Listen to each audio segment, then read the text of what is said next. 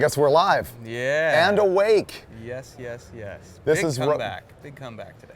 The big comeback. Oh, yeah. That's right. This is RoadKill live from the PRI show in Indianapolis. This is sponsored by Holley because what we're doing is using all of their parts to throw this LS7 engine into the Crusher Camaro right here on the show floor. In case you've missed the past 2 days, the first day went really well.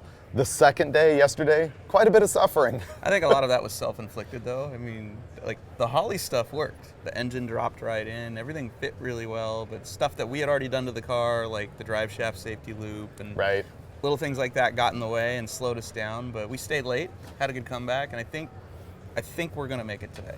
Well, and part of the reason we were late yesterday is there were so many problems with the Wirecast program on live feed, with it blinking the Wirecast at you all the time. That shouldn't happen today, we hope. Fingers crossed. The credit card is burning so that we could buy a new program to stop that from happening. So stay tuned. We're going to be here until it fires up, and tell all your friends. We would like you to share this because the more audience we get, the more we'll be able to continue doing these things. You're also going to want to post on our chat room, which you can find just off to the right of the video on YouTube. Tell us when you think we're going to fire it up. I've got 7 p.m. What have you got? God, that's not optimistic at all. No. Okay, show's over at 4, so I say at 3:59, we're pushing the button on this deal. 3:59. Oh, because PRI's over at 4. Yeah, so Yeah. I'm betting we're actually done earlier than that, but we're gonna wait till 3:59 just to show off. Oh, okay. Just to milk the drama? Yeah. This is scripted, right? Yeah, and we push the button on it, do a fat burnout in here, go to PRI jail.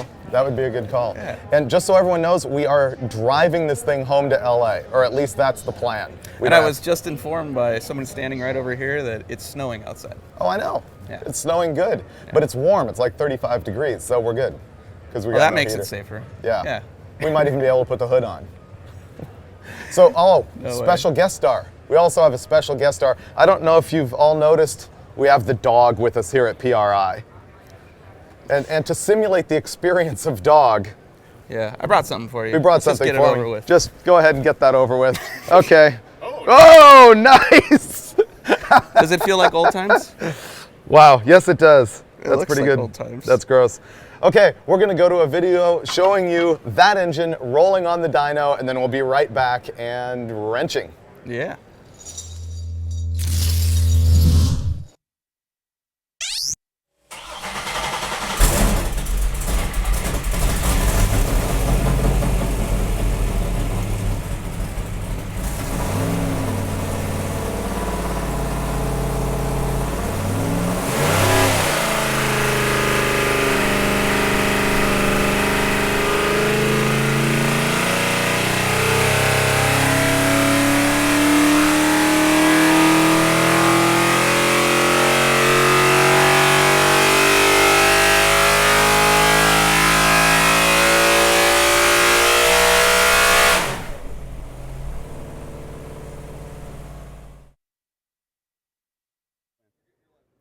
And we're live with Dog Barf. Hello, doggy. Okay, Finnegan's on the GoPro cam here. We're using this to show you little details of the car, and we're just gonna walk through what everything is that we accomplished yesterday. There's breakfast. All right. So check it out. We've got brand new hooker headers that fit perfectly, I might add. And the LS7 is a pretty snug fit in here, but lots of room. I mean, plenty of room between the fans. There's more space in here, obviously, than when we had the big block. But you'll notice the engine is actually set back further than the big block, which make this thing run better at the racetrack. And we got our Be Cool radiators in there now. Looks like Freiburger actually got it plumbed. Easy on the, there you go. Easy on the what? Oh, sorry. All right, this is what it looks on this side. Check the header fit. Nowhere near the steering box, which is nice. You'll notice none of the wires are hooked up because that's our big project today. We've got to wire the entire EFI system. We've got to plumb the fuel system, do a bolt check on everything, and then see if it runs. We're gonna go under the car now so you can check out. Did I just step in the oatmeal? I think I did. I stepped in the oatmeal. Okay, so now we're under the car. And we got the full exhaust put on here. Ours is a little different than what you'd get at home because of the time constraint here, we had Holley customize this to dump in front of the axle, not go over it. So you wouldn't have that if you ordered all these parts. There's a nice X pipe under there. The cross member fits perfect. We didn't have to drill any holes, didn't have to modify it at all. Clears the monster pan of our Gearstar transmission. Here's what it looks like up front. You'll see we went back and actually added the last 2 bolts to the bottom of the bell housing that we forgot to install earlier. And we've already got an oil leak, but that's normal for us, so we're just gonna ignore that like we always do. All right, that's the bottom of the car. And now, that's the inside. That's the mess that we're gonna work on today. We've got to run wires, we've got to drill holes, and make this thing run. We're close. We're definitely close. So I'm ready to get working. I'm going to shut this thing off, and we'll let the professionals do this. Classic Industries, America's first choice in restoration and performance parts for Camaro, Firebird, Trans Am, Nova, Impala, GM trucks, Tri-5, Chevy, and Mopar. The largest inventory, fast shipping, and low price guarantee. For a free catalog, call 1-888-46-CATALOG. Dog barf. No barf tongue. Anyway, now we're going to start rolling. I think the only thing that we have to do today is EFI wiring and plumbing the fuel system. And if we're lucky, we'll make the heater work, and we got to throw some winter tires on the thing for the drive home, but that might happen probably in the snow after they throw us out of here tonight. This is your car. I'm not going to drill any holes in it. I'm going to let you do it. Oh, I have to drill that big Hankin EFI hole down there. Yep. It's going to be hideous. That's all you. Because Yep. until you do that, I can't really move on with the wiring. Do you know what's what out here yet, or do we need Robin from Holley? We'll need him. We'll definitely need him. I've never done this before, so I know how to connect things to work together and make it not catch on fire, but as far as what all of this does, it's all new to me. Well, this thing controls virtually anything you want to control. It'll do fly-by-wire, it's going to do the transmission, it'll do multiple stages of nitrous, it'll do boost control, so I think it has a lot of extra stuff we're not going to use. Not on this trip, but eventually. Eventually. This thing deserves nitrous. Oh, it does. Now that it doesn't have a blower, we should spray it. I talked to him about it, that I guess the ring end gaps are not set for nitrous, but it's been honed so many times because this motor's been around that they're like, sure, give it a couple hundred. Yeah, what's a little whiff between friends? Exactly. Yeah. So I might put a couple plates on it, would be kind of cool. We could go direct port. Direct port, yeah. Where would you put, I guess you could fog it in way up here. Oh, we go inside from this. I have a buddy, yeah. My buddy Chris does this for a living. That's the and way to go. He'll drill through the outside of the runner all the way through the inside, tap it, and then put a pipe plug here. That's So cool. it looks like, you're like, wow, how'd that guy drill that? You know, how'd he get down in here? Right angle drill? Nope, that's how he does it. If the fogger's pointing up like this, well, I guess Use the a nozzle 90, still 90 sprays. degree nozzle. Yeah. Yeah. Yeah. You could do that. Oh, we need to work out crankcase ventilation too. We should call Brandon. Brandon from Hot Rod's been making all the parts store runs for us, which hasn't been too many. It looks like it's ventilating right now. Okay. I mean, sure, it's all over the motor, but it is ventilating. You know what? For tradition, I say we go get a garter belt and just throw it around there. It'll match the big block. Cool. Where do we start here? I'm gonna go inside the car, figure out where the brain of this thing's gonna go, and finish wiring the fuel pump relay. If you want to call Robin over here, Okay. he could help us sort out the best way to route everything. So Wow. we're not. It's impressive, They right? didn't mess around with this thing. It's impressive. Wow. Yeah, that's the box for the Dominator EFI. Lots of plugs. Once again, lots of controls. This is their top level double throwdown computer. Yeah, and this thing can't touch metal. It's got rubber isolators on it. Yep. You know, That one's missing. that one's missing. Is Yeah. that in the box? Well, it probably fell off on the dyno or something. Oh, all right. But I'm thinking we Velcro this to the heater box. I got some industrial strength Velcro. How heavy is it? It's heavy. Will Velcro hold it? It's Is industrial Velcro gonna strength hold it? Velcro. All right, I'll give it a shot. Make that thing look like your back, and then just stick it on there. I wonder how durable it is. Like if the Velcro fails and this falls down on your feet, It's fine. it's fine. All right. That's easier than drilling and bolting. Give it a So shot. if you want to eyeball that, I'm going to start working out the fuel system, because over here we have a regulator down on the frame rail that I'm going to need to figure out. These are the old plumbing went to the big block. Oh, you realize I could be really lazy and make this work. That's never happened before. Okay, I think I might get out of the barf shirt. How gross is it? It's actually not bad. You could probably rock that that bad. for 3 or 4 more days. Yeah, I've worn worse. There's so many air leaks in this car, I might not even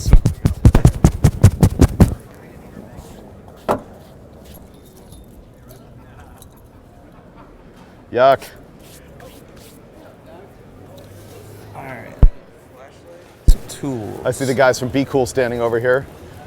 Radiator worked perfect yesterday. Thank you. This is the higher end cap, right? Okay, because you gave me another one in a box. Yeah. That one's cool. Yeah. Yeah, exactly. It's got knurled edges on it. I need to get a pipe plug. We don't have the fitting for the head to do the bleed into the radiator, so I'm just gonna pipe plug this. Is it an 8 pipe? Oh, it is quarter. Here's the plug. Yeah, so we'll just get a plug. Cool. Thank you, guys. So yeah, I need to do that. Let me put that on the list.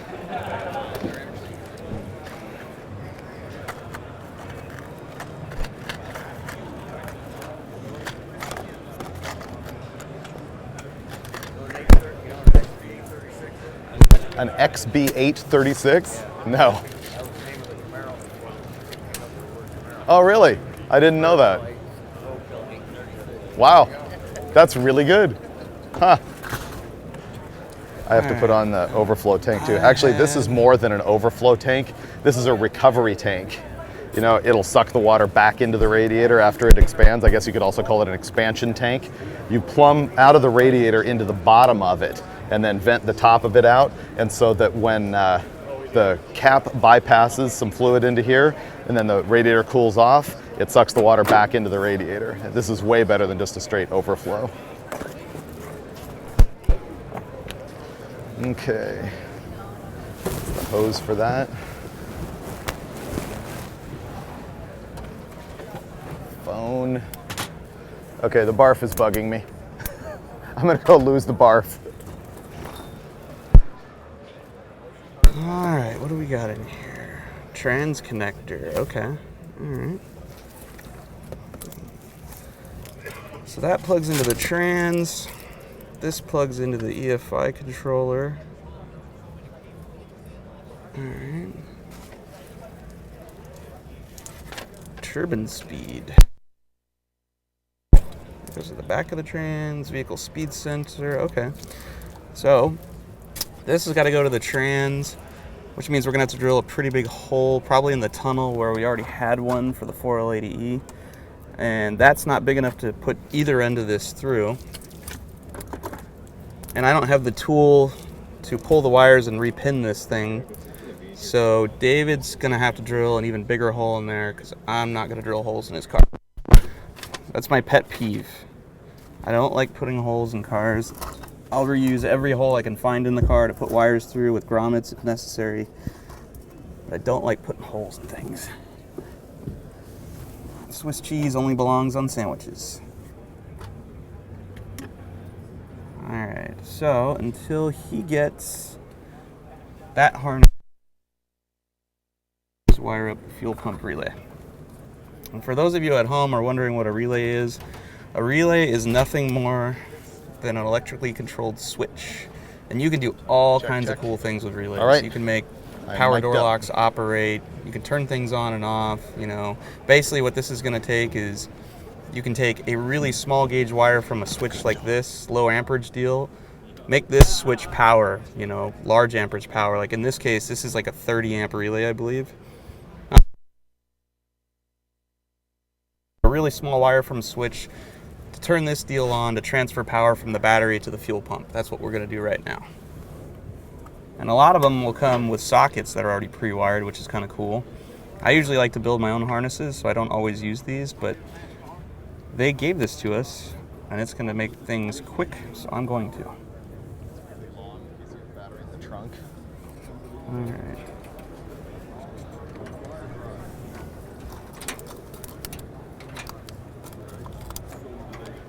Brandon.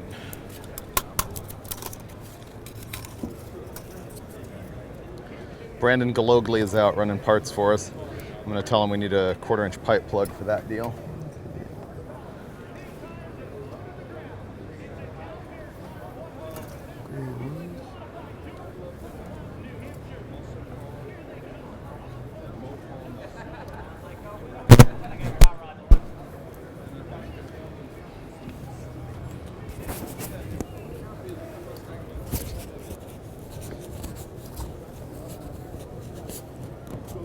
Gotta watch me adjusting my microphone.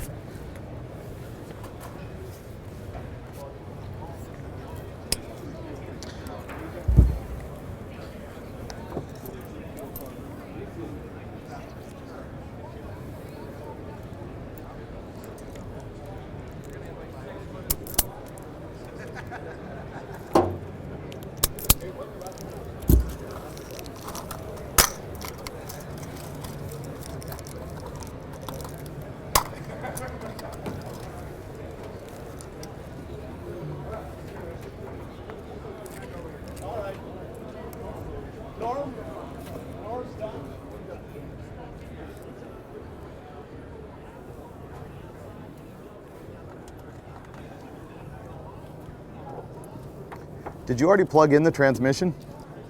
No, you've got to put a hole, you've got to make this hole bigger in the tunnel to put that harness through. Is that a separate harness in a box somewhere? Yeah, it's right here. Let me go get the RoadKill kit.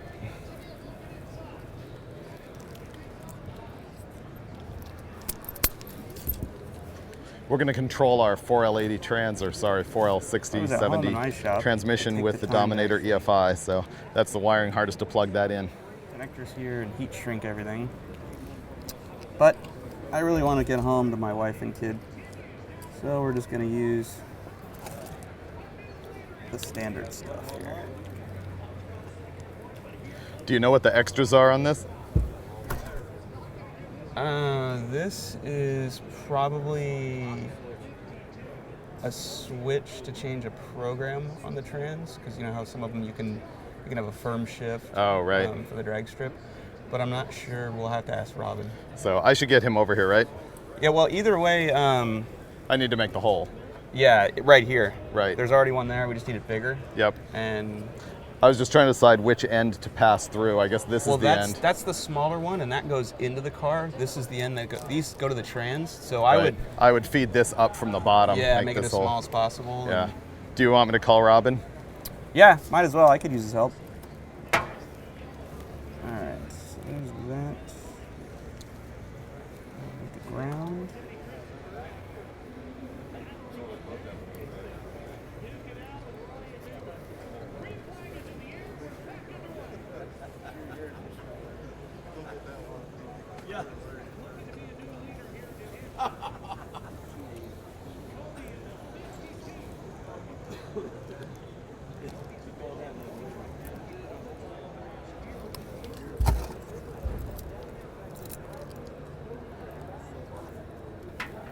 Hey, we're ready for you when you are.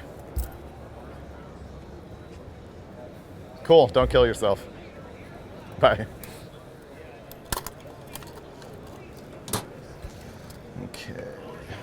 The relay doesn't need a very big ground wire to activate it, but for some reason we've got our fuel pump ground wires coming into the car, not going to the battery or the chassis. And our main ground for everything is quite large. So I've got to use way too big of a butt connector for that wire, but just big enough to ground to that wire, which is strange. Or I'll find another spot to ground to everything, not using that butt connector. Maybe that's what we'll do. There we go, there's a good ground. Okay. So there's a ground location right here to the dash structure, which has got clean steel and a couple wires going to it already. And the dash will be grounded to the body, and we're going to run ground cables from the body of the car to the engine, and the engine will be grounded to the frame, and the frame will be grounded to the battery, basically making a loop. Okay, so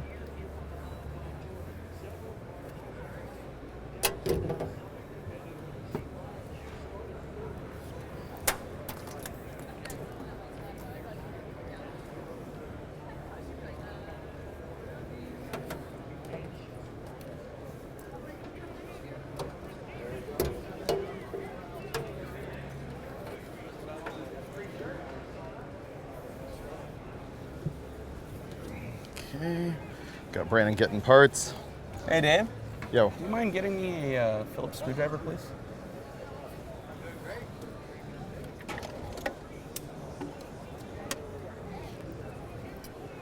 Other than welding, wiring is probably my favorite thing to do to a car. I'll take both, thank you. And I know it frustrates a lot of people to wire things because it can be pretty messy. You can make a big mess wiring. And sometimes it's intimidating when you wire stuff you've never worked with before. But I don't know why I enjoy it. I don't mind spending a lot of hours doing it.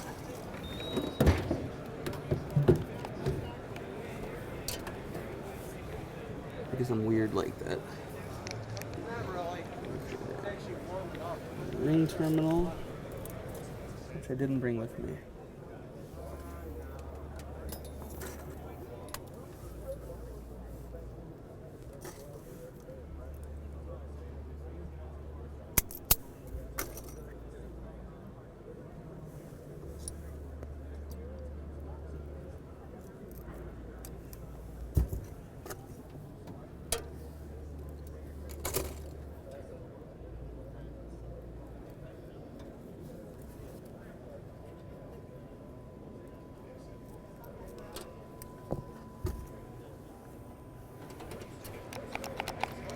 all right, I'm here with the tool.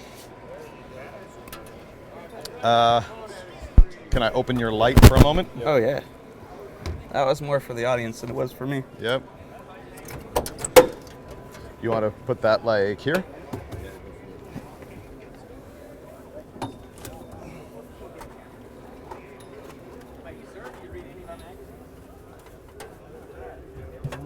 Okay, I'm gonna go grab some things I'm missing here.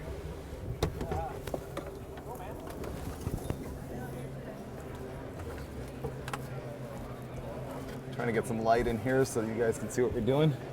Does that do anything for you? Okay. I have to hog a hole this big in the floor. I brought a RoadKill kit. These things are really great if you don't have one. They cut nice, clean holes. They're not like a hole saw, they're actually like a broach. So it's gonna be tough here because I don't have a pilot hole because there's already a hole in the floor, so I'm gonna have to sort of just eyeball it and let it eat. But it'll be good.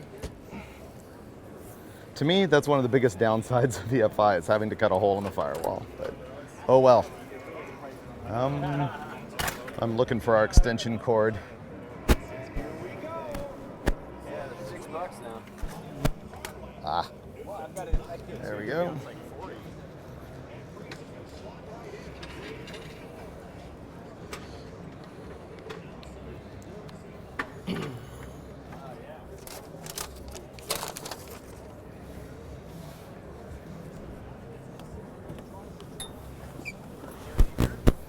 I just want to watch you do this. Yeah, because it's gonna chatter everywhere. Well, better you than me. Oh, this is not original Camaro floor anyway. No, I believe that's a patch panel we made for a hole someone else had made there. Yep. No, actually, Being GM. that's stock shifter hole, yeah. Yeah, GM was the people that made that hole. Okay, you're Usually it helps. off-centered of... Yeah, but it doesn't matter. I'm using this as a guide. Oh, okay. It's fine to me. Because it's covering the hole over here. All right. Yeah, see, that's the tough part. I guess I'm not using that as a guide. Yeah. It's hard to not let the RoadKill walk when there's no If piloting you want, hole. you could go below it. And just drill another one entirely and tape over that one. Right, but go right here with the drill bit, and it'll just make a yeah. a much bigger hole. Right. And we Well, can always tape. it won't because I think here it's going to leave this I mean, it won't be perfectly round. It doesn't matter.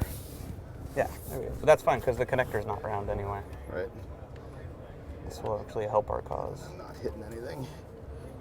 Oh, do you mind grabbing me the lube, which is right there on the fender? Not at all.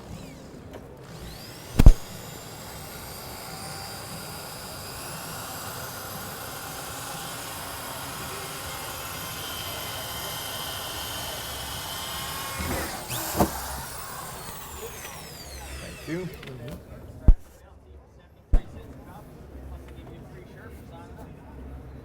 Stuff helps a lot.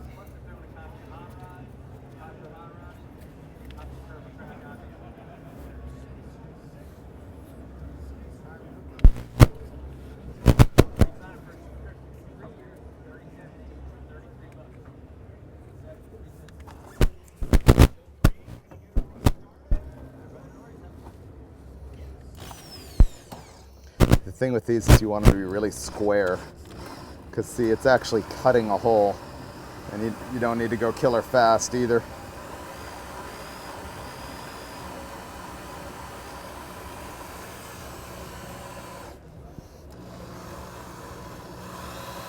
It's got all the cool tools.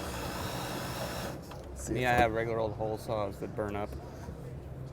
and don't make a round hole, tear everything up. They make faux holes.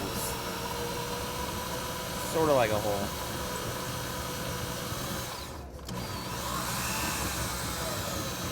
And then when they get to the end of the hole, they turn the power drill into a wrist breaker Yep. when they bind up. And that's that moment you have to decide, do I just let the drill go and run into things? I know. Or do I try Let to it- hold on to it and, break my arms? I usually let it spin around until it just pulls its own plug out of the wall. No clutch on your drill. Right? This is the Widowmaker. Back in the day, I actually wrapped myself up in my drill press once. Ooh. Before I had the floor on and off switch. Yeah, that And hurts. I couldn't clamp down what I was working to the table, and there was nobody there to turn the switch on for me. And so I held it with one hand and hit the switch, and it turned on, and it grabbed it immediately and rolled There me you into go. it.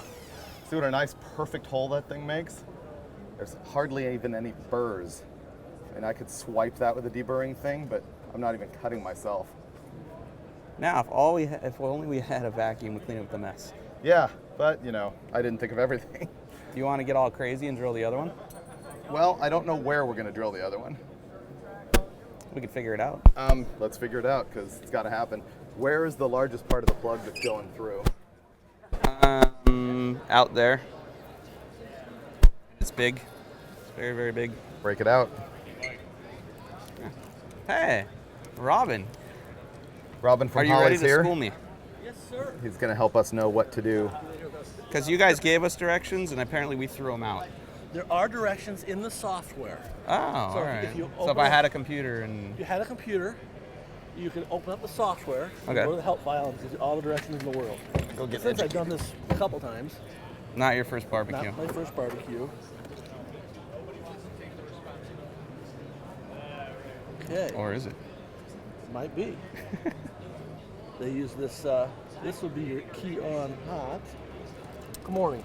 I'm wondering if we should be labeling as we go, because we don't have a laptop to look at the. Well, everything's labeled. Pretty much. Pretty much. Well, mostly everything. I'll write down this stuff. A good call. Where's the Sharpie? Get some sleep. Yeah, we were here till about 9. I stopped by right after dinner. The dinner was late morning, so we went over here. The doors were all closed, Yeah, and it was about 9. we were in here beering it up about that I point. could hear it. I could hear it. Yeah. We knew on the other side there was something going on, but All right, so we got solid green. solid green would be our fuel pump relay. So this is not going to pulse the fuel pump at all, right? Yes. Yeah, you can make it, do will. it. Well, it'll fire it up and shut it off, but does it actually pulse it for pressure? No. Right, because it can't do that through a relay It's without. not pulse pump with modulator. Right. No. This is, and you can set your prime, how many seconds you want. So I think it's preset for 5 seconds. But Okay. you can see that in the software. Cool. The blue with the white stripe, tax signal. Okay. Cool. Okay. Solid red this solid red goes to a keep alive power, so power hot all the time. Battery? Even in run. Preferably not the battery. So if you could have that somewhere under the dash, that's on a hot feed. Yeah, it has another harness over there. You don't like the noise here? No, we put the main battery power for the ECU. It's laying over it's there. over here. Okay, that goes to the battery, so we prefer to keep them separate. Okay. It's just So that's the main power for the ECU. What is this power? that is a keep alive power. Oh, It's so always like hot. Internal clock Yeah. sort of thing. Yeah. Exactly. Okay. That's what that is. Okay, so here we've got fuser relay, and so that's main power. Is there another part of the harness that So is? this plugs into the ECU. Oh, I thought this was main power hot to battery. It is. It is. The other end of it is. The other Oh, end. you've already got it attached? No, Got it's it. just laying over there. It is. Clear. Okay, so That needs to come down this side of the car as well. Got it. you'll have 3 connectors on that. I should say more than that, but you'll have 2 main connectors, and then you'll have your second wideband connector on the ECU, and then you'll have that on the ECU also. And the transmission control. And the transmission control. Yes, sir. Thanks for reminding me. And what's these this are one? idiot-proof plugs, right? Yes, they are. Okay. They're Tyco, and they only go in just the port, so you can't put them in any other ports. That would be either the transmission control Yep. or the second wideband. That transmission control. And Yeah. again, that. Oh, that's the one I handed you earlier. Yeah, Okay. this and is of the course, trans. and those are separate, as you can see. They will only go into certain ports. Okay. So we have And what about this? that would be, and I'm gonna have to refer. Here's your fuse. So we're gonna have again a ground, a power, and then I will go ahead and open up the software and we'll verify Figure out what that is. Yeah. Okay. And is that one constant power or switch? I'm gonna look at Switched. the software. Okay. Okay. This one is switched power right here. That looks like something that they used on the dyno. Oh, you think they added that? Yes, I have no idea. So I should clip that? That's like, yeah, I would. And that's red with a white stripe? Red with white stripe is your So it goes key to on. key on. So we don't want to be confused by that. Correct. As I walked up, I Chuck was it. confused. Yeah. So, and black goes to a hopefully cylinder head ground. Yep, we got that. Okay. Black. So that's that. Now, you have, where's your touch screen? It's on the table there. Okay. Right here. So we have a touch screen harness, and there will be, sorry, Brian. All you need is a harness, right? Yes, sir. So what we'll have here, and this is already terminated. No, it's not. We'll have to put that together. Basically, have a red and white and black. Your white is your key on. Okay, hold on one second. Ignition? No, you're fine. Well, I was going to clip yeah, go ahead. White is key on? Don't want to I hit the believe wire. so. Yep. And the red is constant power, and black is ground. Then you'll have this can connector. I saw that the mate to that on the big harness. Yes, sir. Where do you see that? That is, where's our can connector? And the harness is right here. So our can will plug into here. We will have a terminate, and then the other small end right here plugs into the back of the handheld. touchscreen. So this has got to be in the car. Okay. So that can plug in after we've got all that in the car. Correct. I just want to let you know your powers and your grounds, so you have an Yeah. idea. Start laying those all out. Yep. Okay. And then the trans controller, I'll go ahead and pull up the laptop and show you where the instructions are, where the diagrams are, and that way you'll have that Yep. in case you want to take a look at that. We got this. That's inputs and outputs. That's a separate deal if you want to have any, other accessories or other, Nitrous. drive shaft sensor, Oh. nitrous trigger, two-step trigger, nitrous output. Just So we need that. Is what he's saying. This is code for No. fogger. Will this data log as well, Rob? Oh, this has got Oh, yeah. 4 gig of internal data logging. And how many transducers can you add to this? How many channels? On 34 input. Okay, 30 up to 34. And is that Yeah. all digital, analog? What are we talking about? Both. Both. All right. Nice. So you don't need a So separate we have data frequency- acquisition system. You can do everything right Really, here. no, you don't. You can do drive shaft. You got frequency, so you can do drive shaft. You can do But- rotation, wheel. You have the new deal where this will talk to RacePack, though. Yes, sir. through our can, and then they have a module that they put between their race pack dash or a race pack data logger. A lot of guys with a Holley EFI want to use a race pack dash. Yeah, that's cool. So that's really cool. But this is really unnecessary right now. But once we get it back, fogger. Yeah, that's not getting us home in 6 feet of snow. Two step. Yeah. Things like that. All right, so we need fogger. So we need a big hole somewhere around here-ish. Is it long enough, do you think, to go through that trans tunnel? Oh no, then we'd have to run wires back up to the dash. That'd be forever. Yeah, I need to get the hole like there, right? Yeah, well, it would be cleanest to go down with it. And, right there. I don't want it anywhere near the exhaust, obviously, and I know you don't. But getting it here, trying to bend it through there to get it in this, that would be tough. with the cylinder head's going to be hard. Whereas if you went here, if I can get to the backside, yeah, or here. I remember, I think you and I plugged the hole right there from last time this We did. EFI I can on see it. the plug from this side. Yeah. Which means we can drill right through it. Yep. Or take this and out. The higher and away from the headers, Yeah. the better. What about, we're not using this anymore. Where's the oil pressure on this thing? I don't even know. Well, the sensor's at the back of the engine. It's probably down. Oh, is there a sensor in it? Well, let's say on the back of the engine. Will this plug into that? Is there any data I can pull there? Yes. I just need a pigtail from that into the... Oh, so we don't. So with the display, we don't even need our analog gauges. Technically. Correct. Wow. Yep. Yeah, you can look at your water temps. You can actually, if we put a transducer in for the fuel pressure, you can watch your fuel pressure also. Does the water temp go to 4 digits? Because we need that. We can scale and use any sensor you want. Wow. So we could literally, once we get home and we get serious about racing this thing, we could watch nitrous bottle pressure, fuel pressure, oil pressure. Drive shaft speed. We could put strings on the shocks. I do brake pressure on my car. Like you said, nitrous pressure. Stage it the same every time. You betcha. Yep. That's cool. That's really cool. Frick. This is almost too nice for us. I know. This is actually the part of the whole thing I was most excited about, is learning how to do this. Yeah, today's the fun day. It is. No more, seized up bolts and self-inflicted problems.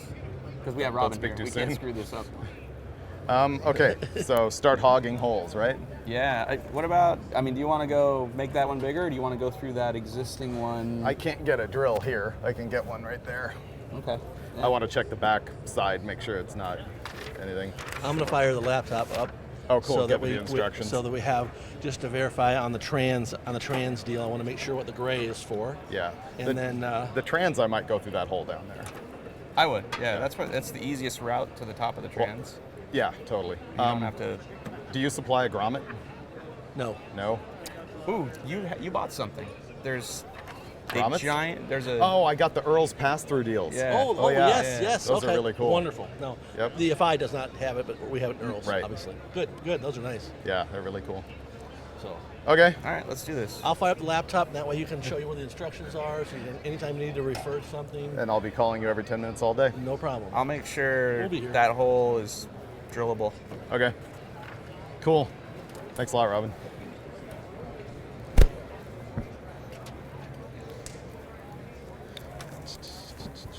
Can you knock on the firewall where you're gonna put it? Well, just go a couple inches passenger side of the oil line. Go what? It's just passenger side of that oil line.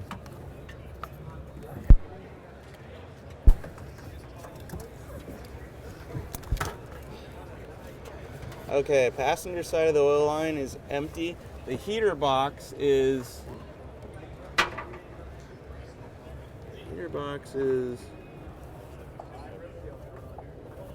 A dude brought in the first story. Oh, look at that.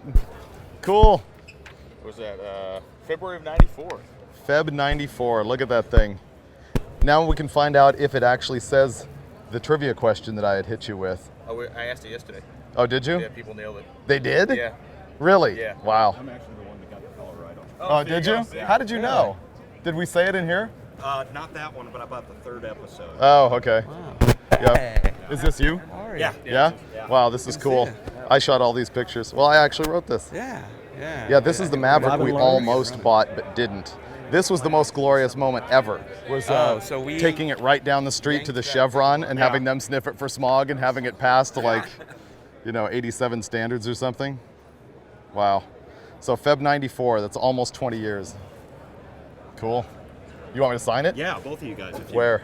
Anywhere is fine. Like, I've already read the article. on the so story, I'm or? good. Yeah, on the story, because I'd like to frame it and hang it out in the garage of shame. Wow, that's cool. Why is it the garage of shame? I don't have a lift in it yet. Because he's going to have our I spent signature on the last 2 wall. months finishing it out. I don't have a lift either. Yeah. I guess I should be ashamed. I got 7 cars in it right now, but no left. Wow, I am ashamed. I don't have 7 cars. They all run too, except the 38 Chevy. So.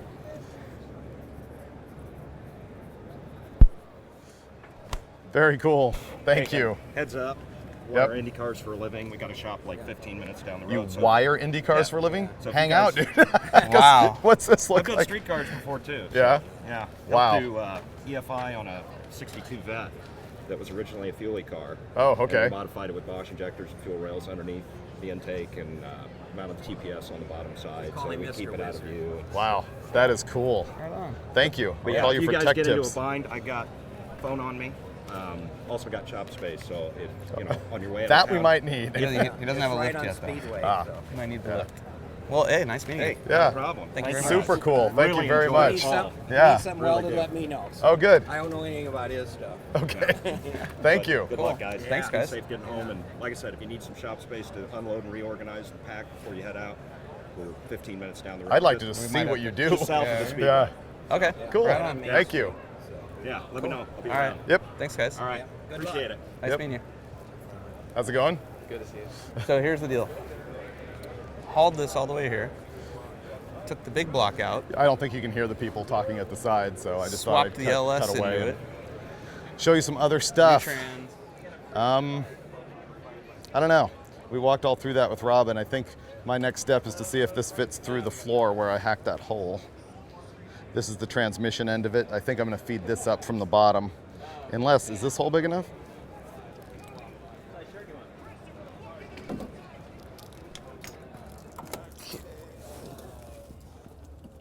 Oh yeah, we got it. Okay. Yeah, I'm gonna feed this wire from the top.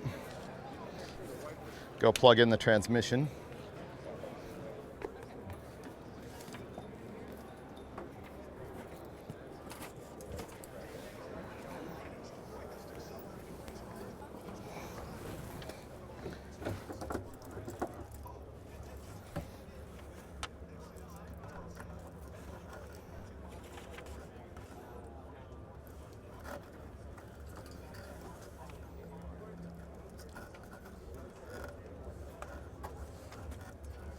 Okay, I've got the trans harness through the floor. This part all stays in the car. This is what Robin's looking up the instructions to make sure that we've got the right connection there. So this will get taped to the floor and run up under the dash. The carpet in the crusher is completely hashed, but that's okay, because this is the Classic Industries day, and they sent me another carpet because we knew this was gonna happen. Okay, I'm gonna crawl under and plug that in.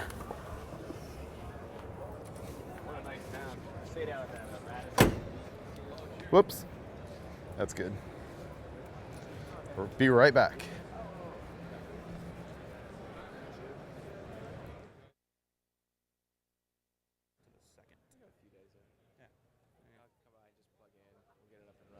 Yeah, I know for sure the GPS. Okay.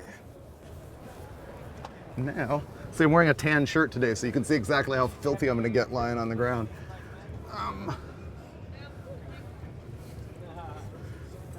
All right. I think most of the plugs go over here on this side. Okay. Hey, Dave. Yo. Oh, cool. You got the wire through. That hole you need to drill for the main harness, Yeah. we have a small window for you to get through. The heater box is directly below, but I think I can guide you if we do it at the same. If I'm knocking on the firewall on one side and you just kind of put your hand on the other side to feel it out. We'll drill a small pilot hole and eyeball it. Okay. So you want me to do that now? Well, you know what? If you're down there, can you plug in the harness? That's what I'm doing. Okay, and then I'll yank the rest of the harness up, and that'll end that. Here, Seema, can you grab this O2? Where is it? Pass side. Grab it. Oh, what do you mean grab it through the I'm end feeding part? the wire up top. Oh, okay. Okay. Okay, got that.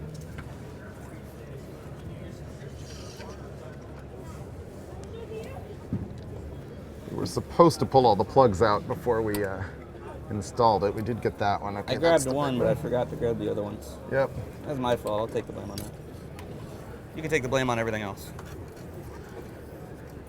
I usually receive the blame anyway, whether I take it or not. You are in charge. I mean, Therefore, let's be it's honest all my here. fault. That's why they pay you the big bucks. That's how the army works, right?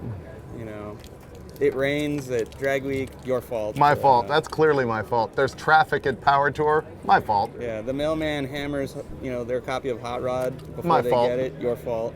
Yep. Yeah. Dogs mistreated, your fault. Yes, the joys of the job. This It was means- really nice this morning to be able to deflect editorial questions to Kennedy, though. Right? That was new and But different. otherwise, it just rains crap on you on a consistent basis, Yes. 24 hours a day. I like being me. This says speed turbine, which I am going to plug in right here. Hey, video guy, can I have your killer flashlight? Okay. Video Sandin to the rescue. Going in there. Video Sandin is sick like a dog and still busy bringing the live feed to you. Is he breathing on you? No. Because if he gets you sick and I've got to ride home in the same car with you, then I'm going to get sick. Thanks for your concern. And if I go home sick and I get my wife and kids sick, then I've pretty much killed Christmas and no pressure. All right. Okay. That's more wire than any human needs.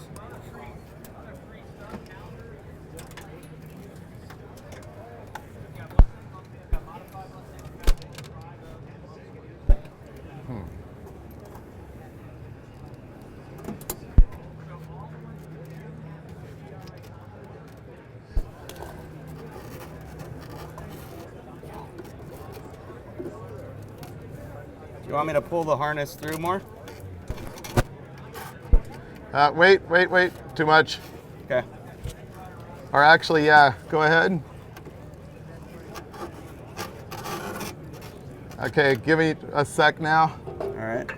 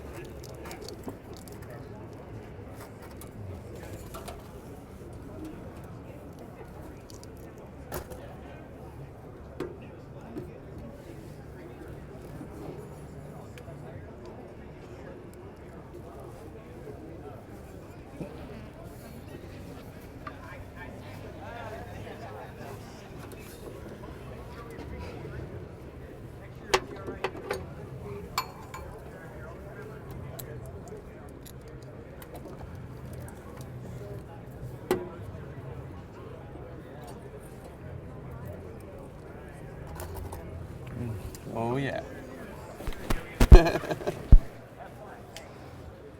Where's the turbine speed connector? Should be on. There should be it's a small 2-wire connector somewhere on the transmission. Yeah, there's one on the tail shaft, which I assume is the VSS, Right. but you don't know exactly where On the... some of them, they don't use it. So Yeah. is it in the harness? There's two. There's two. There's two. And they're the same looking clip. I can put either one of them in the video Okay. feed All right. sensor. All right. That's always fun. Let me check. And that gray wire we talked about, Yeah, that which is inside the car. that goes to the brake pedal. Oh, okay. because that way it unlocks your lockup converter when you tap the brake. Cool. So, and the That, red. that assumes brake lights that work.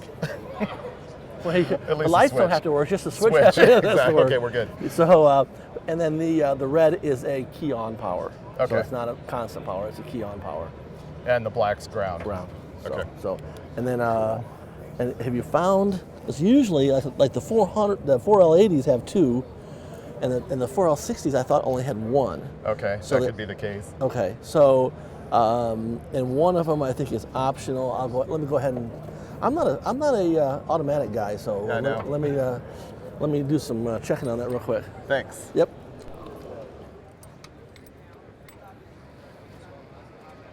Later on for something else.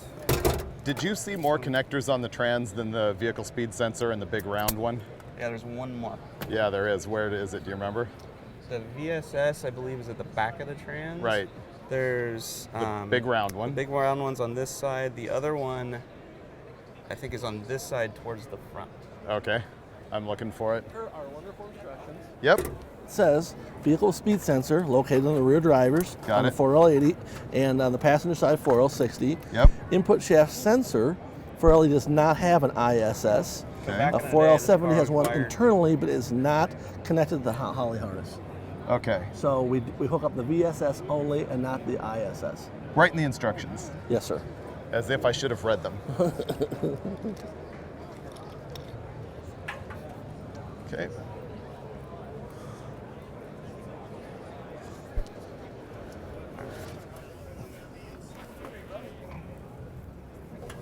All right, so back in the day, as I was saying before, this car was wired old school drag race style, separate switches for everything. Ignition box, fuel pump, electric fans, transmission cooler fan, and our new Dominator ECU is going to control a lot of those functions, if not all of them. So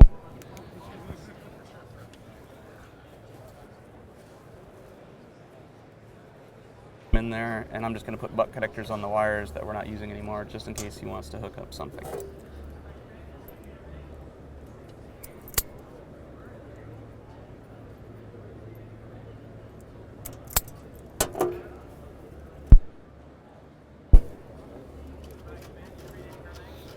A lot of butt connectors in this car, which is a shame because there's some really nice wiring systems out there these days that simplify a lot of this stuff and make it cleaner and easier to troubleshoot when things go wrong. Okay.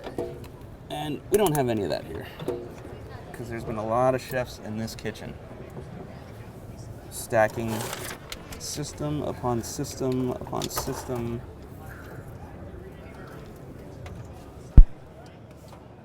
I'd love to fix this right now. Look at that. 1, 2, 3, 4, 5. 5 wires into a big butt connector going to another butt connector with something looped backwards here with another butt connector. This is all going to the battery, I presume. Okay. And I don't know if I have the parts or the time to cure all of this, but I would love to. Because this is the sort of thing when you're not carbureted, Vehicle speed sensor. And that leaves you stranded on the side of the road in the middle of Kentucky on a late night. Oh, look. They were planning ahead. They added, another wire to plug something into. This is kind of a nightmare. And because I'm not going to use any of these switches on this trip, I'm getting rid of all this stuff.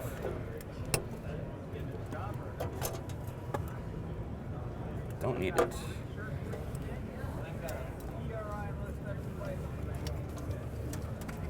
Look at that. All that mess is going to go away right now.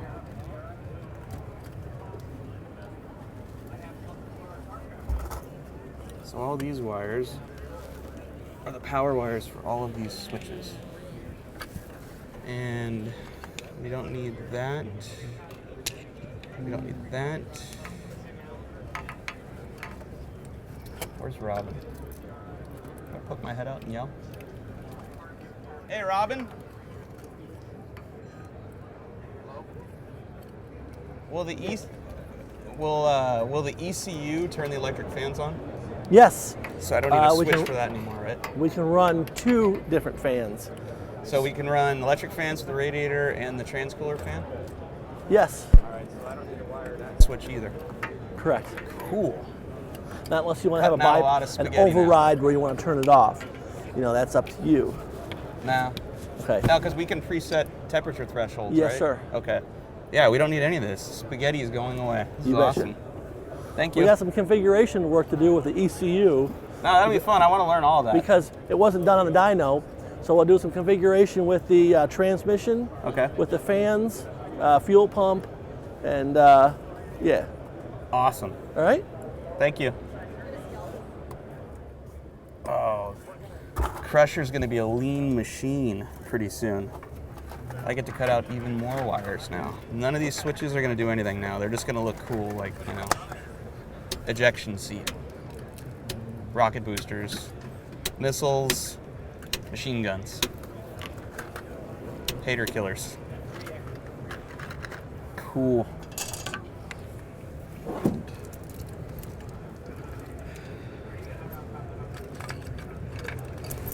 Note to self, install transmission wiring harness before installing transmission. It will be slightly easier.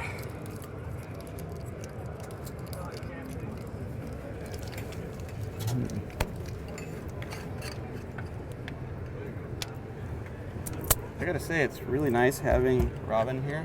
It's like having your own personal wiring chef. I don't have to read the instructions. I just go, hey, Robin, what does this do? Where does this wire go? Beautiful.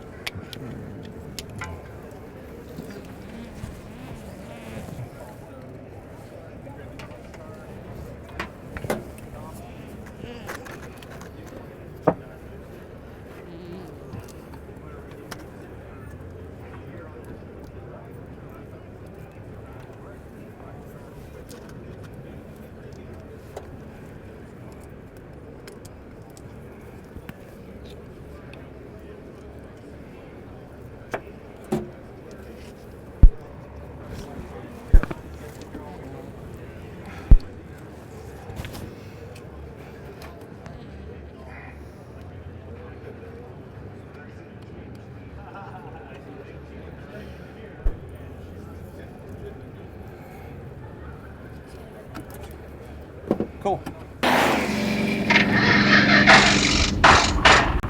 Classic Industries, America's first choice in restoration and performance parts for Camaro, Firebird, Trans Am, Nova, Impala, GM trucks, Tri-5 Chevy, and Mopar. The largest inventory, fast shipping, and low price guarantee. For a free catalog, call 1-80. Okay. How's it going? How many people are watching? Almost 2,000, I think. 2? It's increasing. Is it? I mean, it started like low, and that's been at Saturday morning. Yeah. Yo. Oh, I do believe it.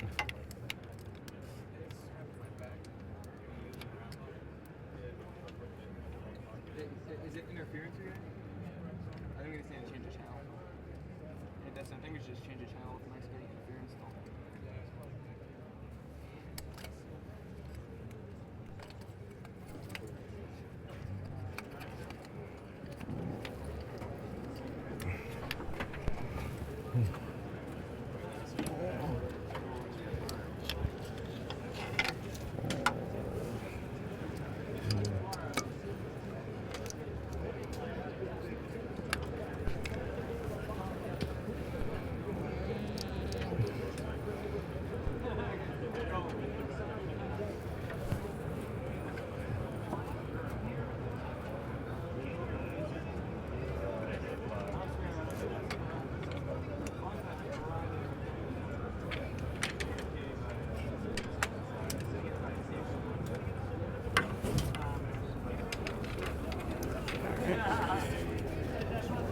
You know what? I'll just set it right here on the inside of the bar because I'll be in here for a while.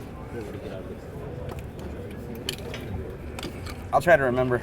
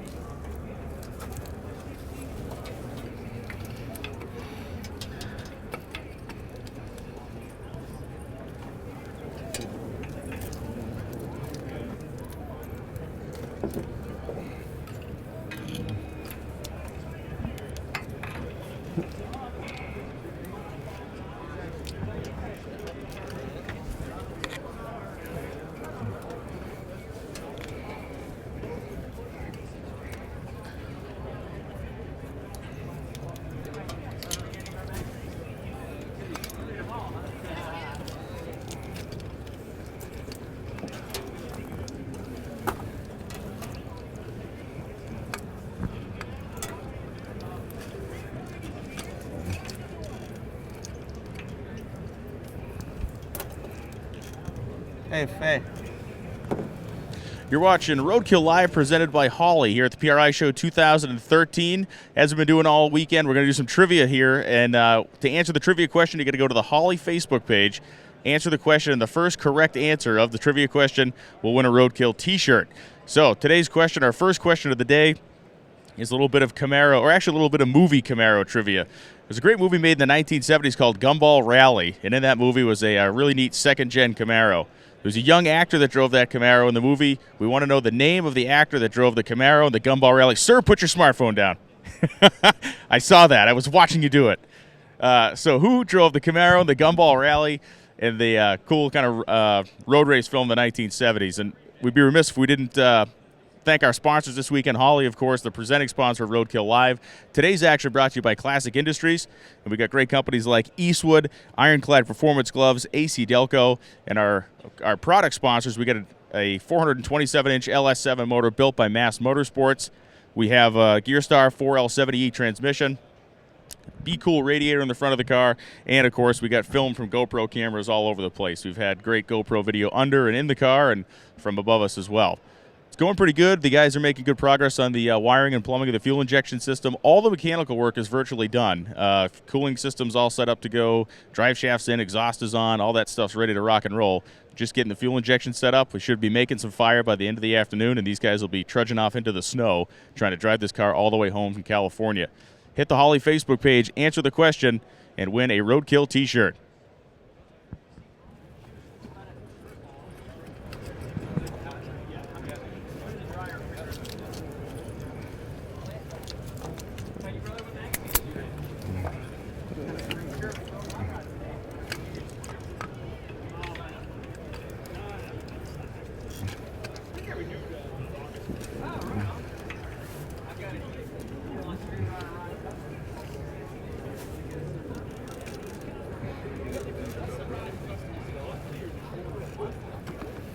Yeah. Yes.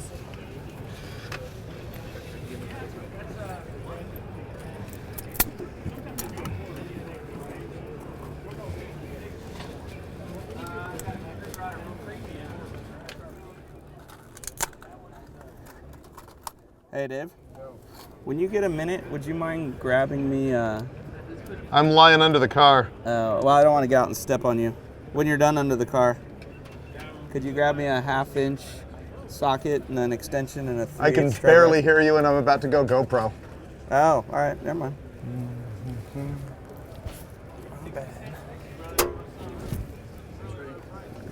We're going GoPro. Okay. The GoPro has proven really handy to show you stuff here under the car that we normally wouldn't be able to get our big cameras on. What I'm dealing with right now is learning that it's a lot easier to plug in the transmission wiring harness before you install the transmission, because here's what we got. If you can see up in here on my finger, it's going to be pretty tough even on the GoPro just because of the angle of things here. This is the connector, and I've got it on top of the plug in there, but I'm not getting it snapped in. I've got the wire sort of close to the floor, and I'm also fighting the shifter cable, which is right here.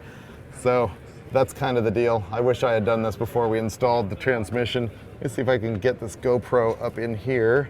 You're probably looking at mostly the O2 sensor right now as I drop Sandon's flashlight.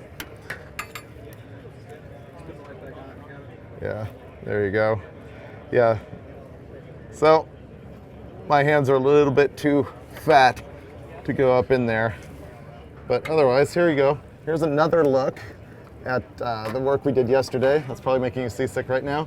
There is the stainless steel X pipe from Hooker, and there's the exhaust system, which actually fit really well. It was cool.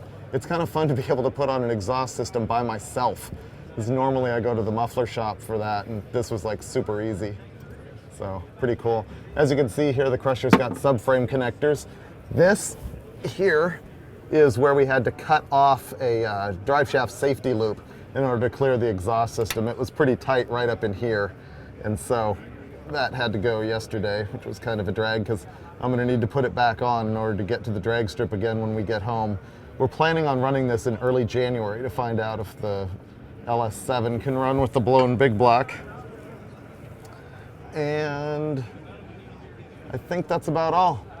End of that GoPro moment.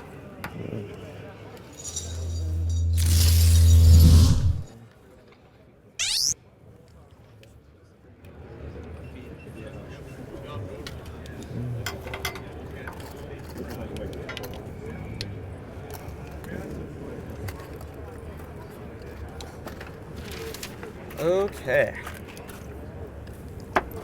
I have got pretty much all of the spaghetti out from behind the dashboard, which feels really good because I've taken a lot of road trips in this car with Freiburger where just electrical gremlins stopped us dead in our tracks over the years, and that's gone now. All these are dead, they won't do anything.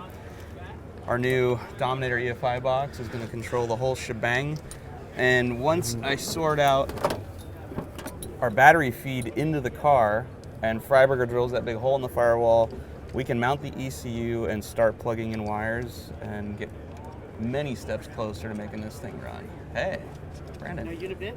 No unibit? Wait a minute. They let us borrow their crimper. They did?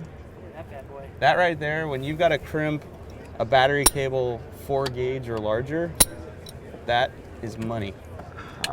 Got it. Slide the terminal on the cable, shove the cable in there, bang it with a hammer. Nice. Thanks, dude. So, we're going to need that because we have no to truck, upgrade. No chuck, no bit, Okay. everything else.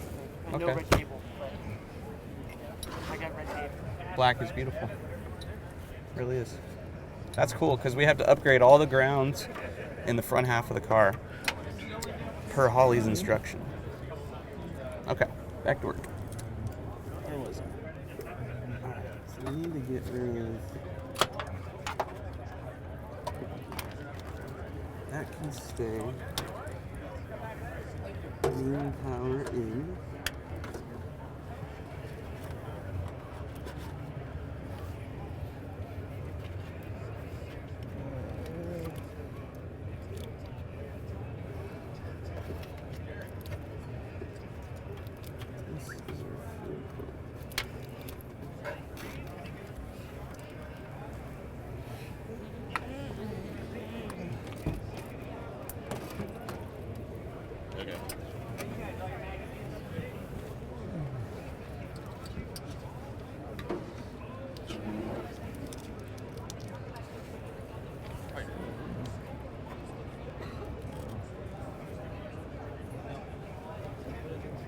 I need zip ties.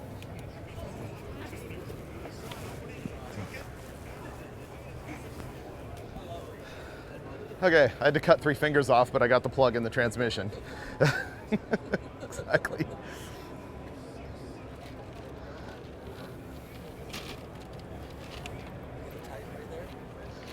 It's not that bad as long as you're a 12-year-old girl.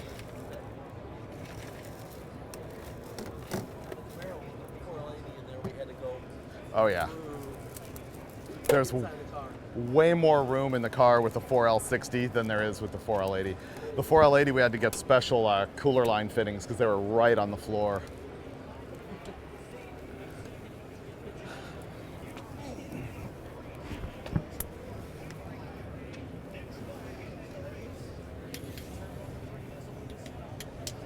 Oh, sorry, I thought you were sanding from the underside.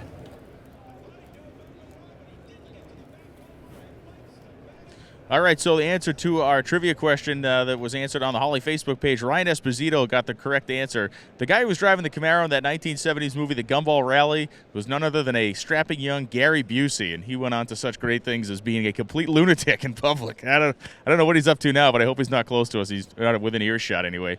But Gary Busey was the correct answer. We'll be back in an hour with another trivia question and another opportunity to win a RoadKill T-shirt. So Ryan Esposito, go back to the Holley Facebook page, send him a private message with your address and your shirt size, and we will get you a RoadKill T-shirt mailed out. You'll be the envy of the neighborhood. Chicks will dig you. We promise.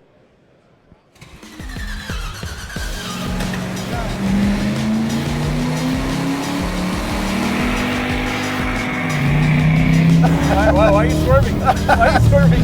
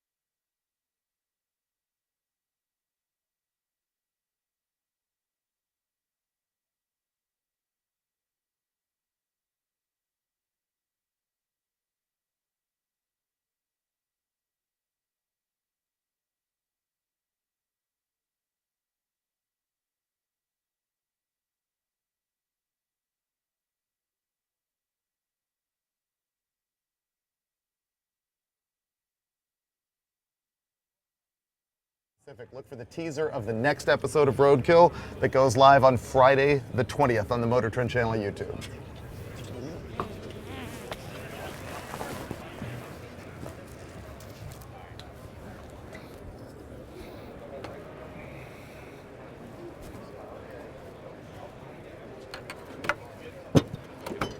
Yep. Do it again. Do it again. What happened? Just do the plug again, the whole thing. Oh, nice. Are we on? All right, I'm here to tell you about a special sneak peek that we're gonna have of the next episode of RoadKill. We've got a full regular presentation of RoadKill this month in addition to the live feed. It goes up on Friday the 20th on the Motor Trend channel, and we're gonna give you a little sneak peek at that episode. We're gonna play it here on the live feed at 12 o'clock Eastern and again at 12 o'clock Pacific, so 3 hours apart. Now, we'll give you a spoiler alert before we air the thing in case you really don't want to know what's going to go on, but the teaser's not going to show you that much. It's not going to give any of the fun away, but it will tell you what the episode's about. So once again, 12 o'clock Eastern, 12 o'clock Pacific here on the live feed. Spread the word. Tell all your RoadKill fan friends. Okay, I got the transmission plugged in. Yep. This wire right here, I'm going to go on that side of the firewall. Do the wiggle. Yeah, because I'm trying to differentiate a main power wire from a fuel pump wire. Are we going to take more wires out or put more wires in? We're going to take almost everything that was over on this quarter of the car that we never liked about it is gone already. Cool. And I'm about to get rid of a couple more wires because the ECU is going to control the fuel pump, the electric fans, the trans fan, the ignition, everything. All those switches in the dash, dead now. Gone. All works off the key. Wow. And so that's cool. Yeah. I mean, the instructions said the switch power for the transmission has to be separate from the switch power for the ECU. Right. They said it'll backfeed and keep running if you don't. Okay. Okay, so wiggle this guy. Yeah, that one there, I just want you to pull it back and forth on the grommet, and I'll go on the other side and figure out which red wire you're tugging on. Ready? Yep. I'm trying to get it to go back and forth. It feels like it's stuck in the grommet. There, I'm just pulling it. That's the one you're pulling? Yep. Are you pulling? And that one, is that one taped together with a black wire and running Yes. up towards the battery? Yes, I believe this was the fuel pump wiring, wasn't it? Well, there's 2 red wires down there and 2 black wires. 2 of them go to the battery, 2 of them go to the fuel pump. Oh, okay. So this one is... So you're trying to determine if this is main hot? Or fuel pump.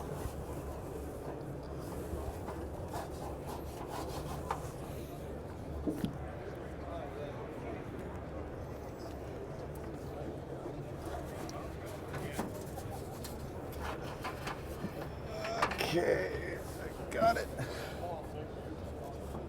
Okay, this one's going to this little power bus on the fender, which is a fuse, and then it's going to the battery. Okay, now I need to know which one that is over here that you're tugging. Yep, that is this one, the main one that we were pulling on together last time. Okay, so that's a power wire to the battery, right? Yeah, it goes through this. This is a fuse, right? What are we looking at? It's a circuit breaker, so Yeah, I think circuit that's breaker. for the electric fans. Well, Everybody. it's power in. Like that wire is right here. See? Okay. Yeah, that's the circuit breaker. And then it comes out to battery. Okay, that's the circuit breaker for the electric fans. It went to the electric fan switch. We're no longer going to have an electric fan switch. The ECU will do that. Okay. So this... We can pull this off essentially and get rid of more junk. Yeah. Although, Yeah, we don't need this at all. well, the electric fans, Are going to get wired directly to the ECU now. it has a relay in it. Oh, does it? No, I think that it triggers a relay. We still need to power a relay. Oh, okay. Yeah, that wire's in there. Okay, so this stays. Yeah, this. Okay, so that end of the battery, this end was going to the switch. Well, this is that harness. See the black and the red right here? That is this one. Okay. There's a blue and a black wire, and they're a smaller gauge one. What are those going to? I thought those were turning the fans on. The fan wire. And is there a relay out here? Does that go to a relay? It must. Yeah, there's one in here. Okay, let's move the battery out of Oh wow, there's a lot of junk in there we can get rid of. This car has been wired on by like 5 different people over the years, and none of them doing what we're doing now, which is removing the stuff that is redundant. Oh yeah, look at that. There's a relay, there's a bus bar. Right. There's another fuse. Yep, I think Chad put that one on. Okay, let's move that. Yeah, that's out of the way. Okay, so this battery, and then it went into the car to the switch. To what switch? The electric fan switch, I believe. And then That's there's just electric fan power? That big? To a relay? That doesn't make sense. okay, and then This is the fan power relay right there for sure. does it have a blue wire going to it to trigger it? Yes, right there. Okay, so that's the trigger wire, Yeah. which we need in the car. And it's going into this one here. See, there's another power wire here. See this? Okay, wait a minute. Okay, so here's the power wire for the relay for the electric fans. What's the circuit breaker going to? Oh, The circuit breaker is just... transcooler fan maybe? No, I think this is running into main power in the car, isn't it? Isn't that what this is? Yeah, but there's a fuse on the line too. Why would you have a circuit breaker and a fuse? There isn't. This is the wire that goes to the car. This wire goes directly to the battery. Okay. See? But what I mean is there's a whole nother wire Down here. Yeah. going I don't know what all this is powering. like this right here. That goes into the car with a giant maxi fuse. Really? And that was running a whole bunch of stuff in the car that we don't have in there anymore. So we could get rid of this. That'd be good. We don't need that big maxi fuse in there now that we got a circuit breaker. Does that go to basically a main power stud under the dash? No, that was the thing. There was no stud. There was a giant butt connector with 8 wires in it. Great. Right. So I got rid of all that, and now we have 2 power wires going into the car. We don't need 2 power wires going into the car. Well, and look at this fuse. Okay, this is power to the electric fans right here. See, because it's going in the electric fan relay. Okay, so we can nuke. Half this. We'll leave this because you never know. You may wire something in there, and we'll Who leave the knows? breaker. Yeah, but that's fine. that big one right here. Want me to get a screwdriver? Yeah, that thing can go away. I'm gonna shove it back through the firewall. We're gonna then- pull it all the way out? Yeah, and then you'll be able to know. Which one are we pulling out? Yeah. The one in the tape or the one in the... It's here. Let me cut it off, and I'll push it through, and you'll know it's gonna go through the grommet closest to the fender.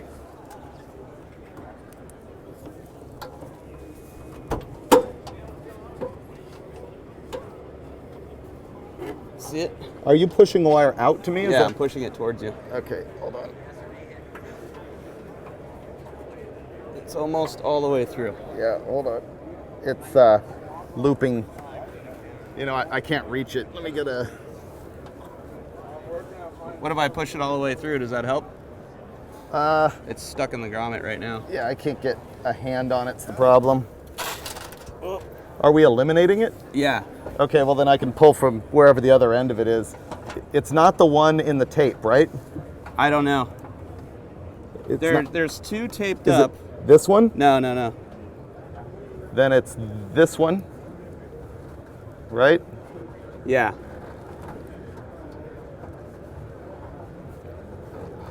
I can't pull it out. I don't think you're pulling the right one because I'm holding. There's 2 grommets, and the one closest to the fender, that's the one that Closest wire to the is. fender. Yeah. It's going down. I just knocked it out of my own way. Can you like wiggle it around or do something? It's now in the fender. I don't have it anymore. I pushed it all the way through the grommet. Oh yeah, I see the end of it. I think that is this. Got it. Okay. Okay, yeah, that's the one that's going up to the battery. But there's another wire in the same harness. The blue wire's in the same harness. Right. And What does it do? Oh, it is? Okay. So that's the electric fan wire, which take it with you, and I'll just put a new wire. Yeah. Yeah, yank the blue one with it. Okay. feels connected somewhere.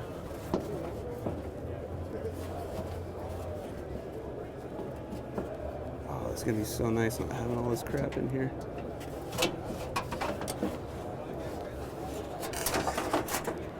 All right. Okay. Moving wires is great.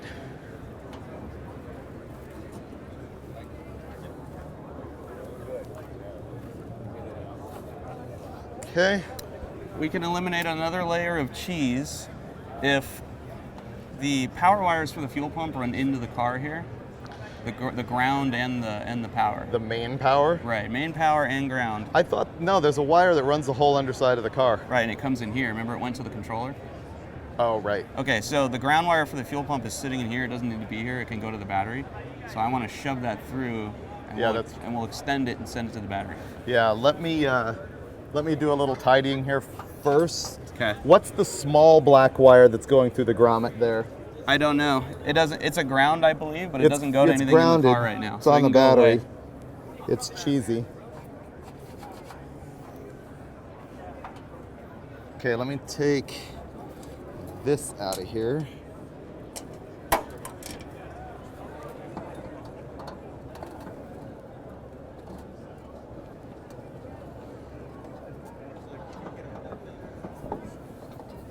I don't want to jinx us, but the chances of this car catching on fire on the way What's home happening now here is that are the drastically Dominator box is reduced. going to control so many Just by what things we've on done the this car that we morning. used to have wired, that we're able to get rid of a whole bunch of junky accessory wiring.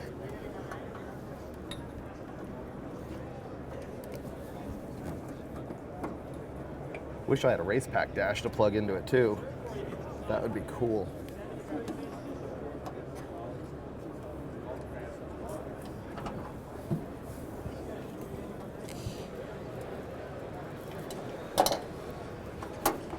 All right, so need to make a new relay wire for that doohickey.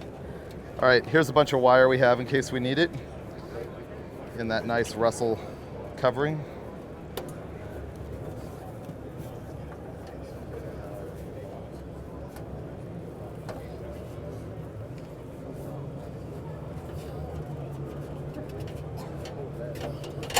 Okay, how did this happen? What? What is this? Oh, it came out of the Yeah. terminal strip. Pulled out? Guess we're not using that one anymore. No. Well, and do we really need that anymore? What is this doing? It's powering the relay and what else? Nothing else? It's going across. It's right here. Oh, it's going to that big, you know how there's a GM horn relay thing here? It's like a big power bus, but I don't know what it's powering there. To go into the original alternator? Yes. Yeah, it's going to the alternator. That's the charge wire, so I definitely don't want it that Mickey Moused. Well, we can. So that whole strip is just distributing power to two things. Yeah. So we don't. Oh my God, we don't even need that in there. I mean, you can leave it, but we don't necessarily need it. Like that right there, but it's behind the battery, and if the screws come loose, Yeah. we're on the side of the road again. So why don't we get rid of it and we'll just cut this out and put two ring terminals on there. And Yeah, this is junk. Especially when it's falling apart and it's my charge wire. Exactly.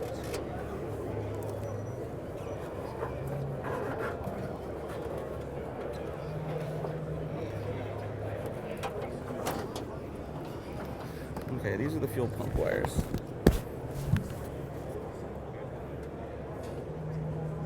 Well, we can just connect the. Yeah, this ground can we go. need to. We still needs to have a relay, right? The fuel pump? Yeah. It's got it. It's in there now. Brand new one, all wired up. Oh, ready to okay. go. It's under the So dash. I'm gonna send a wire out to connect to this. Okay. The ground wire for the fuel pump needs to get to the battery, so we need to extend it. Okay, I've got this wire going to nothing. I'm going to eliminate wires going to nothing. I'm gonna pull this main power and ground back into the car. Stay right there. How's it going? Good. How late y'all stay last night? Not too late. It was like 9:30 when we got out of here. So it got us caught up, which we needed. Where's craft services with my cola? I'm going to have to make a Okay. Coke run here in a minute. That is now main power and ground. See, I don't drink coffee. Not a coffee person at all. Video Travis made me drink 2 cups of coffee out here, and I admit it was enjoyable up to the point where I burned my mouth. Then I was out. Okay, so what we can do is recycle. Okay, this is junk. Yeah, the 4 gauge we need Wow, to this connect is a cluster. from the body of the car to the engine, because Holley wants them big. And the 1 gauge is going to go to connect the battery to the chassis. So if you were to take this 4 gauge off the engine and that lug, and then ground it from the firewall to the back of the cylinder head, So we only need beautiful. like a foot there. Right, and then make a new 1 gauge to go from the engine block to the lug and from the lug to the battery. Did you get connectors and everything? Ooh, welding cable. Yeah, Nice. yeah, you got it all dialed in. They gave us Is that 1 or 0? this is one out. That's good. All right. Okay. Ooh, sweet. Who'd you get that from? Napa. Napa. We talked about whatever it takes. Brenda did. Nice. Okay. Okay. You know what? This is such garbage. We're gonna start from scratch on the fan wiring too, right? Sure. You might as well, dude. Let's just make this thing reliable. Yeah. So you want all those? Okay. See, this is the type of thing I'm talking about. Check that out. Sweetness, right? Where's Dennis Overholser when you need him? It's a 427 LS7. Yeah, so there's a stud here. Replacing that. But I'm gonna go from here to there with. Yeah, you can go here or here. Oh, cool. Thank you. Well, this one. What's wrong with this one right here? Or there, yeah. Oh, is it? It's just not big enough? Okay. Well, what are we using the 4 gauge for, Mike? I'm sorry. Yeah, we've got Okay, the 4 gauge is to upgrade the grounds well, we've from got the body to the cylinder head. we've got that We're doing right here. one. Right, that's the piece we're going to use. And then you're going to replace that with 1 gauge from the engine block to the lug to the battery. But I don't have this guy. I could swear I saw one laying around here, which is why I didn't tell you to buy one. Okay. I think we've got one. Look at the meltage on that. She may have arced once or twice in her life.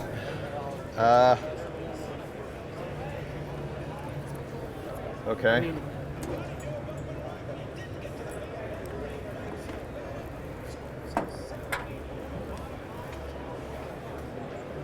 And now we need wire.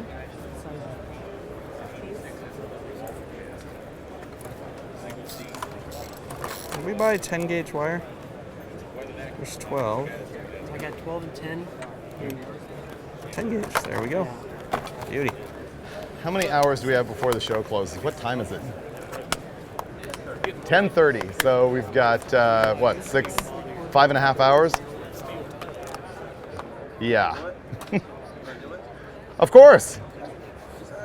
Eventually. Might be working in the snow. What's a street car? To you with one thing, to you with something else.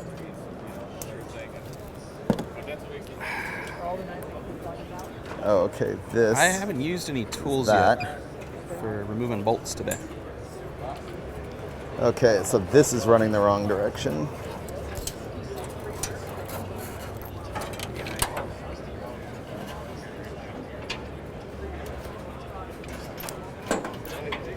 I'm getting stoked on this. Oh man. We're simplifying. We're going to have one computer running everything. Imagine gonna have data. Imagine the feeling you're gonna have when you turn the key and stuff happens like it's supposed to. Imagine having data, not going, huh, okay, well, Imagine having the time to study the data. no, that's not happening. Imagining going to the drag strip more than once. Yeah, imagine going to the drag strip going, okay, we've isolated some problems that we need to improve upon, and actually being able to go back and do that. Imagine that. Imagine that. Use your imagination. Can Get I? reused back there. Yeah. Okay. Okay. I need to run. That one's gonna get reused from the chassis. All right, don't throw that there. I'm gonna drop it. All right. This Can guy you is move this stuff just for a semi-acceptable few charge. minutes? I'm gonna run a cable here and then. What is this piece of loveliness doing? Okay, that. It's been 4 years since I wired up one of those alternators, but that is, I believe, the trigger wire for it. and it's got a resistor or a diode in it. I don't remember So which. it doesn't backfeed, it's a diode. Okay, and so that has to go to, I think, 12-volt switch, but we need to... Right here. We need to... This was the exciter wire for the old one. We should Google it and make sure. Oh, but this one is disconnected at this end. That's sweet. Yeah, remember there was an issue with that thing, the old alternator always being excited and killing the battery in the car, which is why something got monkeyed with over there. Yeah, this is disconnected. Oh, and we went to that Power Master 1 wire, I think. Right. Make it? So yeah, this is, because of the diode, that tells me what that is. I really need water.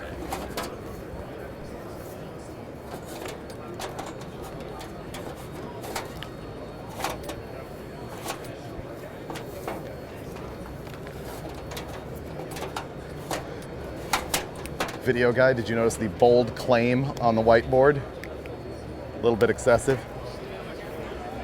Oh, that's happening. Oh, it's a fact. It's just tomorrow might be generous. That's happening. Okay. At some point, that will become ground wire for the fuel pump. And so your brain knows this is the charge wire. Yep. Ah, I remember making that. It's semi-acceptable. Okay. Thanks. What? All right. And this one we no longer need. Great.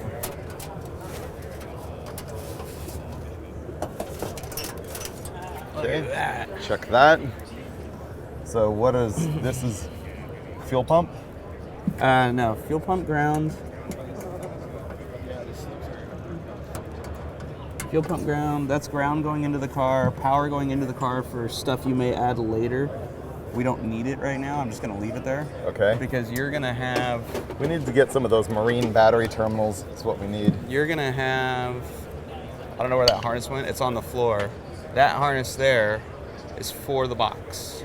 Just the box, right? Yeah, yep. just the box. So we might as well feed this one. Yeah, and then we're now to the point where we can put the hole here.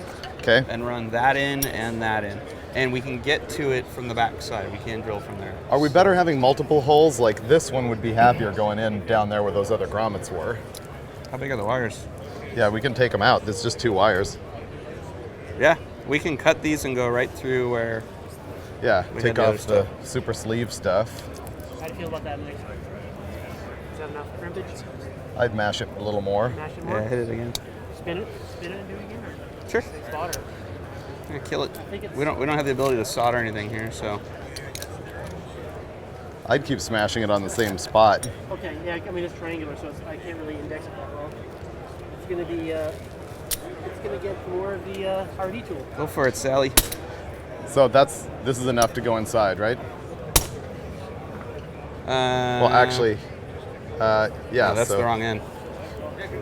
Oh, this goes inside. We're gonna cut these off so we can get it through the grommet, and then feed it out that way. Push them through. Right. Yeah. So I'm gonna take the whole thing. Yeah, the off. whole thing needs to come off, and I need to cut the wire. You okay? Yeah, I need a lighter. Brenda's has a lighter. How's the farting today? Still farting? Really? What is it? Really? Is it like the grunt? It's not. It's You not got the gas? grunting. It's the farting that people don't like. I think it's the shirt mic rubbing. The shirt mic rubbing? Yeah. Is this Is Like it right both? now, you're just ripping. Farting You're it? ripping backside right now. It's just him? It's like old man internal what?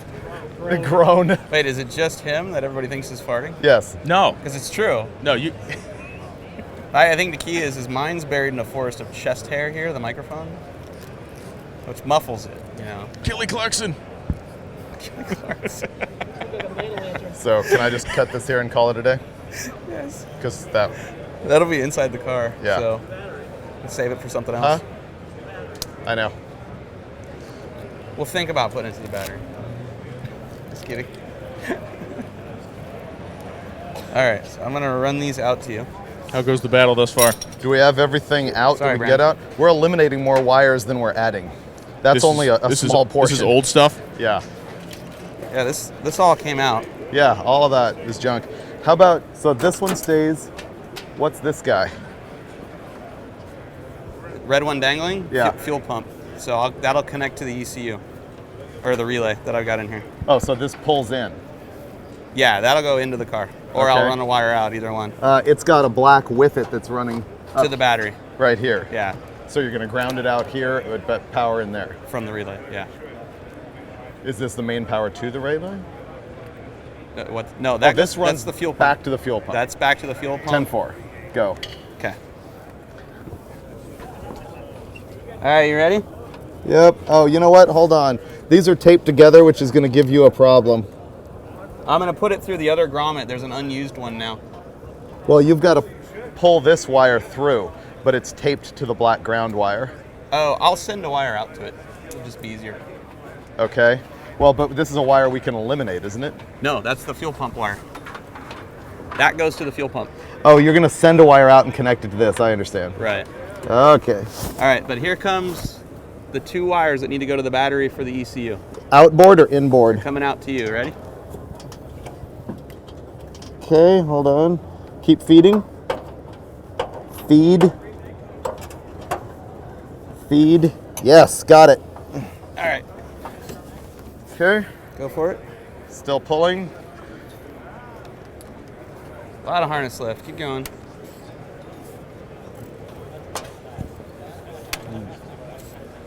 Okay, let's stop there because I need to figure out where the ECU is gonna go. Okay, So let's leave that. That'll be the last thing we connect. right. And now we Direct need to to battery. drill the hole through the firewall for the main harness for the ECU. Okay, and you're thinking here? Yeah, I can get it from the inside. Oh, you can? Yeah, there's a, room. A pilot hole or the whole thing? The whole thing. Well, no, I'll do a pilot hole. That'll be easiest. How big does it need to be? What's the biggest thing? Is this all going inside? Yeah, because this plugs into the ECU. Wow. Relay can go inside. Yeah, the whole thing. If we unplug this, is it skinnier? It's a lot of unplugging. This needs to go. This all needs to go inside. So the biggest thing here is that. What's the biggest thing combined with that? Because Right. both got to go through. So, Yep. and that. Where's the disc? The disc that you've got. I don't think it's big enough, but let's see. It's pretty big. I Is think it? it's in that box over there, Dave, next to the couch. Keep Yeah. going. Keep going. Oh yeah, yeah, in the Earl's box. I'm sorry. Oh, here's some gaff tape. Brian. No, just I found it. Let's see. Progress. Making progress. 10 grand in fittings here.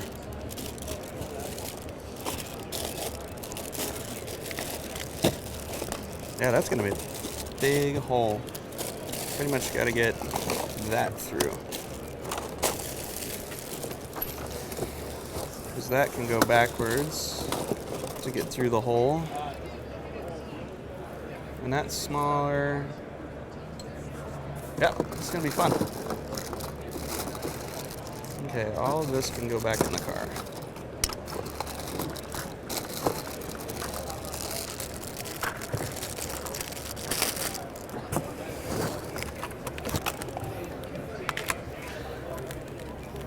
Was that grunting?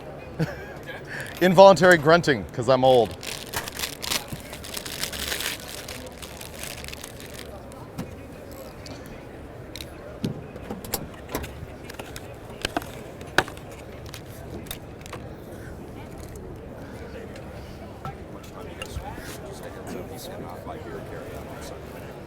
I would tell you. Thank you. Yeah. Important tech tip. He's advising me you cannot buy beer carry out on Sundays. So when we finish this up, Last State of the Union. It's too late. Oh no, today's Saturday. today's Saturday. Okay, thank you. Good tech tip. Wow. I have a feeling you must watch our show. Thanks. We're not drunks, we're just Look at that. thirsty. There's a difference. Dum dum dum. Oh yeah, see, I think that's just gonna be large enough. That's a cool widget. This is the Crusher Camaro. Original Roll McGonaghy project. Well, no. It was actually an original me project. Was it? Yeah. That was Rose deal. Rode did some stuff with it, but yeah, we've had this since '94. We did the cage in it and a bunch of other stuff. You did the cage in it? Really? Competition motorsports ocean. Oh, I thought that was what's his name? Kevin in Memphis did that part. He did finish the car with the motor in it. Oh, okay.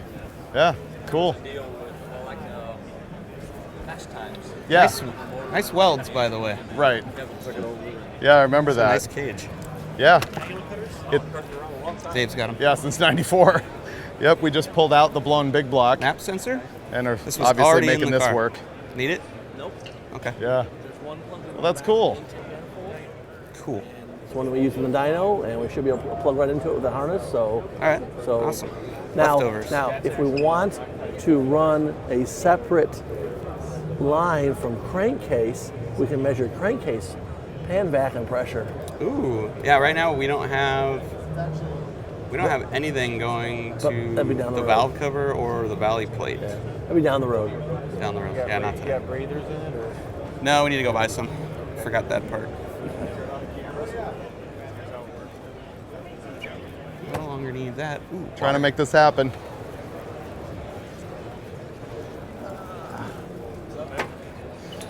Hey, how are you guys doing? Of course, right? We always make it, eventually. No. Yeah.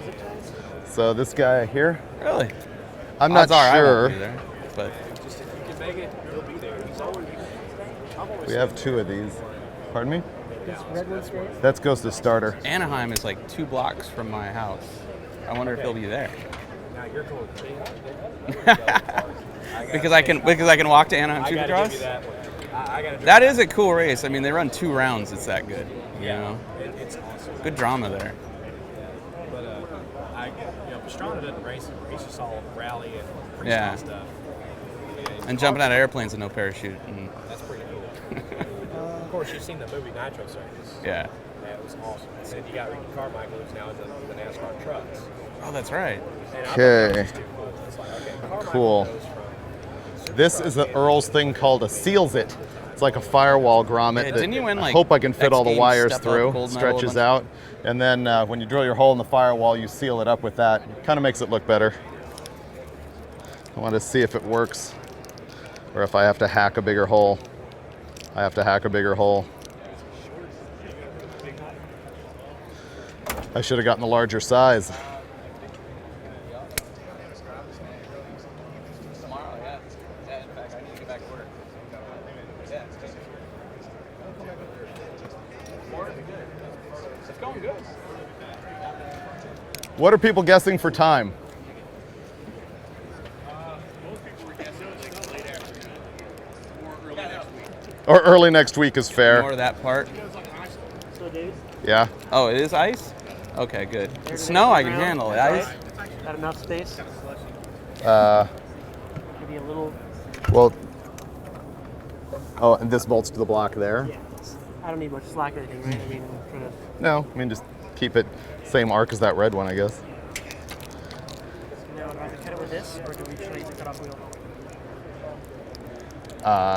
Cut off wheel. Yeah. I don't think. I mean, try the end of it. Can you get through it with this? Like just try taking Close. a little bit off of it. We definitely have to drill it from the inside because our window, Is tiny. yeah. The old hole was here. Okay. It's gonna see if this will feed. 'Cause this is the challenge. If it won't, we could take the sheath off. It's gonna. Oh yeah, that'll make it. Yep. Okay, take it back off though before you get it stuck. Why? I need it to drill the hole. I need it to line it up.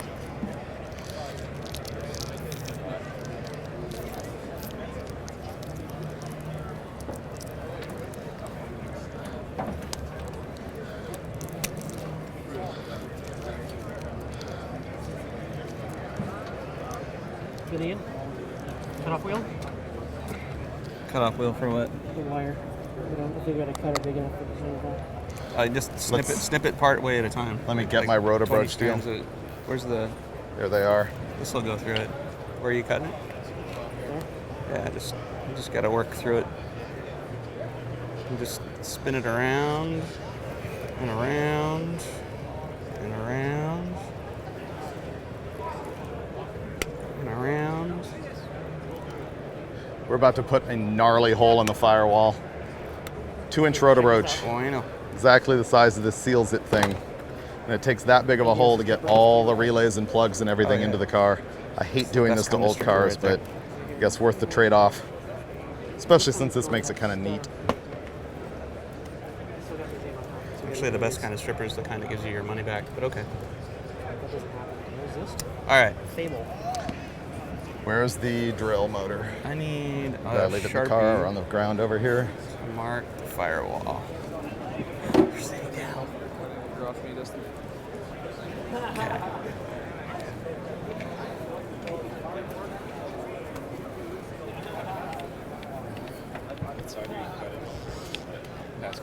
Yeah, but he's going to have to cut it from the inside.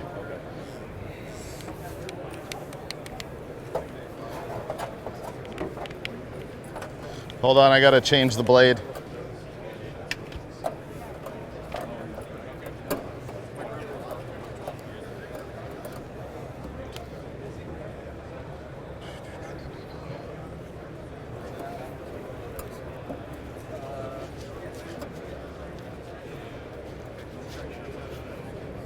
So far, so good. There on transmission, because we don't have a transmission configuration in here yet. So we went ahead and looked at some of the parameters. Do you know what the converter stalls at yet? No idea. Did you, like general size, did you say, oh, it's a 9-inch, oh, it's a 10-inch? It's got tabs off the side to bolt to the flex plate, so it's smaller than 11 or 12, but... Okay, yeah. All right, so it is going to stall then a little higher, so that will make an assumption. So. Why? Are you doing some programs for the shifting on the Yes, transmission? Sir. Cool. Yes, sir. You have much familiarity with that at all? Yes. Well, only through the TCI software that we had before. Almost identical. Okay, cool. So you can look at it, you can go ahead and tweak it as you go. Nice. Wonderful. This is going to be fun. It will. He's talking about how they're setting up a transmission shifting program for me because, once again, the Dominator EFI can control the electronic transmission. You can go in there and do line pressures, shift points, shift up, shift down, torque converter lock up, lock out. It's pretty great. Do you have that 2-inch, dude?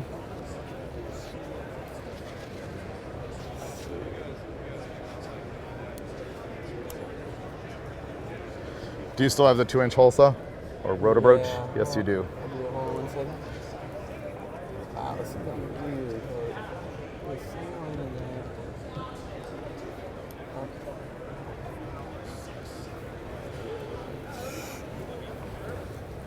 Okay. I'm not going to be able to drill it from the inside. Okay, can you drill a pilot from the inside? No. And we're going to have to hit this perfectly to avoid other obstructions. And by perfect, I mean... So did you just center it on that inside, center it on that outside? If you center it here, we're going to hit. We have to go up like 1/4 of an inch. So I'm going to trace the hole. Actually, the hole won't be that big. Right. I'm going to use this to find the center of the hole. Got it.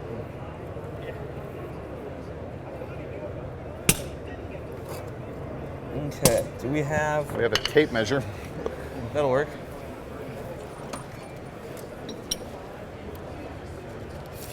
Okay.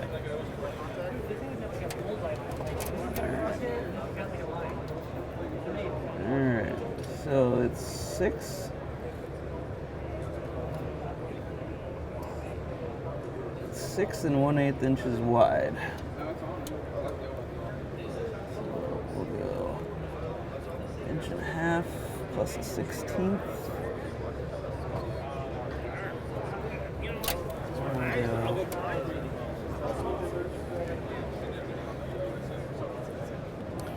You know what we're missing? One of the little rubber feet. We got lost at the dyno off the box. Off the ECU? Yeah. Right, do you need that? You tell me. I think I'm going to Velcro it to the heater box. Okay. So. I have other ECUs. I can rob one if you want And one. move the program. Oh, you can just rob the foot That should be off. close to where we need Yeah, to drill. if you want to do that. Otherwise, just wrap some tape on it and Okay, cool. roadkill it. Got it. Nice work. You ready to drill? Yeah, pilot hole. Yeah.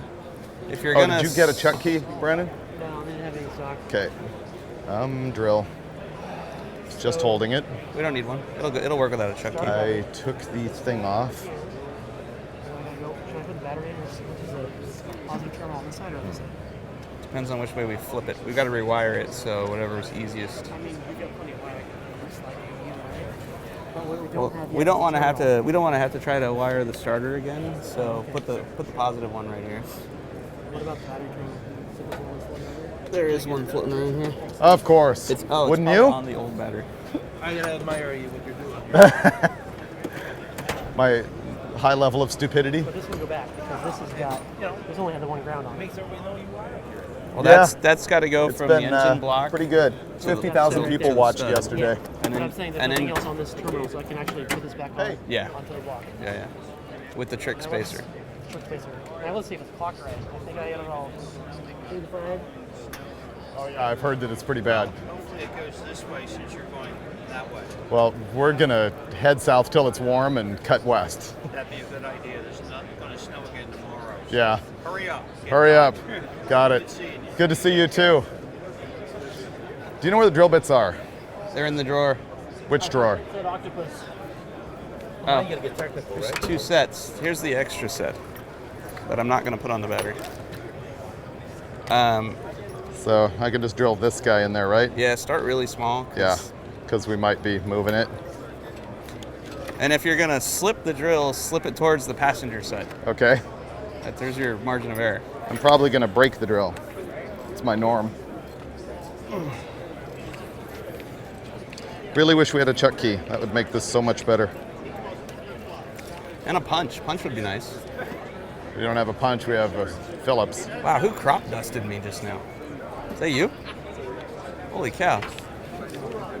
Oh my good God, man.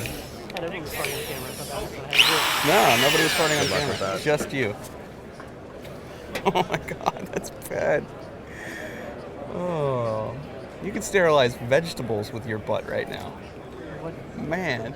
But his breath is bad? Oh, he just crop dusted me. Ah, All right, and I'm in the war zone. you ready?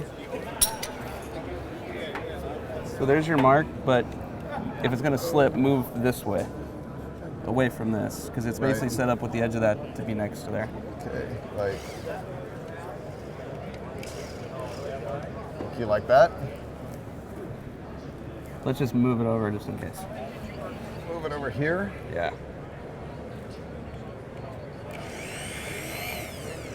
Cool.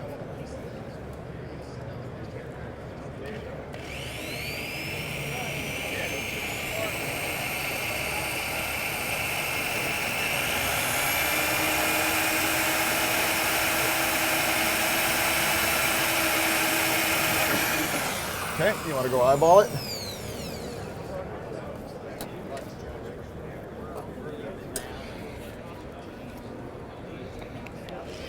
That's pretty good. That'll work. Will it? Yeah. And if it doesn't, it's your fault. It's what? It's your fault if it doesn't. You're fine. It'll be good. So go straight to hash. Yes, sir. Is the lube still in there? Yeah. It used to really, really, really bother me to do stuff like this to original sheet metal until I figured out how to weld. Then I figure anything can be fixed. Morning. How's it going, brother? It's going really good. Feeling good about it? Yeah. Good progress today. There you go. Notice the Michael Jackson mechanic action here. You know you have to sing Beat It when you wear that one glove, right? Yeah. And now I've got the song stuck in my head. Drill it. Thank you. Just drill it. Gooey. Okay.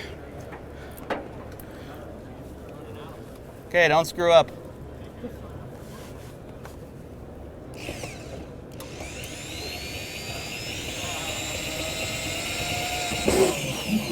Oh my God. You didn't even flinch. That's sad.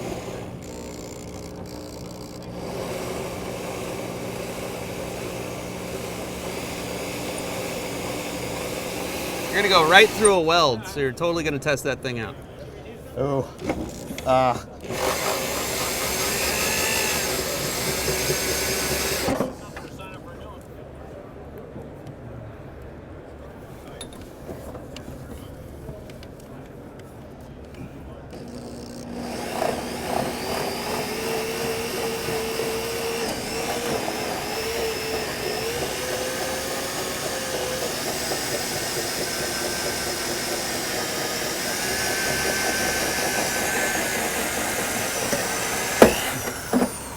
How'd we do? Yahtzee! Look at that. That's perfect. Perfection? Yeah. This is what makes these things so cool. I mean, except for the part where you drilled straight into the heater box. Did I? No, you're good. Feels good. The Rotabroach cuts a perfect hole. Look at that. And look, you can see on this some other holes we had filled in the firewall earlier. Remember I said it used to bug me to cut on these things? Well, I plugged that one before, I can plug this again. Okay.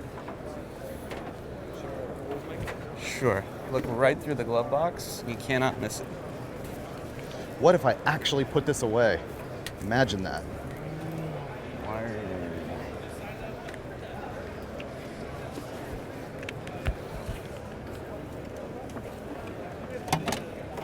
Why is the trash can here?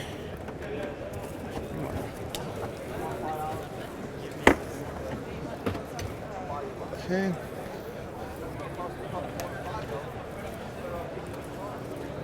Okay. I'm gonna start wiring up the fuel pump. Okay. As soon as you get the grommet in, we can. Okay, we Start don't making have progress. anything to attach the grommet to with. Hopes and dreams. Just hanging on that. Rivets are nice. Hey, didn't I thought you bought screws? I get sheet metal screws. Oh, you know what? Tex. There Did I were get some Tex? there were crappy screws from the exhaust hangers that I swept up and threw in the trash. Never mind. I think I bought Tex.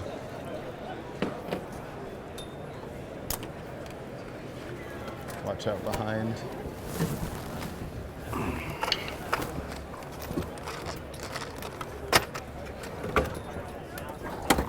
Apparently not.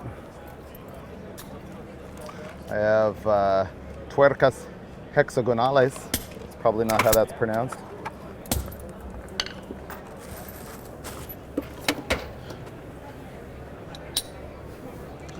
Rivets would be a wonderful thing. Ooh, and I don't know how I'm gonna get to most of those. We might have to let it dangle, tape it on there, and drill it at home. All right. By which I mean never. We're setting such a good example for the people at home. Let me tell you. Nothing but the best when you're racing against the clock. Just duct tape the grommet to the firewall and call it good.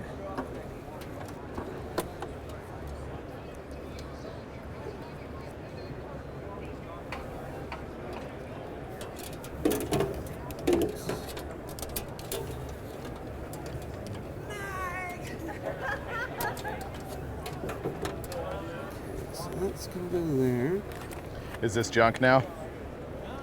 No, that's not a firewall. Firewall back the block. Oh, you're gonna change the. Yeah. To our relay. We're using the AC Delco What's it? under. I think it has, marine terminals on You it. have other relays, I have good relays. a couple more. We can run fans and stage them if they have two separate wiring. Oh, yeah, it does have. So we can stage it so one comes on early, and then as if it rises any higher, doesn't recoup, it can bring Oh, the cool. other one in. That's So pretty neat. It's all automatic, all programmable. Yeah, I've got your fuel pump relay kit. Okay, you get two more then? I don't know, is that how many are in there? Well, there's two, I thought two fans, There's two fans. and they have separate wires for each side. Yeah, but the question is, do I have the relays? How many relays are in your fuel pump kit? I don't know. Yeah, that would be the only place I have relays. Okay, because you used the one in the car, I already had one in the car. About now. So you reuse that one. Right. So we got one relay at least. So now we just got to make sure we got another one on this one. Right, It's a little rough, but that worked. yeah. Okay. Hey Dave, I can you wonder ask? if there's some in Hey, the Robin. Be Cool box too. Ask it for you. Okay. I'm ready to start wiring in here. Were you able to, on your computer, check out the trans wiring? Cool. And tell me- Yes, so as a trans wire, you get 3 wires. The red wire is key on. Black wire is, of course, ground. And the gray wire goes to your brake light switch or your brake lights. Okay. And that will disengage your torque converter lockup when you tap the brakes. Oh, nice. Yeah, electronic transmission, you gotta have that. Nice. Okay. So switched, ground, brake lights. Correct. Okay. And was there, let me pick up the mess I made. Was there anything else that I need constant power for outside of the dedicated harness we ran directly to the battery? No. And this switched power needs to go to a different switched power than the box, right? Well, no, it can go to the same switch power as long as whatever you're using to, I don't know if you have an ignition key. We're going to use a key. Okay, sometimes there's a limit on how much you can draw through those things. Okay. But these things really draw very, very low. So most of the time it shouldn't be a problem tagging that onto it. Okay, yeah, because we'll have nothing else. The Well, gauges that we did have are mechanical. You'll have And other than the tack, there's nothing else on the... You'll have the touch screen also will have a key on power also. So it'll be touch Correct. screen, trans, ECU, That's it. and Or tack. Yeah, which are all low amperage deals. correct. Should Okay. be all right. Okay. Shouldn't be an issue. Okay. Cool. If your ignition key starts getting warm, you know what it is. Pull over and stop at the bar. Wait for it to cool off. Exactly. All right. Cool. The Thank car you. wash. I thought the car wash was your cool off place. All right, it is a lot of times, but I don't know if this stuff will live through A car wash. car wash. Yeah. Okay. You have any issue with me shortening this, or should I just loop it around in the dash and Shortening this? Yeah. Don't shorten this. I'll shorten this? Yeah. All right, I'll we loop it we around. really, really don't like people start cutting wires on the harnesses. Okay. Perfect. You have, okay, that's your trans, isn't it? Yeah. Yeah. So I'm gonna run that back in the dash. And these are Tyco ends, and it's kind of unique because if you want to pull one out, you can click that Oh, that's how easy it is to unpin it. and you pull on the pin. Oh, that's cool. Okay? That's very So you put it back in, make sure it's seated. Does it click? No, if it won't close if it's not all the way in. Okay. So there it closed. And then you can also look and see how tight they are here. But you basically can push it that way, pull them out. But now, if you have the pin and the very expensive crimping tool, you could shorten that. But at this, we don't encourage that for the average guy. Is the tool different than like using a Deutsch connector tool? Or Yes, sir. Am I feeding? Oh yeah. Go for it. Yeah. Well, actually, I should slip the grommet on the whole mess and then feed. What is this coding? Wideband. Okay, so that stays outside. Yes, sir. It stays outside. So there's another one that matches it on there? over Yes, there? sir. There should be another separate harness for the wideband. Okay. So this is going to drop down. So that's going to be the end right here of what goes in the car, The right? ECU Goes in the car up to here? is fairly Sure. long. Because what are these again? That'd be great. Okay. Fuel pump relay, tack, keep alive power. Okay, so that all goes inside. Yes, sir. So I'm going to put the grommet right here and shove the rest of it in. That would be good. Okay? Or as much as you can. Okay, yep. That'd be perfect. Because there's nothing out here that needs to go out here. Now this will need. We have we're going to run our fans on a connector that plugs into here. So we'll kick our 2 fan relays with outputs out of this plug. But we can plug that under the dash and bring it out, because otherwise Yeah. it's grommeted to here, Yeah, and we then can. I've got all of this to deal with outside here. Yeah, we can. Okay. Yep. And I've got them coming. I don't know if we have that connector here. If not, I've got somebody, Bring it. within the close proximity. They'll get me one. Okay, cool. So I need to put it on this way. Hey Dave, when you get a minute, can you grab me a piece of red wire off the floor? 14, 16 gauge, somewhere around there. Do you have cutters? No, like 16 gauge, like thin stuff.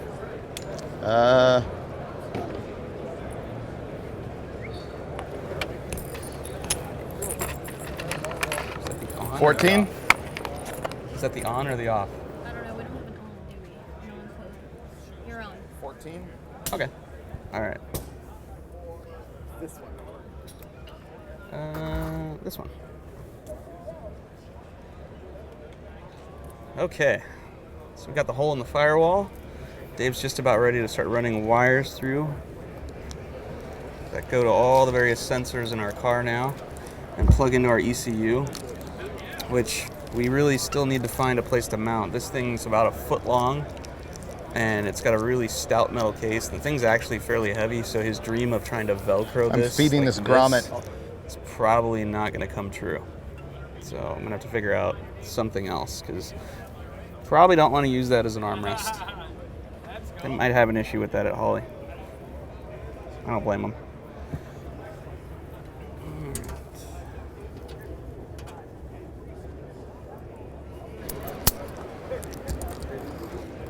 I'm feeding this grommet all the way up the wiring harness because it's going to go through the dash or through the firewall all the way up to here. And so I'm going to get that grommet all the way there and then feed the wires through and it'll go right like that. This is the biggest deal right here to get through. How about 1 whistle means stop, 2 whistles means go? Wait, so what is it? 1.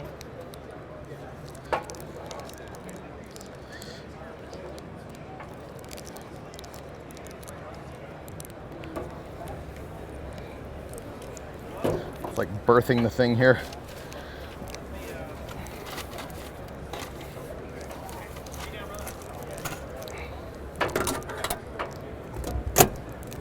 You can do it. Yeah.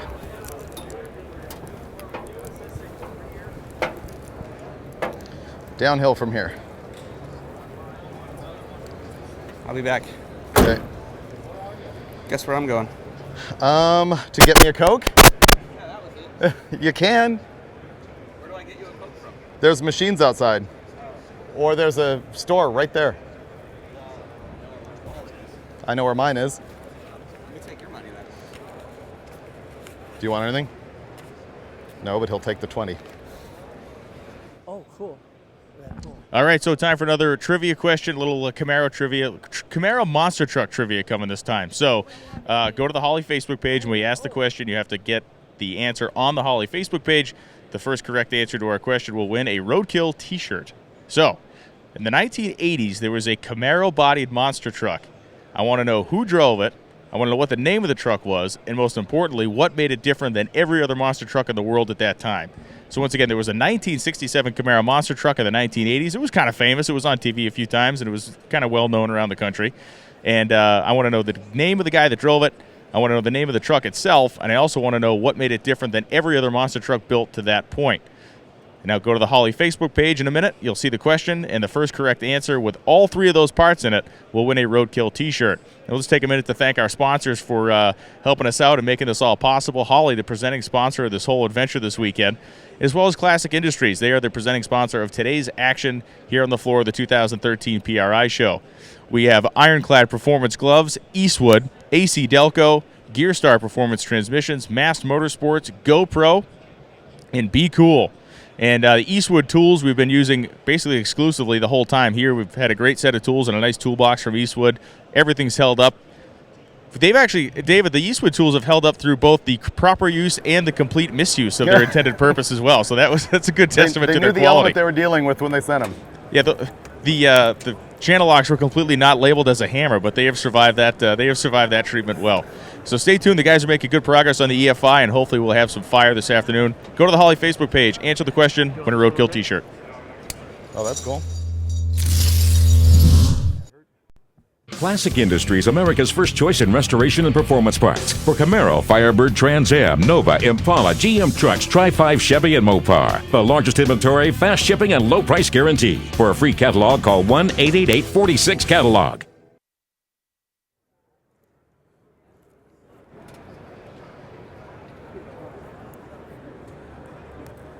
At your desk now?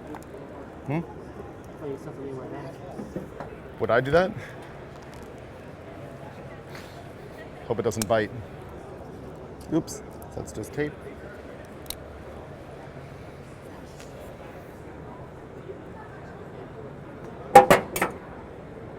put that anywhere. Okay. Okay, that's long enough.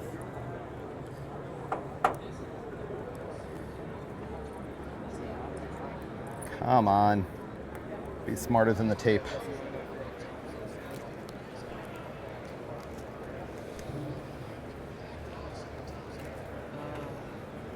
So now,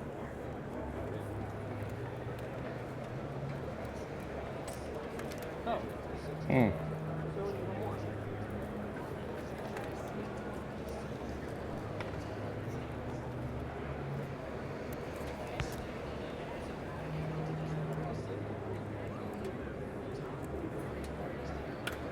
This is the part everybody fears. I'm actually finding it kind of fun. I like wiring. I've gotten really into wiring the past couple of years. It's cool to just figure out how it all works and how to lay it out. And on this, it's neat that we're eliminating so much. I mean, this wiring harness is pretty significant, but we're getting rid of mess and replacing it with like order. Okay, I've got the grommet on here. So now I can feed it all through, I believe.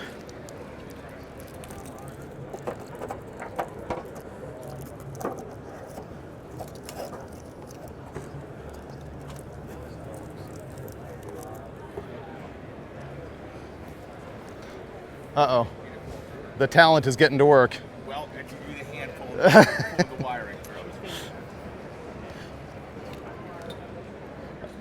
Finn is restroom. And if he's a good little boy, he's getting me the cola I requested very politely and handed him $20 for, which I'd gladly pay for a cola right now.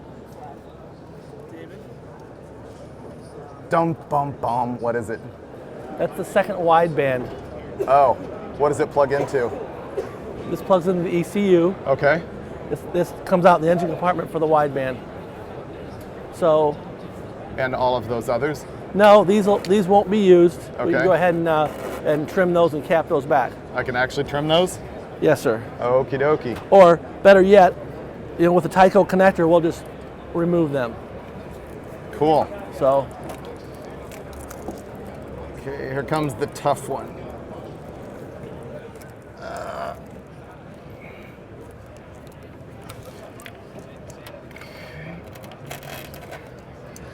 Okay, here comes a couple more.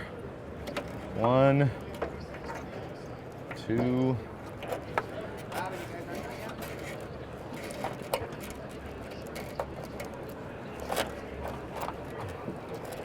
The second wideband is technically optional, is it not? Yes, sir. What is the benefit of having two?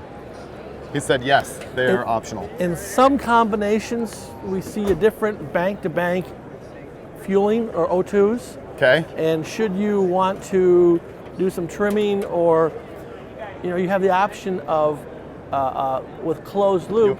Can you get a mic on him? I have a mic. Oh, you are? You're mic'd? I'm mic'd. I did not know that. I'm almost like you work here. Almost like a professional. So with the wideband, the second wideband, the strategy can be programmed to either go richest, leanest, or average, or right or left. Oh, okay. So it gives you a lot of flexibility as far as, trim. You trim. Yeah. And also, always knowing that if you set it on leanest, it's always going to look at which one's leaner and then correct to that, and so you'll always be safe. And if I kill an O2 and the other one survives, does it know to sort of switch functionality to the functional one? It's not that smart. But I could physically go turn it on. Physically, now there's a primary and a secondary. I found this out the hard way on my car. Okay. There's a primary and a secondary side, and if you decide to just go to one, you need to make sure it goes through the primary harness, which is on the main harness. Got it. I had the secondary one hooked up on my car and the primary one disconnected, and it wouldn't go in a closed loop. But once I figured that out, moved a wire over, life was good. Yeah, cool. All right. So I'm running that one through probably the firewall on the other side and plugging it in. Somewhere, wherever you like, you have plenty of room. Yeah, actually it might go through here. It's plenty long. I didn't see it, so I went fishing. Yep, that's cool. They did not tune it with that, I don't believe. They had both widebands on at the same time. Okay, cool. And I think they went for the leanest. They looked at the leanest, and of course they had their own. They also had one. They had the Dyno O2s, Lambda, yeah. Lambdas, and they were watching those. And then they also had the Holley on the system.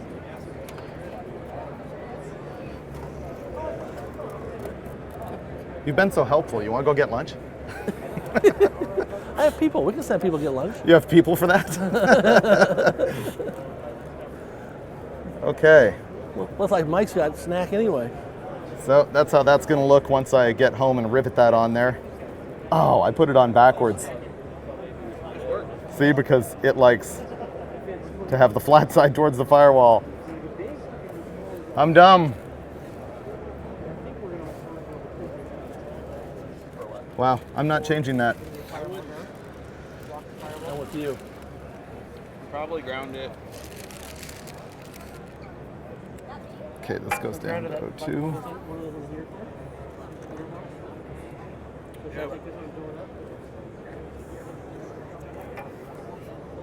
Good plan. Your Coke is behind you. Thank you. I haven't brought you your change. Did you even buy me a bite of your pretzel? Now the O2 that you have in your hand is the primary. designated left. It's So- designated left. Left. So if you can get that over the other side, Okay. that way when you look at the monitor, Yep. you know exactly which one you're looking at. Thank you for that tip. Okay. That will reach over there, no sweat.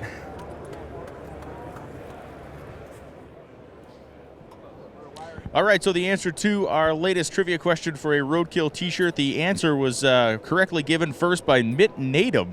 And Mitt was correct in stating that there was a 1980s monster truck that had a steel Camaro body, and it was a 68. I referenced it as a 67. It's a 68 Camaro called Blue Thunder, driven by a guy named Kurt Dabney. And what made it so different was that the whole thing was controlled by a helicopter joystick from a Huey helicopter. So Mitt Nadum, go back to the Holley Facebook page, send them a private message with your name, your address, and your shirt size. And congratulations for being a Monster Truck Geek. You just won yourself a Roadkill t-shirt. We'll be back in an hour with another opportunity for you to win Roadkill shirts. Good stuff.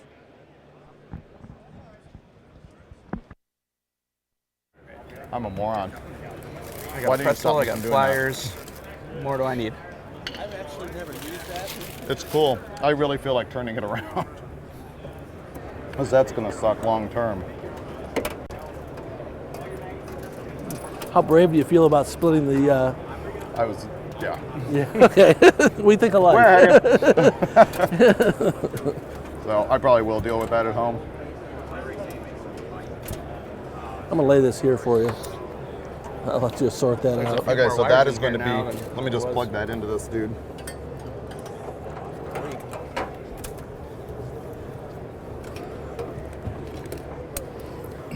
Got to get all this indoors. Okay. Wow.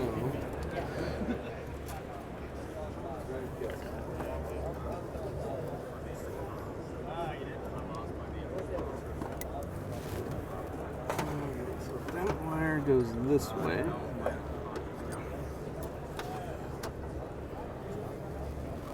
And if this wire goes that way, Wow.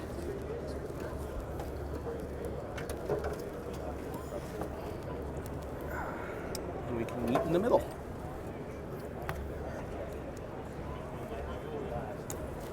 Yeah.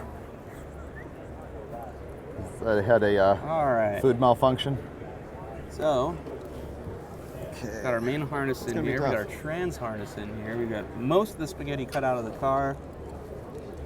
I'm gonna finish the fuel pump relay, and then I we need can life-giving start cola. figuring out where that big box is gonna go.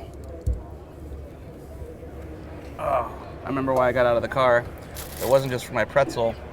It was for a yellow butt connector. Hey, Dave. Can I get the yellow butt connectors? We'll sit here and eat. No.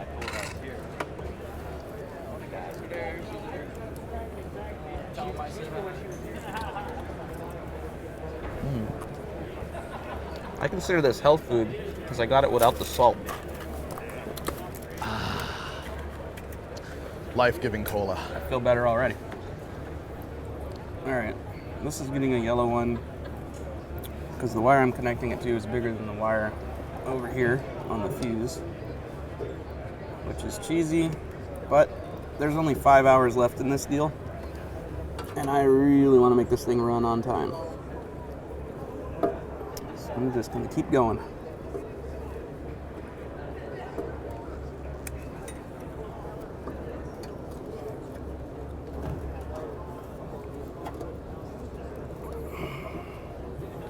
All right, our fuel pump now has a relay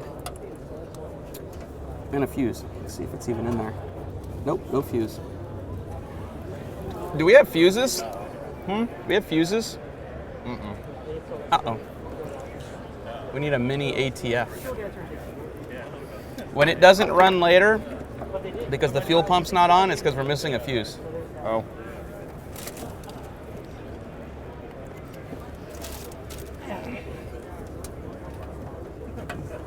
That's me grunting, I guess.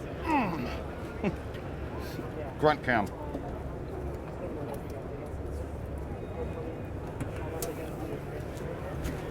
You'll all be old someday.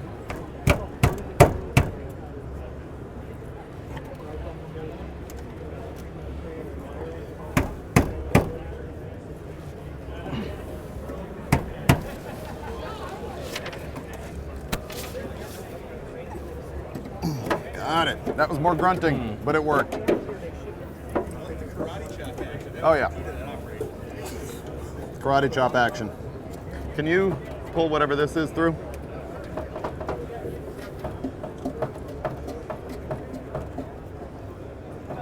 What?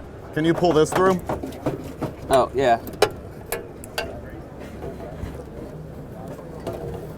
Okay. Stop. That's good. Perfection. Thank you.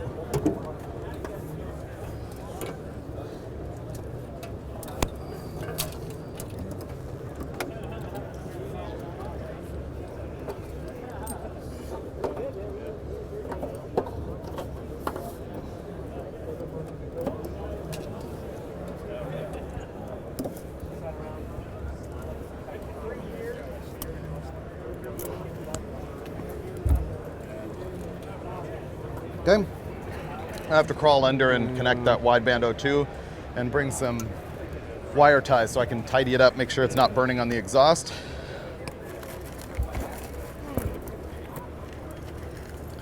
Neatly organized.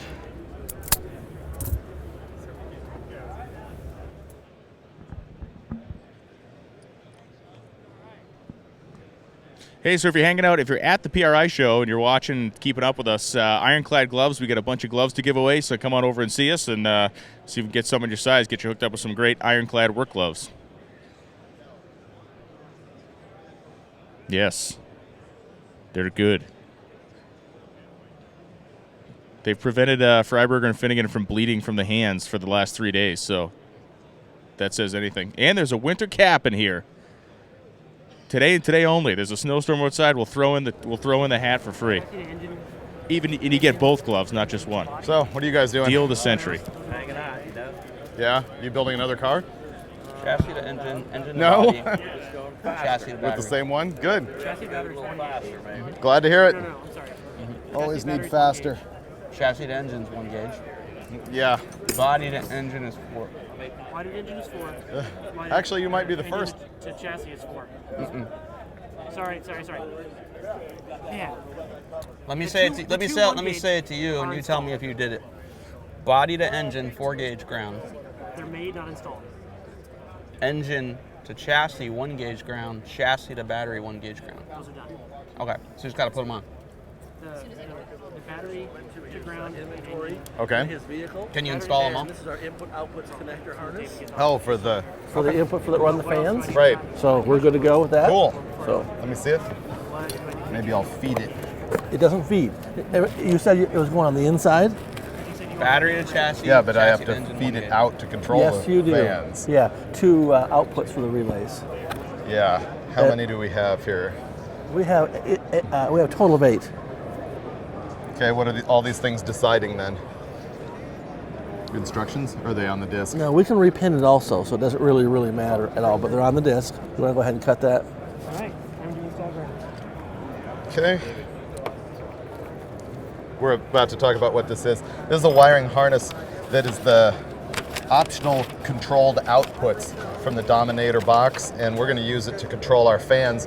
We have 2 fans on the Be Cool radiator, and we can stage them so that one comes on at one temp and another one comes on at another temp, and I'm sure you can scale them on the downside too. Yes, sir. So, This also, we can use one of the inputs to trigger our 2-step. So and our fogger. And our fogger. So we want to leave all these wires in here, although we might want to roll some up under the dash. Correct. So we should decide which of these is going to trigger relays out Right, here. I'll go ahead and look at the instructions and find out which terminals are actually outputs. Okay. And then I'll tell you which ones, and then we'll do a pin. We'll pin it in the software, whichever pin we want. So you can go identify a wire in the software. Correct. Oh, cool. Yep.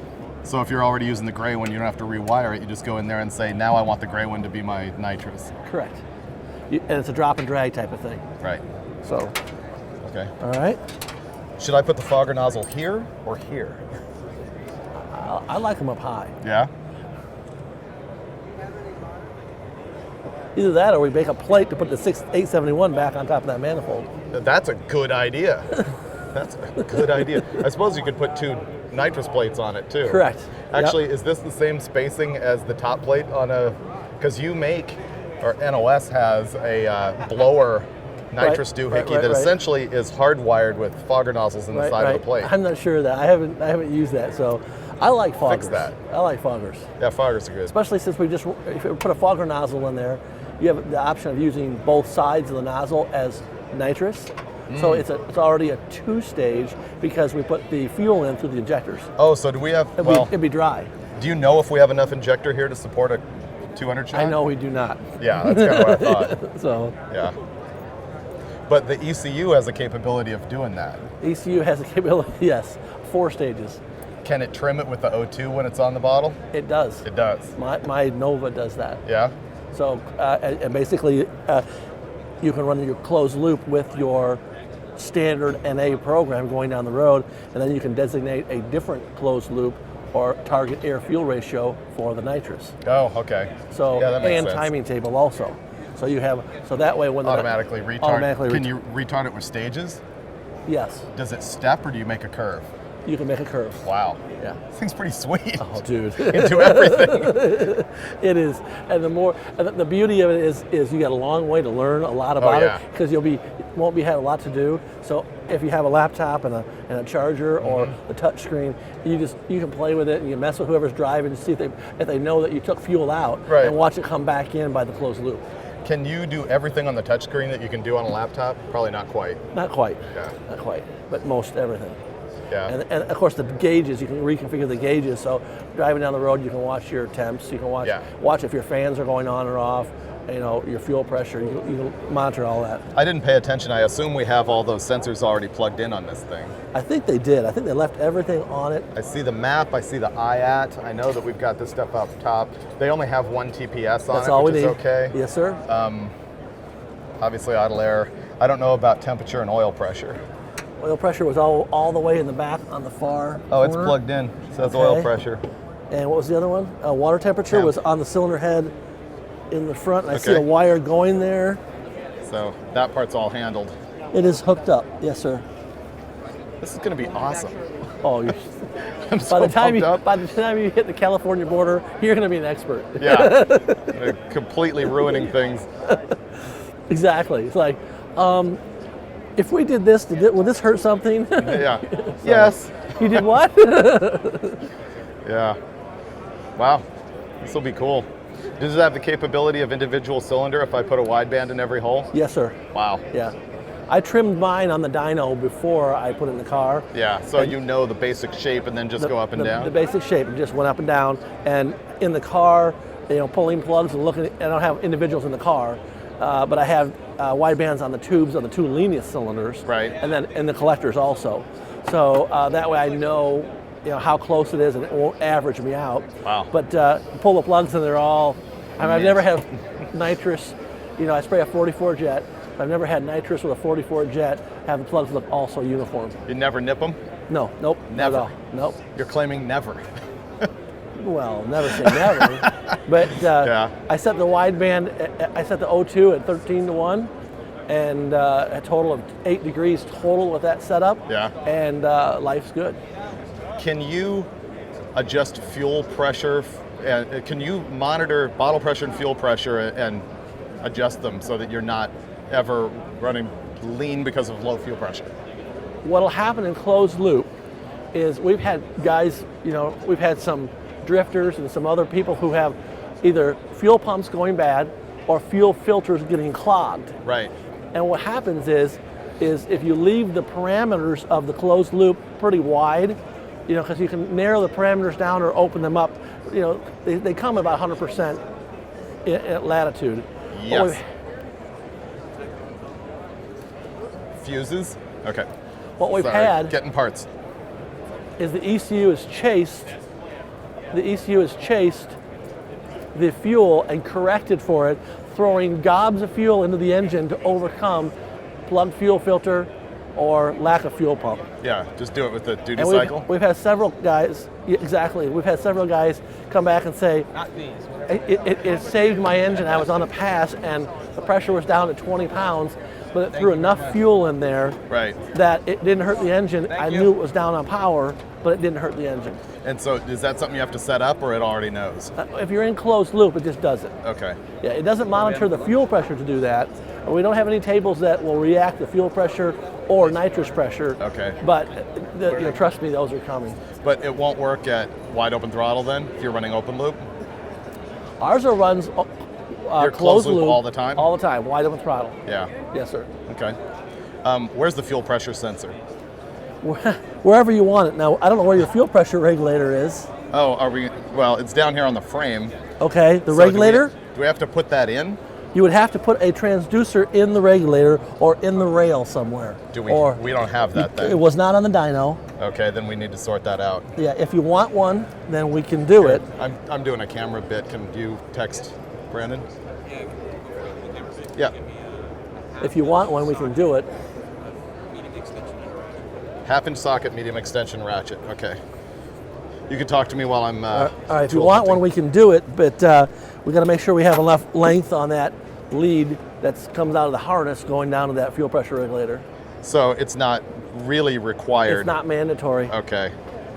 I would look at that as a Bonus. yes. Yeah. If you get to the point to where, hey, we got some time, let's put that in there. I would have that if it had nitrous, Oh, for sure. for sure. Excuse me, break into the private stock. Go ahead. Excuse me. We also need another pipe plug for the radiator. Here, I can text him now. Which fuses do you need? Mini ATF, an assortment, and full size ATF Mini and regular. ATF and regular blade or regular tube? No, not tube. Well, I don't know if this car still has tube fuses in there over there. You might as well get some. Okay. Because it might be on the key, the ignition circuit. But blade type, the small and the medium ones. Right. Okay. And also, is this? I'm so horrible at that. That's 3/8 pipe, right? Yeah. Sorry, it was 7/16. Okay. I think that's 3/8 pipe. I agree.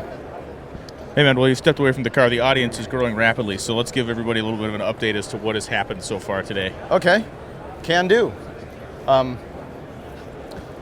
Yesterday we got virtually all the mechanical work done on the car, and so first day engine and trans in, yesterday exhaust system, be cool radiator. What else did we do? Stall for a long time. We were out of parts yesterday and it cost us many, many hours. And so today really it's nothing but installing the Holley Dominator EFI, which we're learning a lot about. Robin's been here talking it through with us.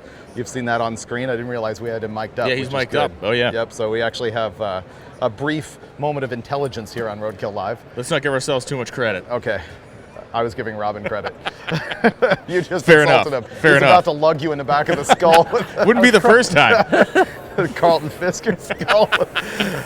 The Louisville Slugger. So yeah, that.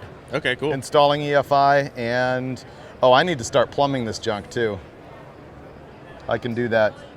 We had a carbureted regulator on it before, obviously, and we need to go to the EFI regulator, and it actually has ports that are a little bit different. We already had a Holley Dominator pump in the back. We put that in before we even left because we didn't want to be like welding on our used fuel tank here at the show. I mean, it would have been a big hit. Kablooey, yeah, kablooey. So, yeah. We did this panic run to Classic Industries, thank you for the help, Classic, today, and picked up that fuel tank, cut the top open, made a sump for the fuel injection, Nice. hard lined the pickups inside the thing and the return, so it would be away from the bubbles, and mounted the Dominator on there. They told me they wanted the Dominator fuel pump essentially flat, which is really hard to do and get it below the level Sure. of the gas, so it's not ideal. It's on the front of the tank, probably about that angle. And do I need to run both pumps on this deal? I can run just one side of it, can't I? I would only run one side. Okay. And it'd be really nice if you had an option for the second side should you need it, but I mean, you can always unplug it and plug I've it got in. connectors in there so I can, Yeah, so I can correct, do yeah. that because they told me that I could be aerating the pump the way I have it mounted and it might not be thrilled to death and it might give up. It might not be happy. It won't be happy. Gotcha. And if you ran two pumps and in cruise mode, it's almost beating the fuel into submission, so it's really hard on it, heats it up, so Right. that's the benefit of that two pump deal. Oh, okay. You can so stage it. basically you can use this two pump deal either for driving around and then racing, or you can stage them with boost, or you can stage them with nitrous, Yeah, pretty or flexible setup. you can swap two plugs in case you Yeah. have an issue. On my car, I run both sides at once, but Yeah. that's 1400, so. Yeah. So anyway, the fuel system Yes. was already in the car up to the regulator, but I got to change the regulator and plumb it into here. And this is probably right on the border about whether I should be feeding both banks or whether I should be, capping one side and then returning at the regulator, right? Run that by me. Okay. You know how you can either connect them both and then return out the other side, Yep. or you can cap one side and just feed it, or you can feed both of them and just connect them at the back. It's really going to be a moot point. As long as it's got pressure up the rail and Right. you're returning to the regulator, you're good to go. Yeah, so I'll probably connect the two at the back, probably cap that side and run one line to here, and then run the return back from the regulator. That sounds great. Yeah, Yeah. so that's my plan. Cool. Well, we are 20 minutes Yes. away from the preview of the next episode of RoadKill, which will be coming. The full episode will be This will be coming the next fuel Friday. pump wire. In 20 minutes, the preview of the, let's call it the resurrection of the Charger. One of your favorites. Gave it away. They just told me to give it away. Oh, okay. No, you didn't. Okay, whatever.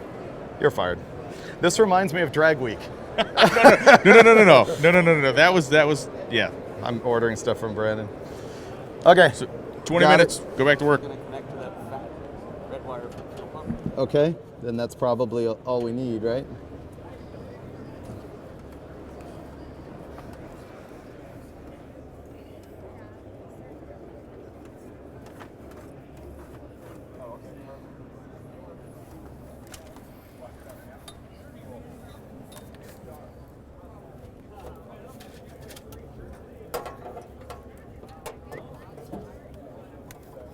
All right.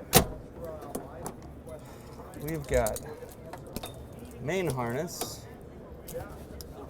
transmission harness, power wires, all in the car now. Now we got to figure out where we're going to put the box. Where is our ECU going to go? We don't want to get too hot. We don't want it to get wet. We don't want it to vibrate. Okay, I ordered those parts. Anything else? Want me to find the Velcro? I don't know if it's gonna work. It's industrial strength Velcro. Well, the amount of surface area I have to Velcro it, I think you can, if you cut these off, these studs, there's only this much surface area for Velcro. Do you think it'll actually hold it? It's the industrial strength stuff. If we make a patch that big, I think it actually says it'll hold like 25 pounds. Okay. All right, then I'll let you death wheel these off because it's your car. Here, let me see what you're talking about. There's 4 studs from the old ignition box that are welded to a plate. Oh, right. Yep. Take that top one off. I'm remembering now. Yeah, that was kind of a nice setup. There's no way to use those, is there? Oh, wait. What? Can we Velcro it to the box, to the lid? Right, I don't think it's Too long. It's too... Oh, dude. No, not gonna make it. Well, what if the lid is shut? Like forever shut? Okay, so we're going to do a EFI Q&A. We got Robin Lawrence here from Holley EFI. And unlike the last Q&A we did, this is not relationship advice. This is going to be fuel injection, which I think is way more in your wheelhouse. I think so. So get some questions rolling in the chat window. We're going to wait a second for it to catch up, and then we will start firing them off.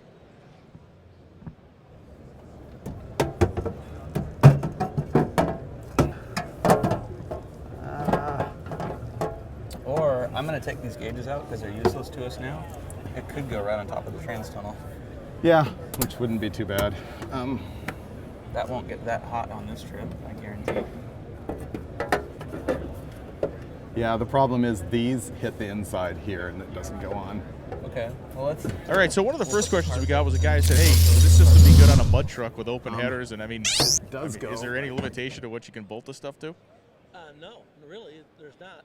A mud truck, open headers. We do a lot of stock eliminator cars that have very, very big cams. A lot of air entry and the air coming back in the collector. So in the closed loop mode, what generally happens is we'll turn the closed loop off until a certain RPM.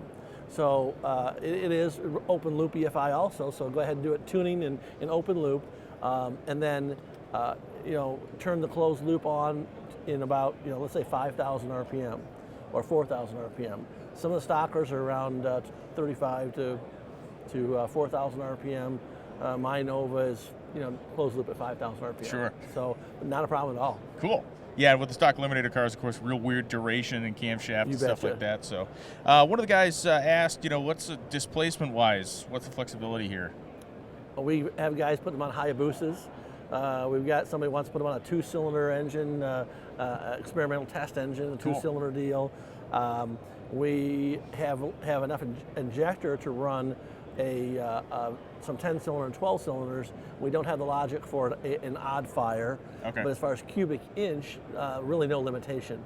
This Dominator box that's in this car will actually run 3 sets of high or low impedance injectors. Okay. So as long as you can get enough injector, 500 pound per hour injectors, we're running guys with alcohol engines. Nice. With 2 sets of injectors. One guy asked, what's the difference between the Terminator and Dominator setups and the throttle bodies specifically? Well, generally speaking. Terminator is a TBI, so the injectors are in the throttle body. The HP is a multi-point, which is uses the same ECU as a Terminator. Okay. The Dominator is the larger ECU that has the capability for trans control, drive-by-wire, and the 34 inputs and outputs. Cool. Will this setup work on a roots-blown style motor in a drag boat? Yes. So, and we've done several. Sure. Okay. Injectors below the charger, some injectors on top of the charger to get some lubrication in the supercharger, depending on what type of supercharger it is. But yeah, we have those. Cool. Let's see. Any plans to make EFI for Cadillac 68 to 70 engines? Well, they do.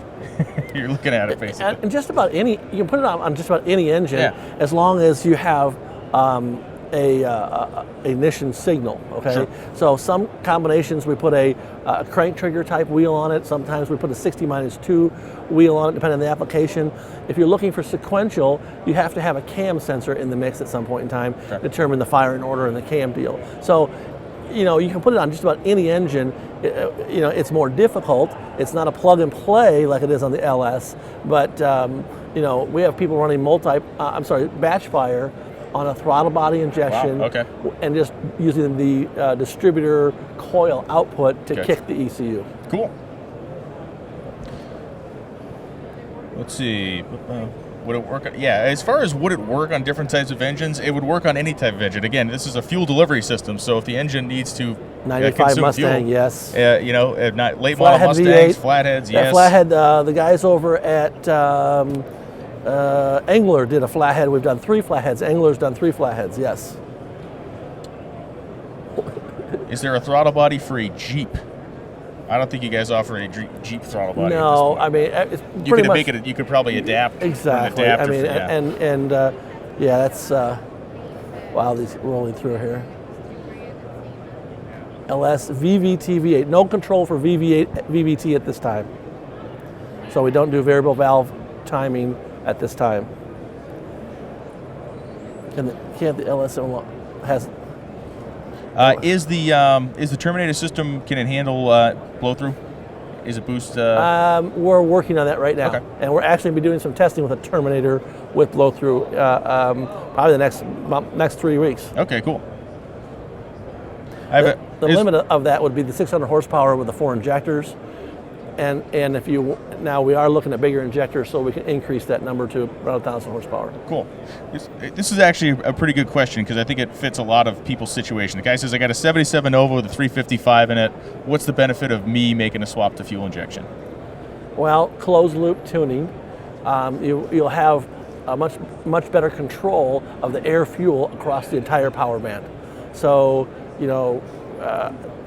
where carburetors are very efficient in a narrower band, and it has transition circuits to go from one to the next, and that can get pretty dicey sometimes, and especially with weather and fuel, things like that.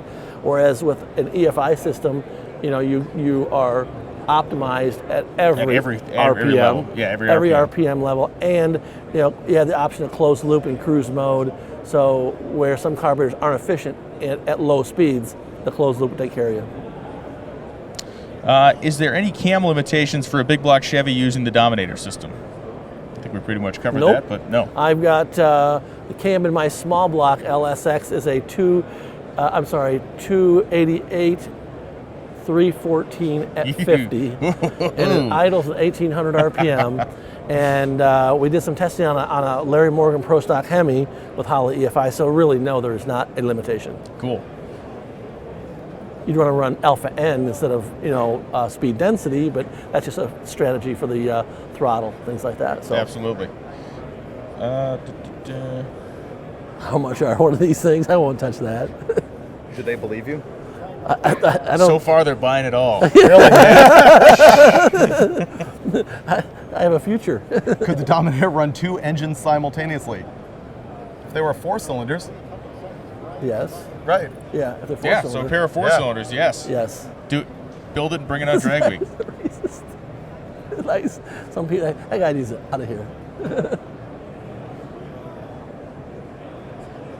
Can it go in a boat? Yeah, it can go in a boat. We talked about that. A lot of people put them in boats. The ECU is marine approved, Coast Guard approved. The harnesses and some of the other parts, not so much. How much of a hit can it take for like a rock crawler? Like let's say you rolled the car down. Guys are loving this thing for rock crawlers. Yeah. Okay. Cool. And it's a potted ECU. You see, it's potted, so there is nothing. The vibration, nothing gets to that. Doesn't care. Yeah, it doesn't care. We were looking at mounting it in the car, and we were worried about putting it on the heater box. Is heater box enough heat to be uncomfortable with it? No. No, it's fine. We can put an engine compartment. Most engine compartment under hood temperatures can. Oh, okay. Yeah, so That's way bigger. Should be okay. Yep.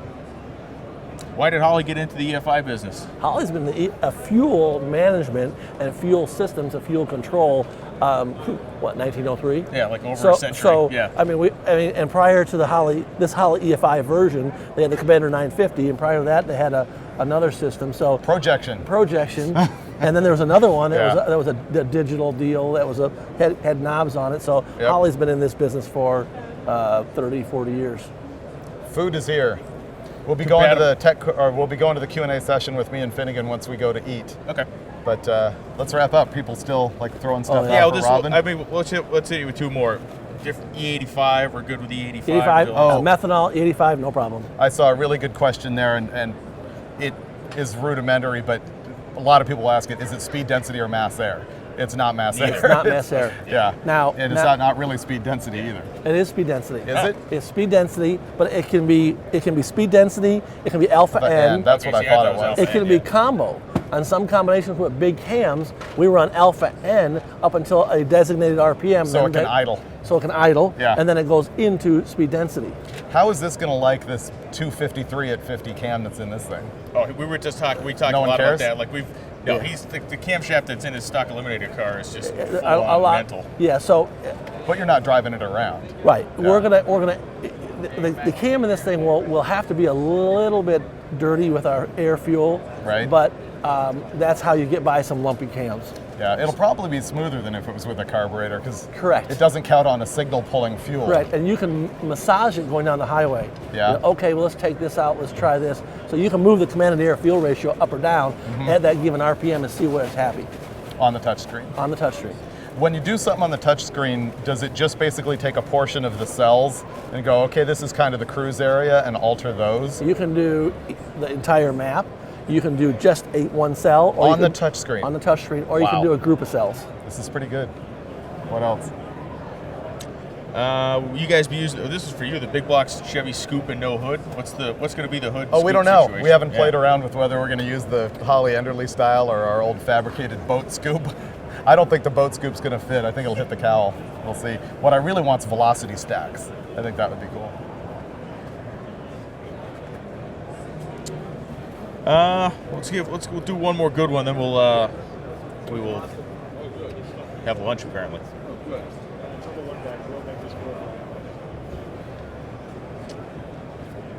The question about using it on a weed eater is not a good question. I'm not doing that. Two-stroke. My right arm is behind my back. Yeah. Where's Robin's right arm? Oh. One guy wants to see me punched in the face. So. Does it work with alcohol? Obviously, they haven't met Robin. Oh, man. My reputation's going to hell with you guys. Is there an iPad app for Holley EFI? No, there's not. Okay. There's been a lot of talk about it, but there's, and I'm not an electronics guy, but there's a lot of talk about it, and I really can't say The yay touch or nay. screen works. Yeah, Doesn't bother me. Yep. The last question, I'll throw the last question at Robin. How do you think these guys are doing and where they're? I think they're doing great. I'll walk away. I think they're doing great. I mean, we can probably make noise. Lunch is here. We're going to go to Q&A. Not so, not so many hours. Well, they'll be making noise. They'll be chewing on food soon. So, well, thanks for the questions, guys. Robin will be around all afternoon, so we may drag him back in front of the camera. It'll be relationship advice next time. Nice. Okay, did you tell everyone we're going to go to lunch Q&A? Yeah.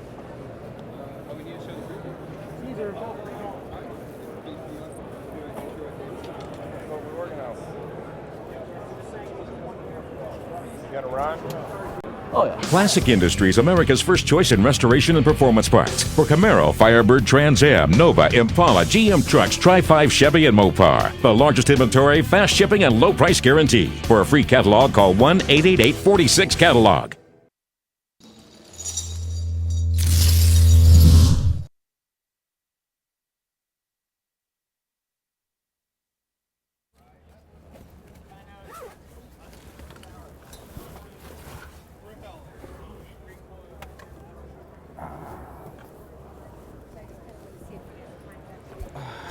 Time to eat. Yay.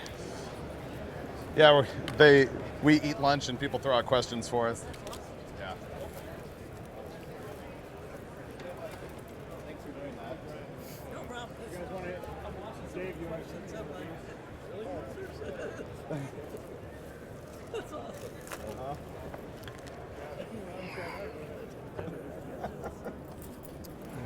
I don't want to ruin it. Okay.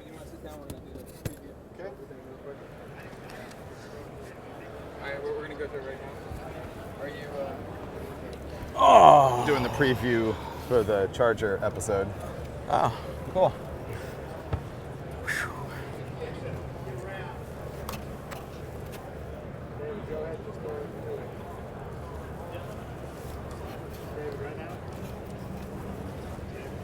We're on? I'm adjusting the dog. Here's what's going to happen. It's noon. We're about to eat and have a question and answer session, so you can throw up on the chat thing. You can throw up. So you can throw post questions on Why the is it chat every time page. you think of the dog, you think I of think barf? of barf. Yeah. Once again, we're going to have a question and answer session with us. Ask anything you want about RoadKill, Hot Rod Magazine, our cars, anything like that. Freiburger's What's going fashion. on here. And right now, though, as promised, we're going to have a preview of the coming episode that's airing on Friday the 20th. So spoiler alert, if you want to know nothing about it, tune out for 2 minutes. 2 minutes and come right back. We're not going to show you a whole lot in the teaser. There's no plot points really, but you'll get an idea of what it's all about. So we're going to go roll that right now. I kind of want to see it.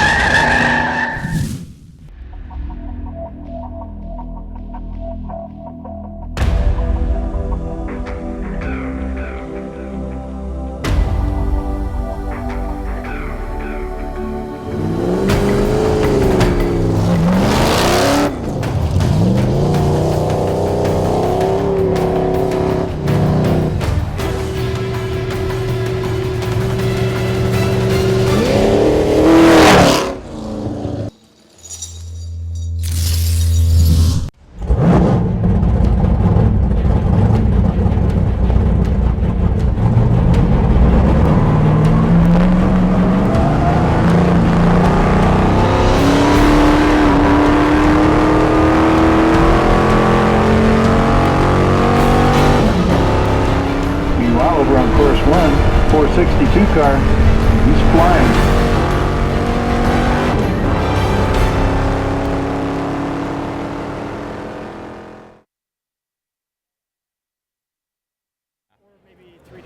So what do you think?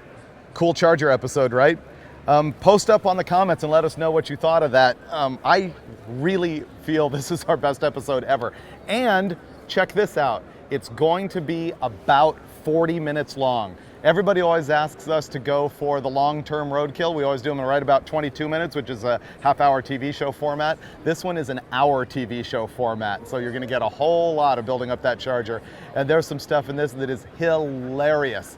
So let us know what you think in the comments. Brandon's heading over here right now to feed me, and Finnegan's gonna wander back. Why don't we start throwing out some questions?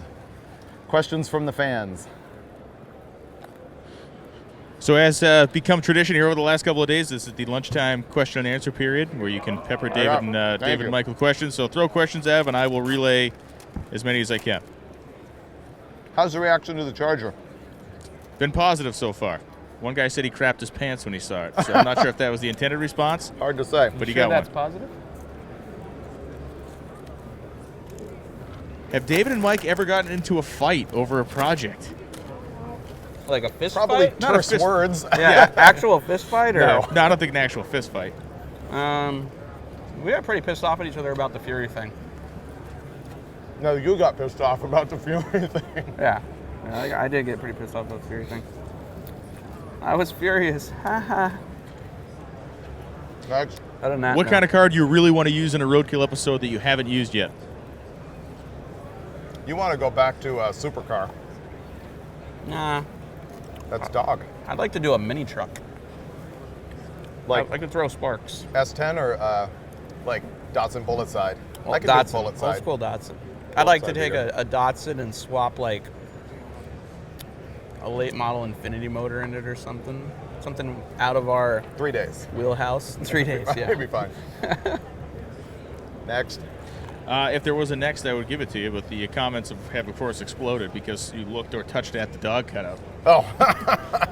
So just, we know it's there, just don't reference it, look at it, breathe near it. I can make the dog go away. Let's see. Is there a reason you picked such an incomplete car to do that episode with, as somebody's asking? There's no entertainment value in starting with something easy. What's the point of that? Everything he owns is incomplete, really. That too. Let's be honest. And I don't own anything, really, so. Here's a comfortable question. How old are you guys? Huh. 46. You're 46? Good God, he's old. I'm 38. And you know what's funny about this is we were sitting together at a meeting once, and somebody was like, "Yeah, you guys, you reach the older demographic, and Mike, you're reaching the kids. And how old are you guys?" I'm like, "I'm 38." And he goes, "Yeah, don't tell anybody that." That's right. Mile per gallon guesses of the LS motor on the way home. On the highway, cruising, 18. Yeah. In this weather, Oh, could be worse. 16. with me driving, we're gonna get 15. 15. He warned it off into the vapors. We're gonna get 15. We're gonna at least 15. And going from 6 to 15 is just. I mean, we don't have a gas gauge that works. Remember, Oh, right. we could only go There's about that. 100 miles before. 80 to 100 miles is as far as we could go on a tank in this thing. So, if we get 15, We're on a that's live huge. video feed right now. Let's see. Are you guys going to be shooting all the aftermath drive home and such for a future show? Yes, we are, if we actually make that drive home. If we're gonna get somewhere. Yeah, something will happen. Finnegan, once again, needs to be home Thursday, so that gives us 4 days to figure out how to get this thing home. And snow that I understand is going to see 6 inches here. I love snow. It was so nice last night here. It was like 35 degrees and snowing and horseless carriages, very romantic. You can keep the ice, but I love the snow. Actual question. Do you know where is Latvia?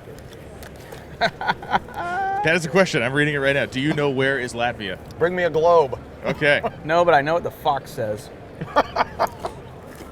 I didn't know what the fox says. When we did that Q&A video driving in the El Camino, that's because we got trolled. Someone, what's it called? Like question bombed me with what does the fox say, and I'd never heard of that thing. Then I had to go watch it. Once was enough.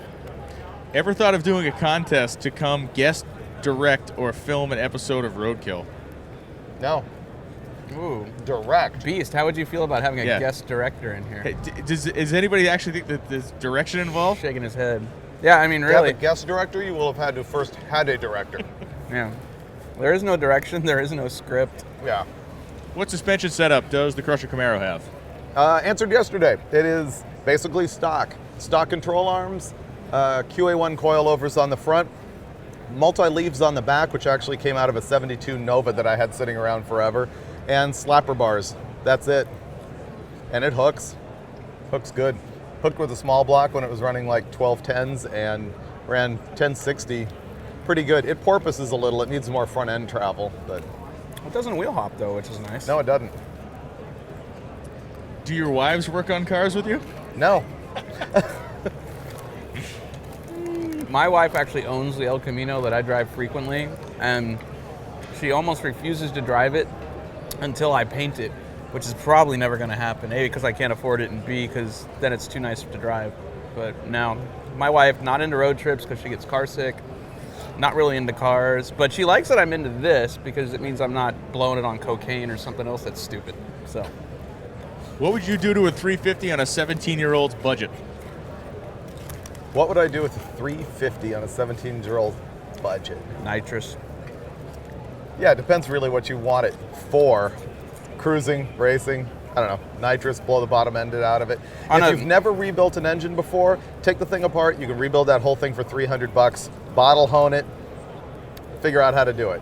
On a 17-year-old's budget, the nitrous system would consist of a bottle and a hose and just crack the valve. No button, no electronics. We did that in the We don't even add dyno room don't once. even add fuel to it. You're 17 years old. Just get a buddy to hold it and go. Yeah. Don't do that. Please don't do that. I was kidding. We've done it several times, actually. We did it to the leaf blower Corvette. Yep. And it was worked. good. Yep. It picked up like 50 horsepower. You could actually watch the nitrous get to the carb and turn and go right in. Yeah. No It's air cool. cleaner. What's the status of the Jaguar and any future plans for it? Go. Go. I always answer Being- that one. Being chips. All right, the Jaguar. So we got a long block from Blueprint Engines, forged bottom end, which when I shot the video, people thought I said a Ford bottom end. Oh yeah, that's right. I said forged. And we dynoed it. It made 696 horsepower with a 671 wine blower on it, pair of Holleys. And that was it after that. The car is sitting there waiting for the engine to go back in it. And we'd like to take it to the sand drags. We'd like to figure out a way not to chop the car up too much, but to fit paddle tires on the back and go sand drag racing with it. Nice. That would be fun. Do you want to see that? Comment. Yeah. Let us know. Tell us now. Tell us now. Question: do you think the guy who bought the Jeep rod is still alive? The guy who bought the Jeep rod was selling it on Craigslist a couple months ago. For an exorbitant amount of money. Yeah, what a load of crap that was. He got it for $407. I don't think he did anything to it because it still looked broken. Yeah. What was he asking? $3,500? $3,500. Yeah. OBO. OBO, yeah. This is kind of interesting. Have you ever considered doing something like the Hot Rod Power Tour, but for roadkill style cars? Oh, a separate Power Tour event for roadkill style cars? I've thought about doing a class at Drag Week for beaters, doing like 24 Hours of Lemons cars. Do a class where basically we have to decide if we believe or not that the car was put together for less than $5,000. I think that would be fun. You know what I'd like to do is I'd like to actually go forward with our new racing series, the Cop Car series. And that is, if you saw the Cop Car Challenge episode, that's you get a cop car and the only mod you can make is to change the tires and the air filter, nothing else, bone stock, and then you go out to my parents' place in Boron and race the dirt track. I'd like to do that. I think wheel to wheel. Wheel to wheel.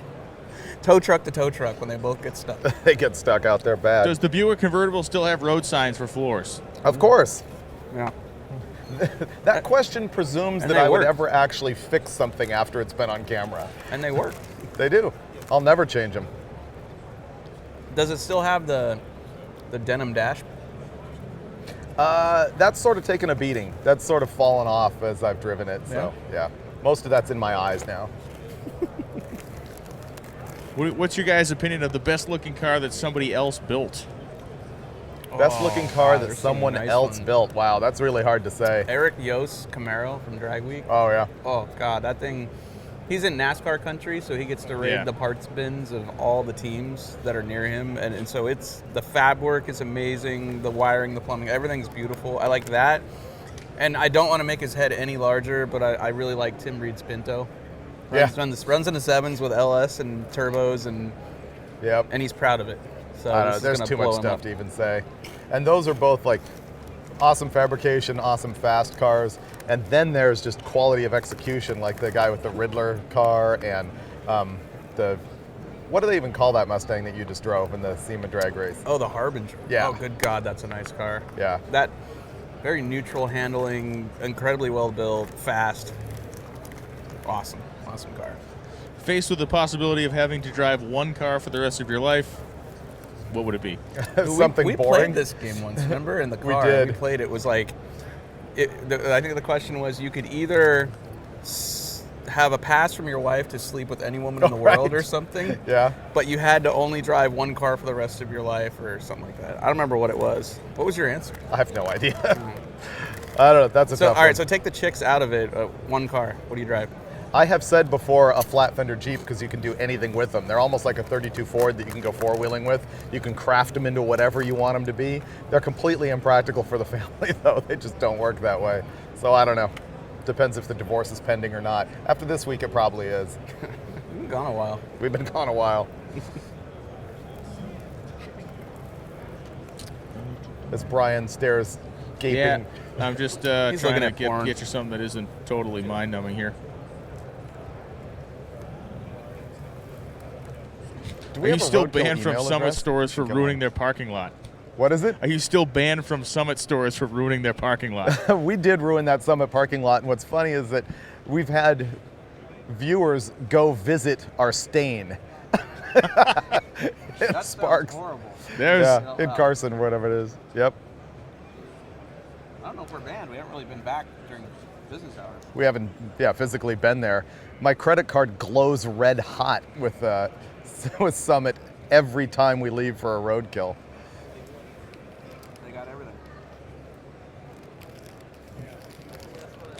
How many engines have you blown up? Oh, I had never blown an engine up until Bonneville 2 years in a row. That just sucked. One time I blew up an engine on the Dyno, which was not my fault. It was a brand new crate engine, and it had hyper-protected pistons, and a valve kissed one of them. That's what it Shatter looked like, City. and just the hyper-protected piston reverted to sand, and then the connecting rod sawed everything apart in the thing. It was one of those deals where you picked up the carburetor and threw the rest of the motor away. It was just terrible. Does it count as a blow up if it seizes immediately when you hit the start button? Like, is that a blow up? Because I've done that. I've never seen that. Like, I've literally, like, the first engine I ever tried to build, I was 15 in high school, And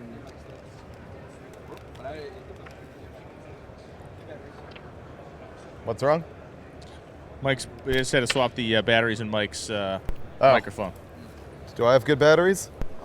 Yes, I do. I have two turds on my battery indicator.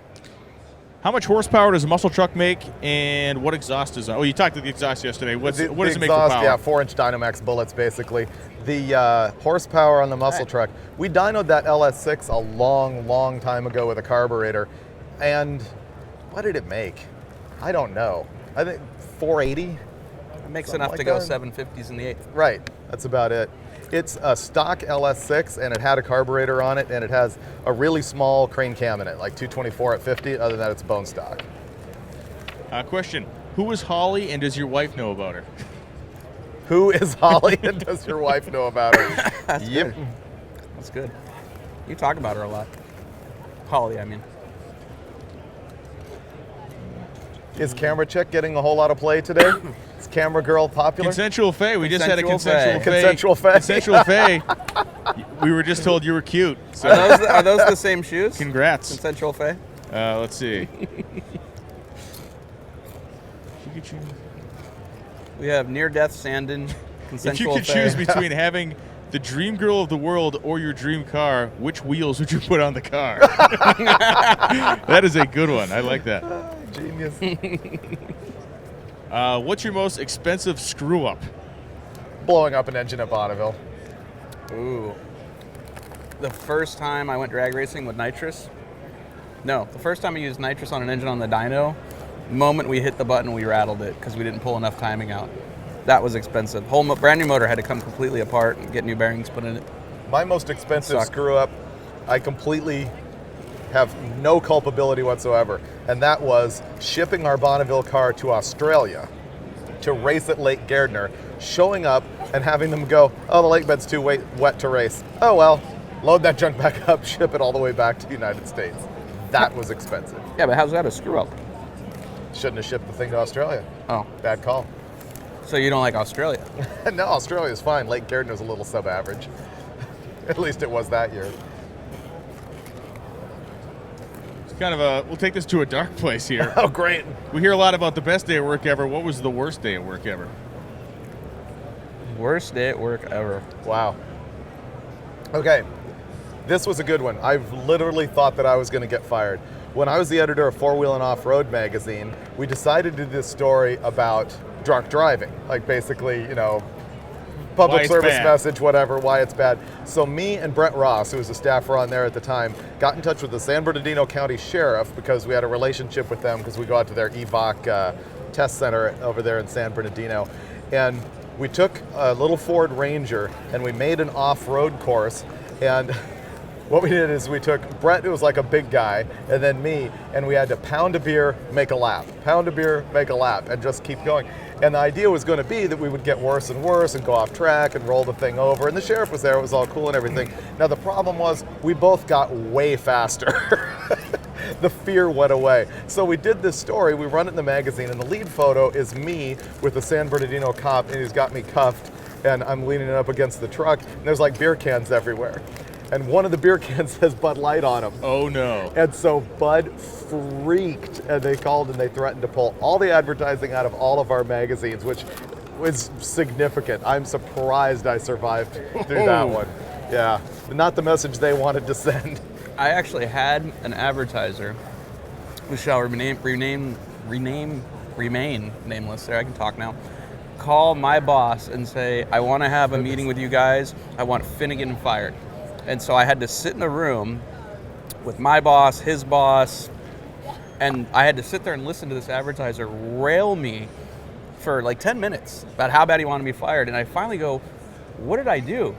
And he goes, you answered a reader's question about, you know, where can they get this product, and you didn't tell him me. And I'm like, well, sorry, but you want me fired for that? He literally tried to get me fired, and Wow. it didn't work out, thank God. But that was the worst day I ever had to work, right there.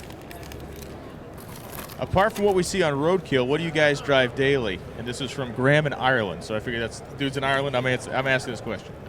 These days, mostly 99 Dodge Ram 4x4 with a V10 and a 5-speed that I bought new. I've been driving my wife's 1969 El Camino lately because we're testing some stuff on it. And when I haven't driven that, I've got a 2010 Toyota Tundra. I've commuted in the Crusher too with the blown big block. That's about a $50 round trip to work. Do Not your anymore. wives know Not about anymore. the hookers under the car? Do we know about the what? The hookers under the car. Yeah, they are. My wife does not know about the hookers under the car because what she's done and what she's doing right now is she's got her iPad set up in front of my 2-year-old who's actually watching while my wife is looking at like Us Weekly or something. She has no interest in TMZ. this. Yeah, no interest in this. So less questions, more wrenching. Yeah, we're More making fuel We're gonna injection run work out of 'cause time if we're we on a keep doing clock. this, yeah. We're completely screwed. One Yeah. more question. All right, one more question. Would you ever consider having a guest on your show to help you guys? yeah, why not? Well, in what way? I mean, we've had a lot of people on the show Like helping us. 1980s We've had sitcom lots guest of- appearance. Yeah, you know, the walk-on. Yeah. Well, know we've what I worked like? with people. Like we went to Jeff Lutz's shop and we worked with him. But I mean, if you mean like 2 of us in a car on a road trip and we've got a 3rd wheel, that'd be weird. That's weird. I want Fred.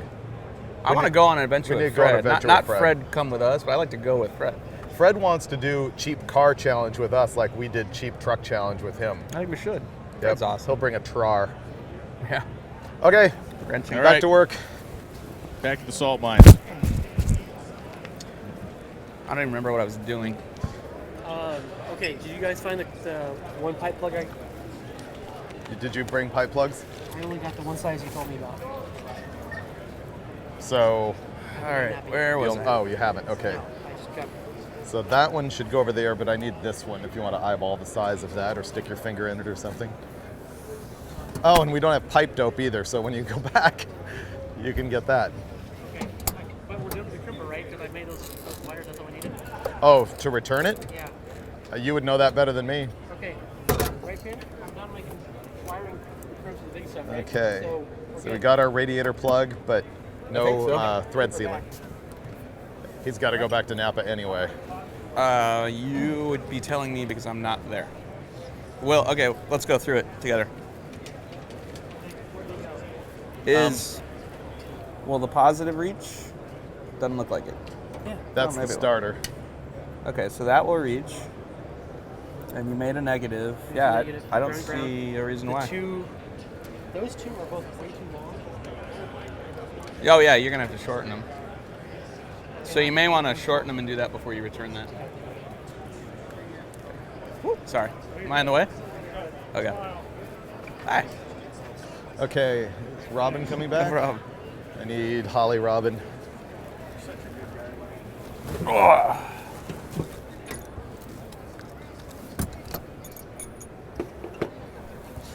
Thanks. You want RoadKill stickers? Sure. There you go. Okay. 4. Oh. We need plugs for Oh, they're these right there. too. What do you need? Right here. There. That's the one that's going to go in the block to. So that one I can just shorten pretty much in half, right? So I'm just going for the block. Oh, yeah. To there. Uh-huh. And where's the other one? Don't know. This one. Oh.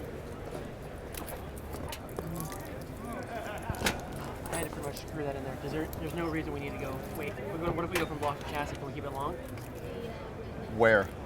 Down to there. Done. Oh, that? Yeah. Yeah. Mhm. So I'll keep that one long. Yep. And I'll shorten this one to go to here. All right. That one goes right there. I am And now to going what? to run the Do wires. the same thing on the back of the block. All the plugs, all the cables. We need Above the one. heater box, around the bottom of the heater why do we? box. Oh, They're going to come it's out because here. of the rubber We're body gonna not mount the pushing. ECM Yeah, that's fine. Velcro semi-permanently right on the trans tunnel because that's the only spot it's going to fit right now that we can't fabricate any sort of a mount. Cut out there, cut it in half. I'm just gonna go from back of the block to right there. Yep, perfect. All right, I'm going to crawl under and muster the O2 sensor wires. How's it going? Where? It's good. That's all we have to do today, so I think we'll get it done. What's all left? Like, Yep. Sorry? what's all left? Hey. Okay, I'm diving. Wiring and plumbing the fuel system, that's it. And then just check everything. So I'm avoiding fuel system because that's going to be a hazmat spill. Well, it's plumbed up to here.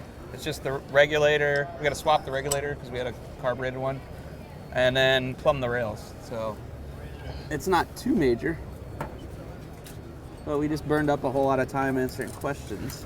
So that's probably gonna bite us in the butt later.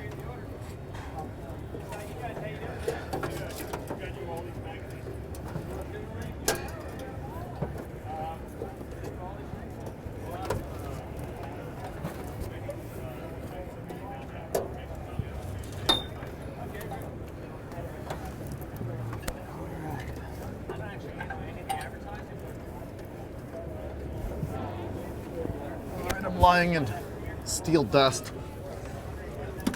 Now I'm lying in wires.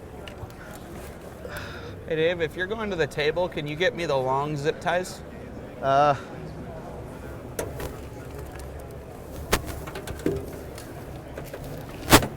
Like this kind? Yeah. There we go. Thank you. This one's right. Let's get that going on. Wide band.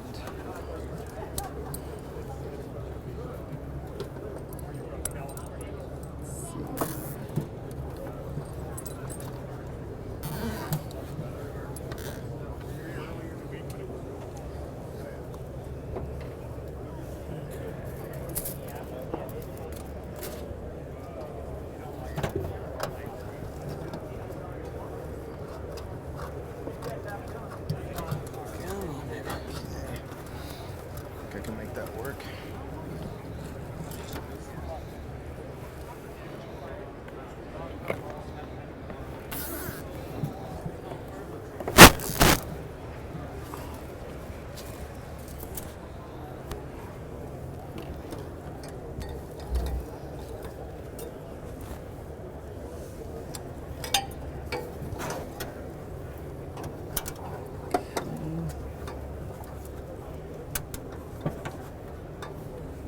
Oh wow, it's broken in half. These are brittle ties. More grunting.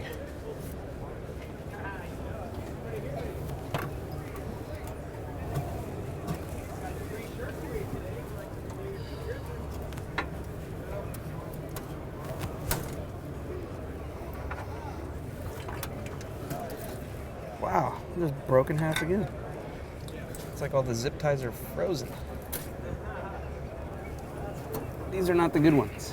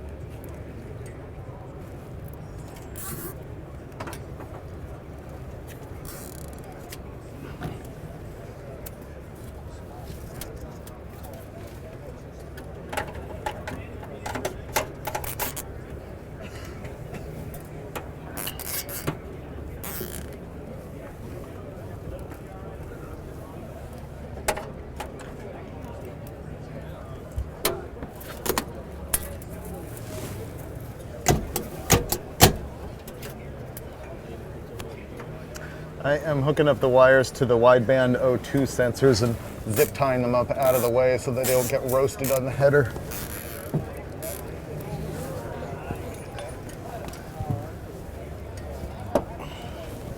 Looks like that's going to be a thing of beauty.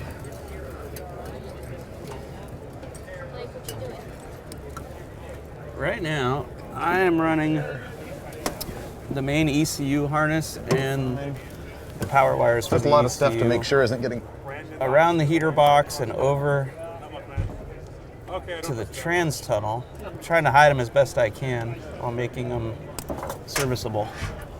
And once I get everything over here, I'm going to take these gauges out and then mount the ECU. And we'll be close to having this end of the wiring done. This is exciting.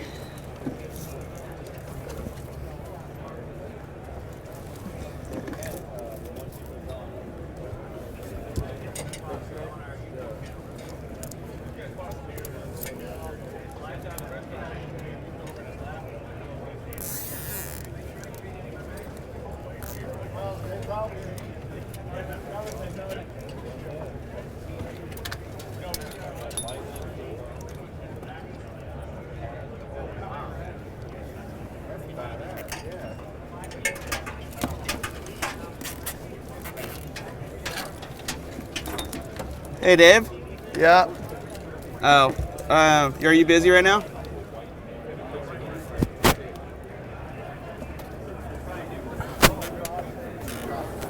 Hey, Brandon.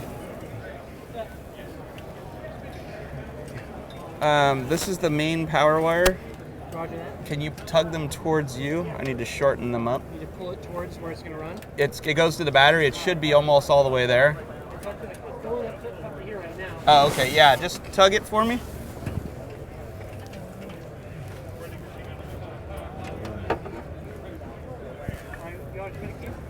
Pull it. Hold on one second. Let me plug it in so we can determine the length. One down. Yeah, go ahead and pull it. Keep going. Keep going. Brandon.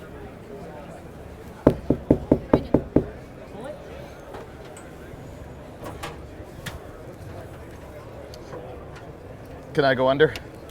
Sure. Without getting stepped on.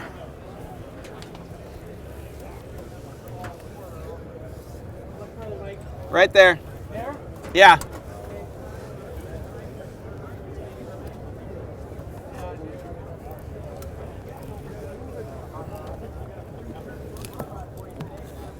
Okay. Now, let's plug in trans harness, which should only fit one of these.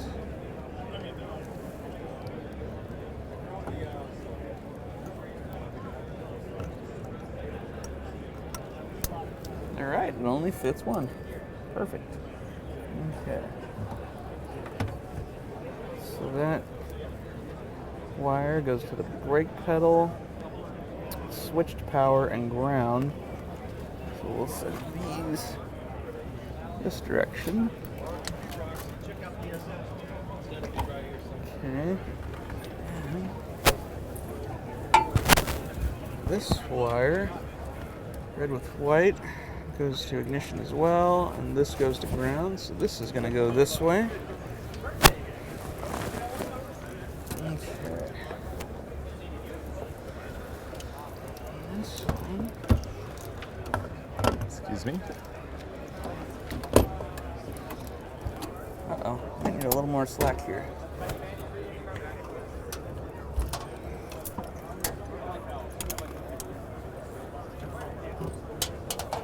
On your way. No. So, Mike, Yeah, buddy. both grounds can go to the same bolt at the back of the head. Body ground, chest ground. Yeah. Yeah.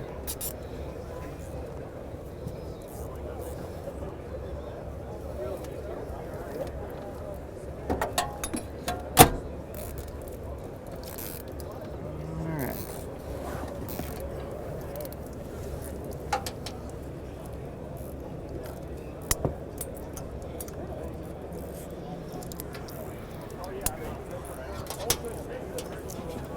Okay, so there's that one. That one. You got the guys? I just used my last one. They're on the table. Nope. There's that one. Say while you're at it, that ground is going to be kept away from the header. Oh, okay. Okay. But I haven't put it in the back of the block yet. So. All right.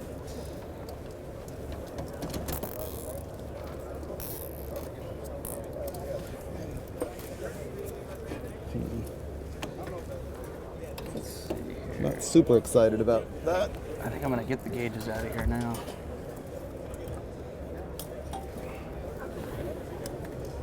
Don't want zip tie tails burning on the header when we fire this thing up. Can I have one? One white, one black one? Black.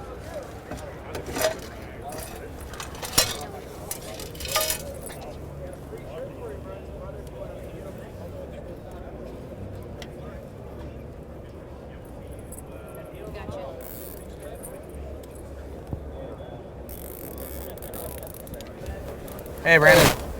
Can you come That's here? good. I gotta lay it upside down in here to figure out what I need. When I'm upside down, can you grab whatever I need? Bueno. Okay. Can you play nurse, essentially, is what I'm saying? Need a spatula. Need Crisco. This Okay, fuel. This is a familiar position. Okay, how about...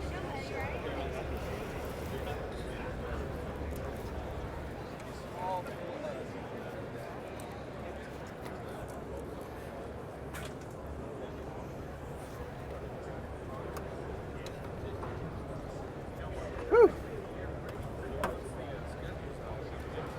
Getting a little lightheaded. Looks like our oil pressure gauge has been leaking. Smaller than this. We'll eliminate that leak right now. Okay, I need, I think, a 5/16 open end wrench, please. And a pair of snips. Where'd they go?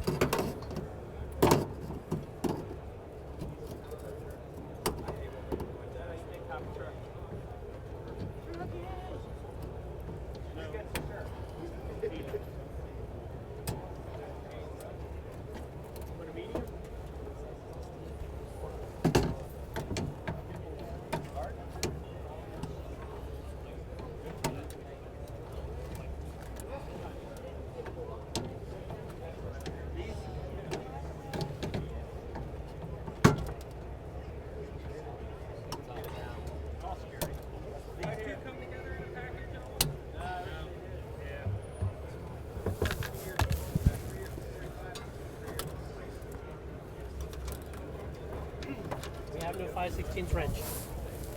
Will a socket nut driver do it? I might be able to make a nut driver work. All right.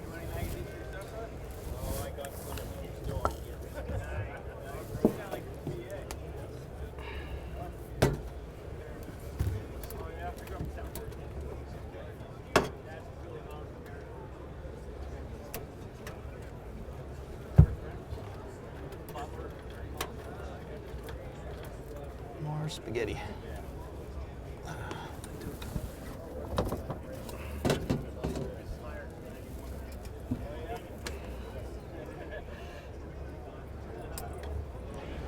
We on GoPro? All right, check this out. This is gonna be fun. Finnegan's actually working in the most miserable position ever. One of the things you might not notice or haven't seen is all the people standing around watching this deal. We've been all the time, including Dave Wallace, former editor of Drag Racing and Hot Rod Deluxe and et cetera, staff run Hot Rod. Check this out. What are you doing? Oh, trying not to pass out. All the blood rushing your head? It is. This is all too familiar. I think the last time we took a trip in this car, I was in the same position. Did you see the guys who had built this roll bar came by earlier? Yeah, I'm stoked to see them because they're really nice welds on this roll bar. You have anything you need to show people on the GoPro moment? Sure. Hi. That's the mess I'm getting rid of. Look at that. All these gauges either didn't function or functioned kind of half-assed, and we don't need them anymore with the new EFI system. So we're getting rid of all of them and all the wires that go along with them. Yay. If only I can stay awake. There you go. Always the most fun part. Okay, is Brandon out there? Cruising around. Okay, you got that nut driver? Brandon's also been giving us a big hand this morning, and you can see here that we are in the middle of wiring this thing, and it still looks like a big mess, but we got a ton of wires out of the car.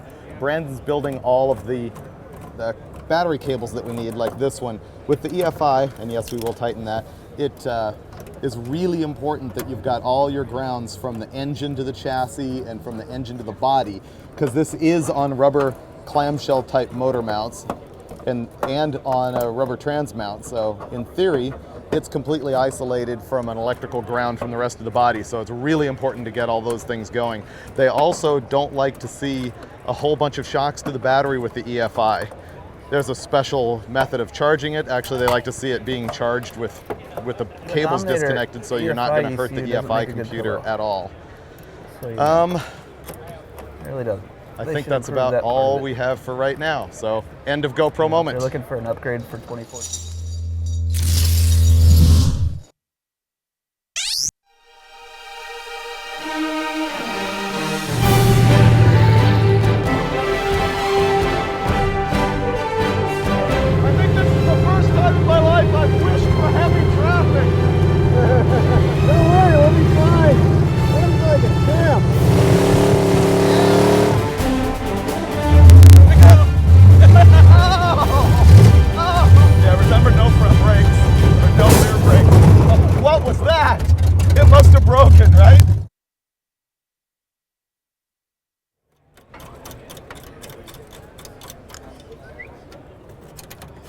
I don't know what that means. Is that off or on? On? One down.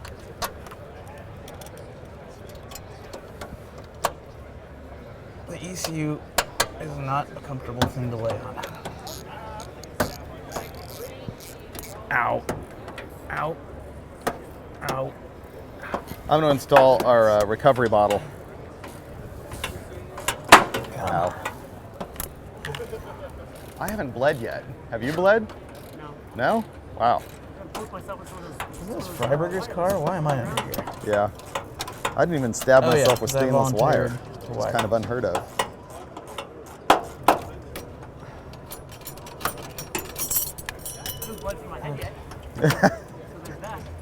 Brandon usually hits his head. It's kind of normal.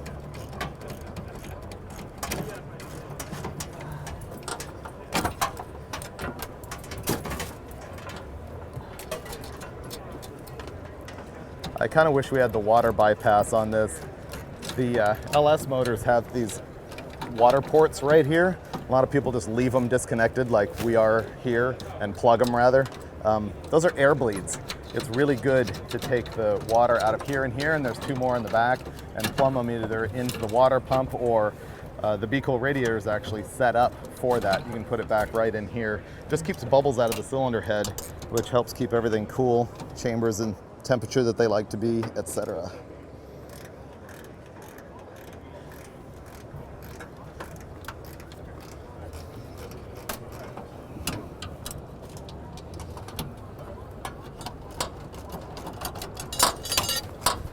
Whew. Done.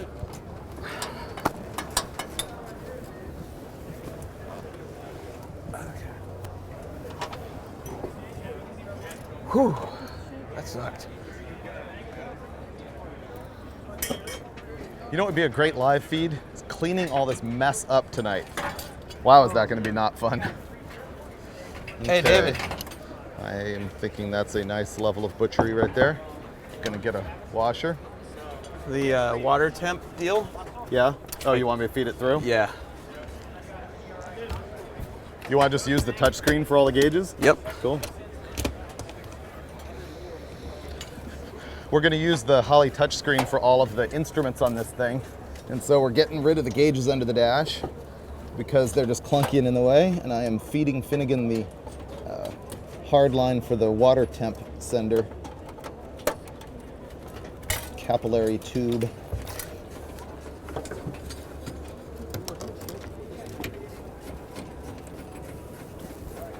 It's not going to come through now that this other wiring is through here.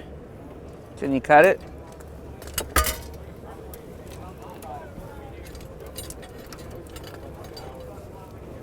Should I clean off the chassis here, David? Sandpaper or something? Yeah, definitely. Get good grounds. If we had sandpaper. Do we have any? No.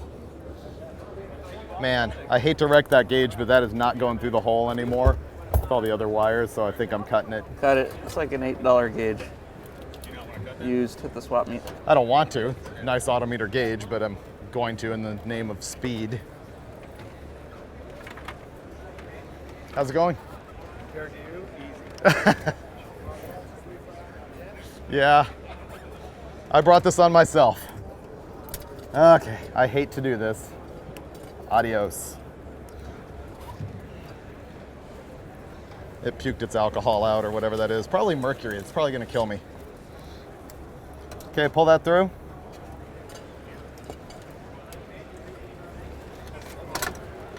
Say what? Yeah.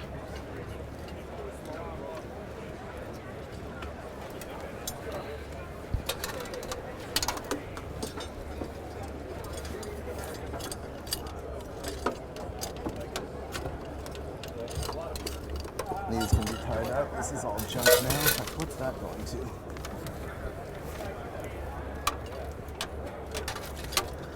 Another thing we did before we left was put on this thing from Classic Industries. I don't know who makes it. Might be a Detroit Speed, but it's a short windshield washer motor. The stock one sticks out like this. And this gave more clearance for just everything. And it's a variable speed. Did you know that? It's like way too custom. Yeah, yep. Speed.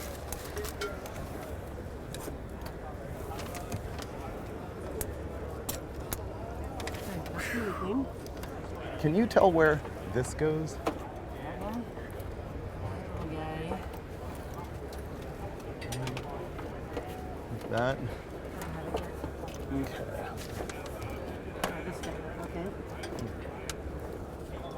Yeah, I see it. What's it go to? That goes to the starter. Oh, okay. We'll be keeping that. Yeah, let's.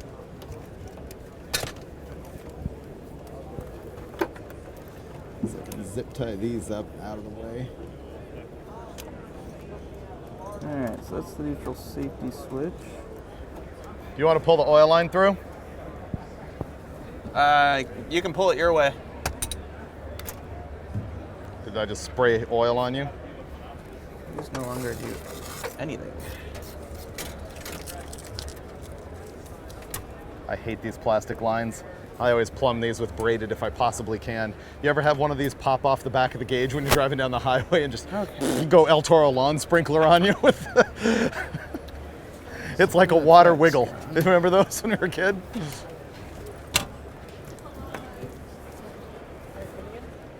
that stud from the heater core coming through or from like ground to the body? Oh, you will. Just scrape the paint off of it. Yeah. It should be alright. Yeah. We have no paper. We have there's a flat disc wheel. Might help. Oh, that doesn't sound like a long time all of a sudden. Oh, okay. These are the old wires to the wiper motor. I'm just tying them up. Don't need them, but I don't want to get rid of them. Okay, so this deal is gonna sit right there.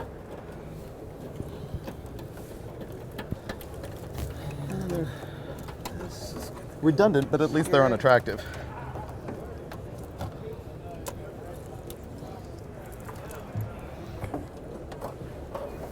Oh, total fail.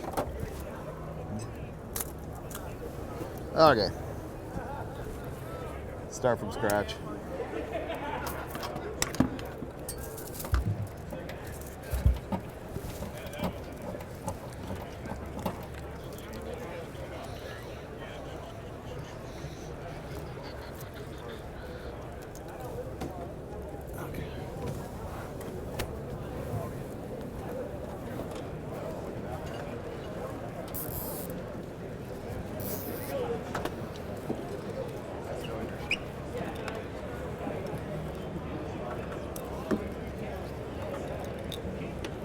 Okay. Now, nah, we stopped at like 9:30. They kicked us out of here. Wow, I don't know if we have one. That'd be great. I don't know if we have one though. It would. It would. What time is it now? This is what I get. 12:48. Shit. 3 hours left. When? I can't hear you. I'm going to install rubber hose. Did you hear it? We got a lot done yesterday. I mean, the morning sucked really bad, but we were able to stay here till like 9:30 at night before they kicked us out. So we basically got caught up to where we needed to be, and there's about 3 hours left today, which I think is just enough time to get this deal fired off.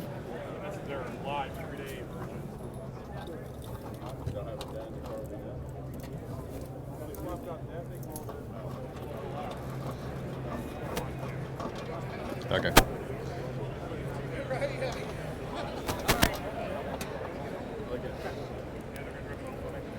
I guess people are questioning. Finnegan just said that they threw us out of here last night. They didn't literally actually seem to let us hang out as long as we wanted to. We just left at some point. So for the people commenting about that, there you go. It's a nitrous fitting. It's smaller right here. What? It's fitting right here. That was the oil pressure line? These are all female. Yeah, which we're not using anymore. I was just wondering if this is going to be good enough loop around right here if I clean that off right there. I don't know. I need Robin. Get Robin over here. Hey, is Robin still around? Yeah. Yeah, right there. Okay. What if I pull him? Over here? No, I gotta go to the bathroom. I'll be right back. Here's me. I gotta go to the bathroom. I'll be back. Oh, there's the one I needed. That's the one I needed. I'll be back.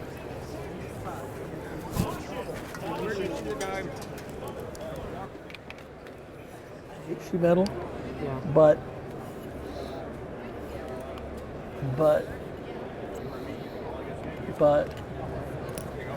that might be the best we're gonna get. What the heck? Let's see how it rolls. I'll put a washer on first. Just scuff it a little bit. Yeah, I scuffed this right here, and that's the main contact lens right there. Cool. This is a stud, I believe. Yep, cool. Even better.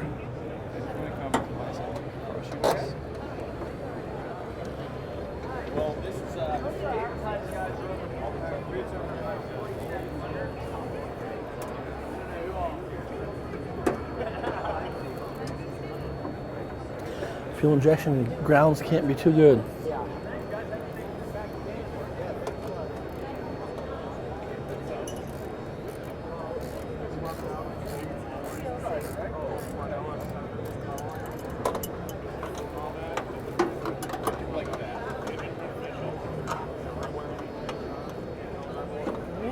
Very nice.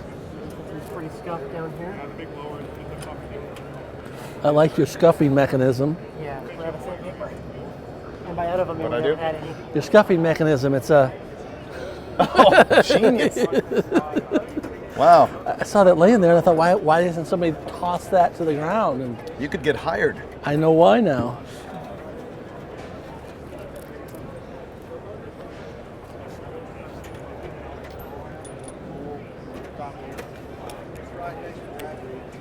Oh, cool. Thank you. We'll do it again.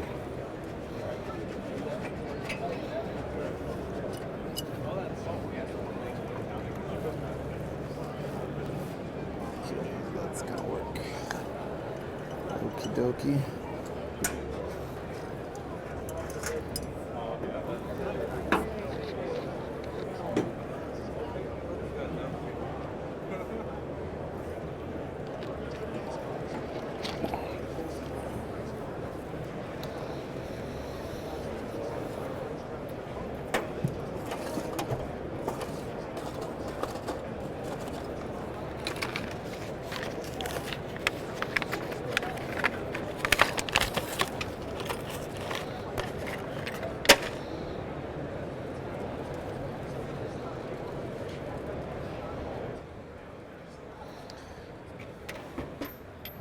Screwdriver. Hate using screwdrivers on hose clamps. Rather have a nut driver every time.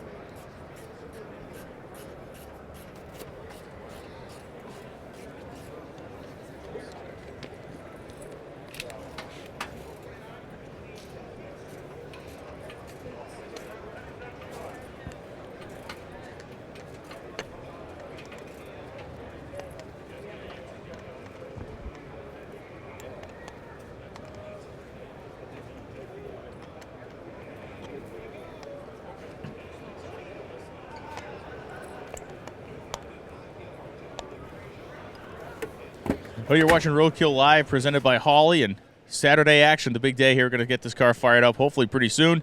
Today's action brought to you by Classic Industries. We have a trivia question for you now. And again, as we've done for all these trivia questions, you have to go to the Holley Facebook page and answer the question on the Holley Facebook page. And to be even more specific, you have to answer the question by responding to the actual post about the question. You can't just put it on Holley's wall or whatever. You have to answer the actual post of the question. So, this is a roadkill-based trivia question. On 2 occasions, David and Mike tried to get to Alaska in a Ford Ranchero. On the second try, they made it. We want to know how many days it took them to get from Southern California to actually cross the Alaskan border. We don't need to know how long it took them to get to their final destination, but how long it took them from the point they left Southern California to the point where they actually drove into Alaska. So in 1 minute, that question will be posted on the Holley Facebook page, and we'll be looking at your answers. And the first person to get the answer correct will win a Roadkill T-shirt, and you will be the hit of the neighborhood. So as we've taken a minute here to thank the rest of our sponsors, Ironclad Performance Gloves, AC Delco, Eastwood, and Mast, Gearstar, GoPro, and of course Be Cool. And David is finishing up some of the plumbing on that Be Cool cooling system we installed in the car. Answer the question, Holley's Facebook page right now.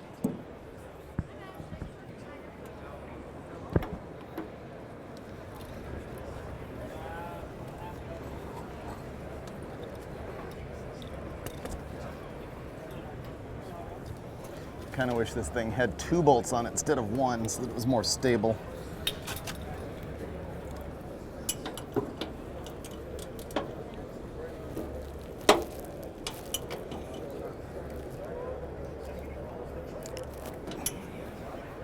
Yeah.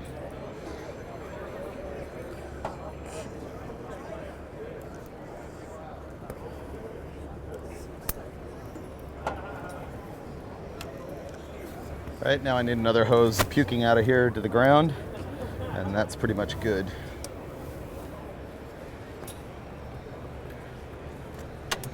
Okay.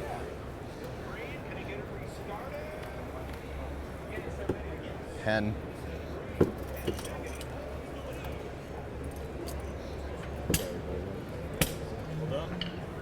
Done.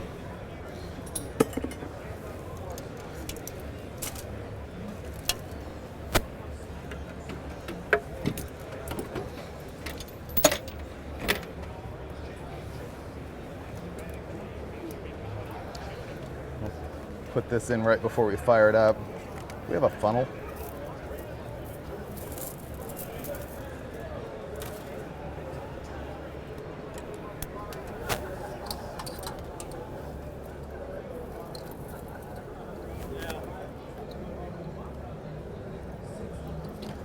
Need female spades. Are you still making our parts store run? Yes. We need female spades. What size? I bought boxes of those things. Oh, did you? These are male. There's bunches. Oh, okay. The bag of maybe things that don't get put over here, but I bought everything that you put on that first list I got. Maybe with Finnegan. Do you have female spades? Yeah. What size? Yellow? Probably red. The red ones, I believe, are in the box. You only have yellow. Aren't there? I could swear he's got some in the box up there. There's males. I got red, yellow, blue, bunches. Right boxes here. of Okay. Cool. Start looking at the fan wiring. Taking this back. Taking this back. I made this just because. Okay. And you have the list. You texted me the list? So pipe plugs, the other pipe plug that's better than these ones? Yeah, other pipe plug. You need the pipe junk, The pipe junk. which is Teflon. Teflon tape or Teflon? No, I get the sauce. Sauce? Yeah. I don't know. I'm sure we'll be going again before this is all over.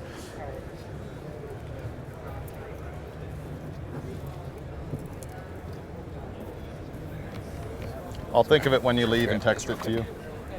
Oh, I need a little bit more 3/8 rubber hose to send the puke tank down to the ground. Same as the one I got before, but Yeah. 3 feet. Yeah.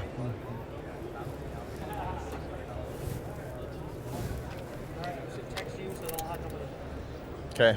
I'll try and keep an eye out for it.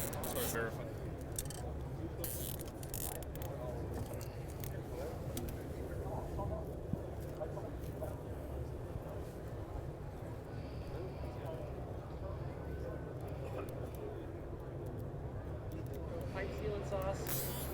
Pipe sauce, bigger pipe plug. 3/8 pipe plug. 3/8 pipe plug. And fuses. Yeah, we need all the different types of fuses because this thing's got mini, regular ATF, and And tube. those are just the regular blades.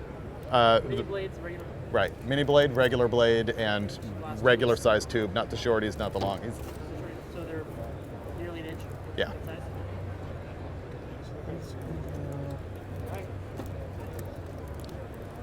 Do I look as haggard as I feel? This has been long. Keeping at it.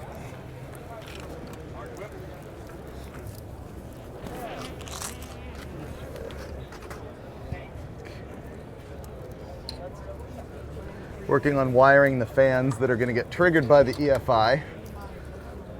And I'm going to wire the power on these separately because we're going to turn one on before the other. We're going to stage the fans rather than run them both at once, just so we're not pulling as much, we're not pulling full amperage all the time. So they come with these connectors, but I've got to make my own on the other side.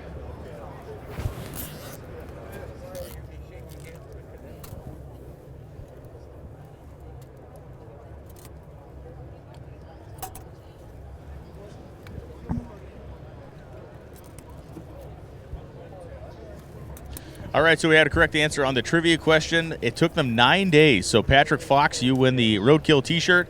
Go back to the Holley Facebook page, send them a message with your name, your shirt size, and your address, and we will get you a RoadKill t-shirt. And for those of you that remember the whole saga with the Alaska trip, they tried it the first time at the Ranchero, and the trip went completely haywire.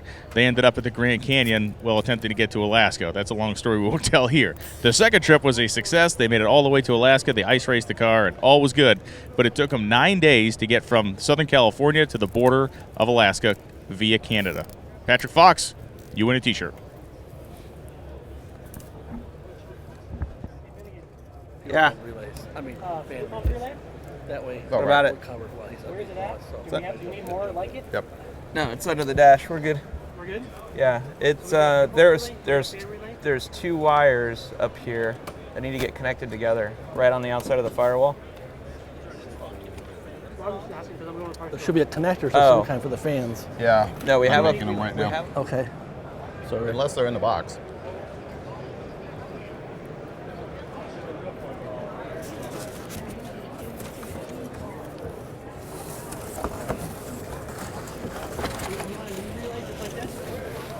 Yeah, box 30 amp. Oh. Nothing? Negatory. Okay. What about the connectors for those those? I'm making them. I'm just going to use female spades in them. All right, good. Replacement for this? 2 of those, new ones. 2 of these.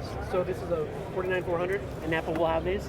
Well, It's a Bosch 30 amp single pole double throw relay. It's fog lights, all kinds of different things it runs. So they're pretty universal. super universal. If you tell them Bosch 30 amp relay, that's what they'll hand you. And we need 2. Mm-hmm. 2 of those. Got it. Thanks, guys. We're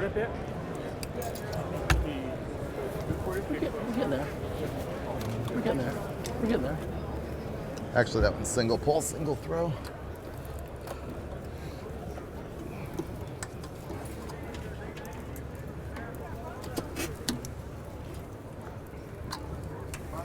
I feel like this show has become like 8 hours of armpit. Stare at our armpit all day.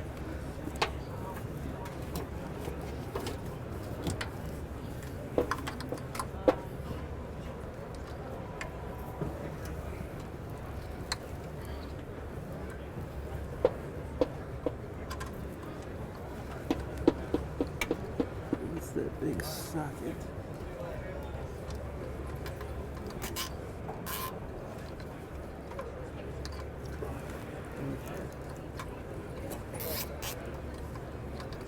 We need to cut some carpet here. Where's Dave? I need a shank.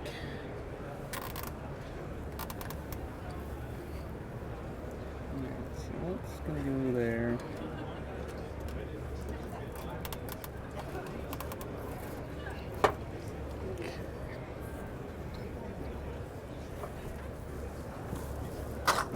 So Video Travis and I, Video Travis being the guy behind the camera, drove the box truck out here.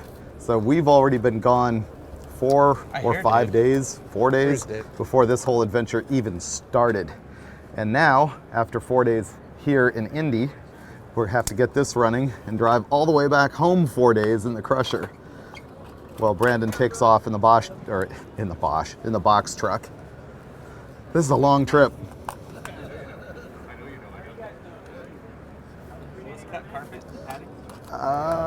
Probably not very well. That's all we have, huh? Yep. Okay.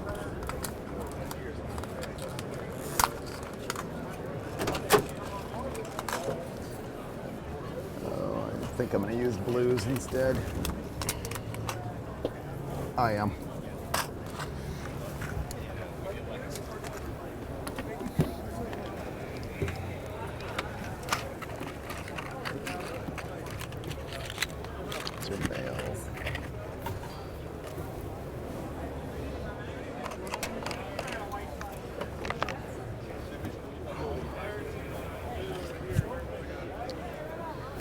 Do you have the blue females?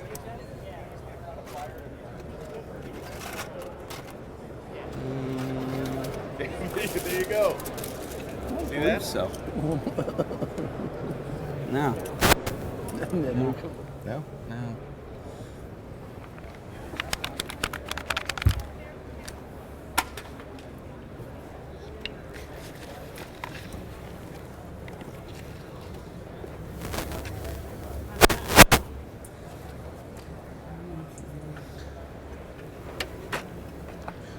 The wheels are falling off this thing because it's becoming such a mess we can't find anything. I'm looking for blue female spade connector.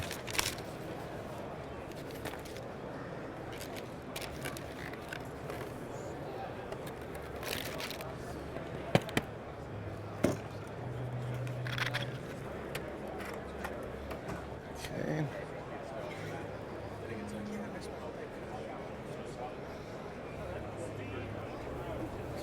Mm-hmm.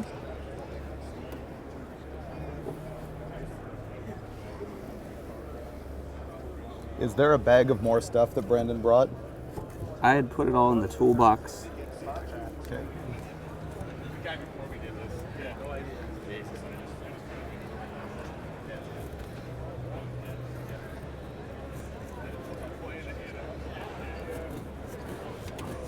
Ha! Wrong drawer. Got it. Should have been the first place I looked.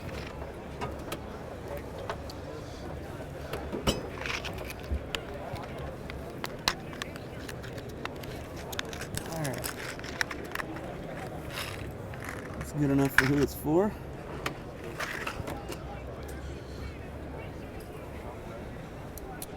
Now. Do you need crimps right now?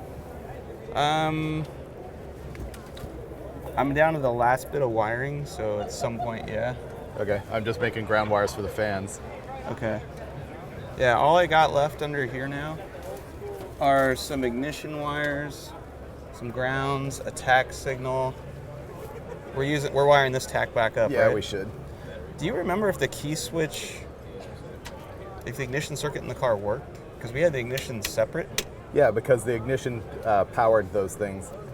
Like, remember all the gauges would come on when you turn the key on? So the key did do something? Yeah. Okay. I didn't know if it was just working the starter motor or if it actually... No, it actually powered on. Okay.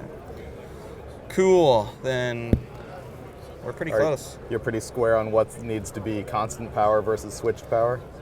Yeah, I had it written down. So blue with white is tack. Solid red is 12 volts, always on. Red with white is ignition. Black goes to the cylinder head. I need to send this out. Oh, okay. Cylinder head ground.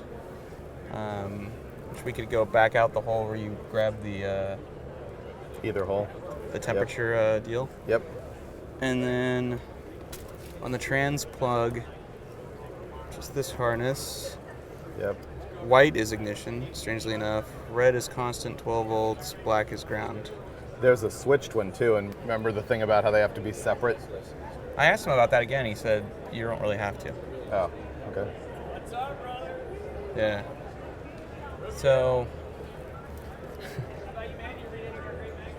yeah, so we're close. Can I use the crimps? Yeah, I'll route wires, and when I get to that part, just I'll. yell. We do have 2 seconds. Okay. So, This is good? Yeah. Okay. What's that? Okay, this is Sam. How's it going? Sam is in high school. Yeah. Sam had his phone taken away at school yesterday because he was watching the live feed. Awesome. That's cool. Thanks a lot. Did you get stickers? I did not. I got magazines. Hook him up. Thank you. Yeah. Boom. You needed to hear that. That's 'cause hilarious. Also, my background on my phone is the drag wire. Oh, neat. There you go. Cool. Thanks. Saving the youth of America, one roadkill viewer at a time. Is that your favorite episode, Dragwar? It's one of them, yeah. Yeah. I also love the Crusher. Cool. I like the story behind it. Yeah. How much did you pay for it? $700. $700. Yeah. It just doesn't happen. That's why I like it so much. Oh, it was 1994. Still. Yeah, it was a long time ago. It's crazy. What LS motor are you putting in it? It's a Mass Motorsports LS7, LS7. and it makes 700 horsepower. Awesome. Yeah. Also, do you know what's going on with the gasser, the 55 Chevy? Yeah, it's just sitting in the shop, rotting. No, we replaced quarters on it, put floors in it, new trunk lid. It's on that new chassis that you saw in the episode. Set back the Firewall for the Hemi. So That's awesome. It's progressing, but very slowly. Yeah. Yeah. Well, nice to see you. Cool. All right, Thanks cool. a lot for coming. That's a great story. Sam, you Thanks. rule. Thanks for coming by, man.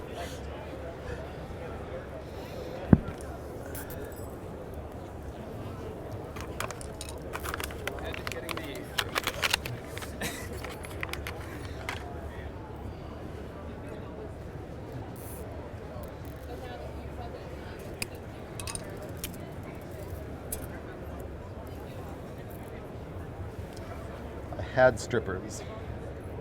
What happened to them?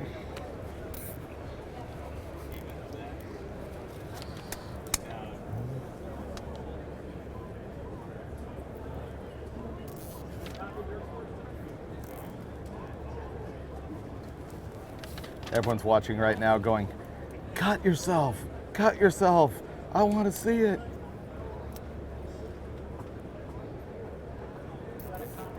I hate using this type of crimp connector. I don't like the shielded ones. I like to use the naked ones and then do my own heat shrink over them. But once again, compromise for time here.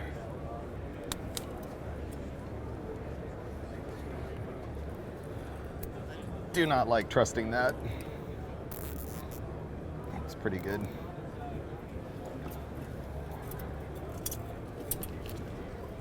Okay. Figure out where I'm gonna ground this. Guy over on the side's like, they're not really driving that today, are they? It's funny. We'll do that for the time being.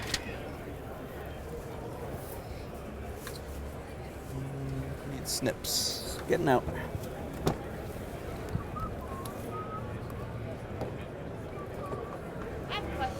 Yeah. I'm just putting the grounds together on these two fans, then we'll power them separately. Need to put in the relays over there for them too. Try to decide where to best ground it.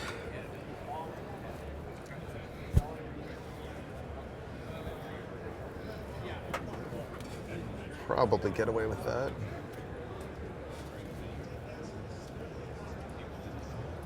Wow. The side flange on the radiator has like a notch that big in it perfectly for like this little stamped raised point on the core support. It's pretty good. You know where the snips are, dude? Yep. Well, I'm using these. Right. Oh, the snips are next to you. Can I have a seat? By your head. Thank you.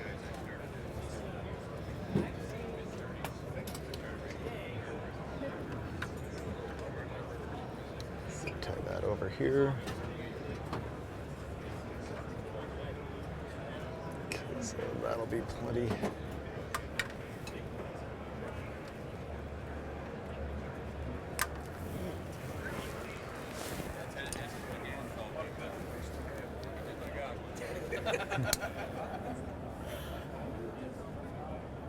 Let's see.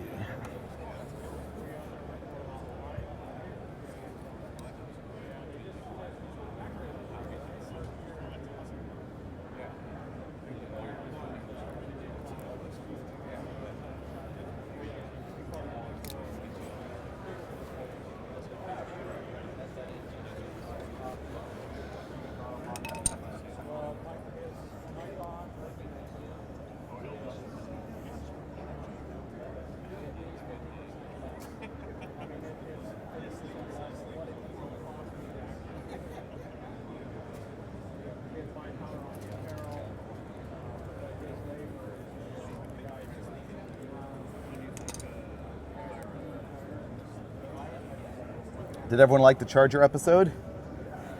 I want to see some of the feedback on that. On the 2 shots? Doesn't matter. It's all about the reaction to the car. Is the car a win or a lose?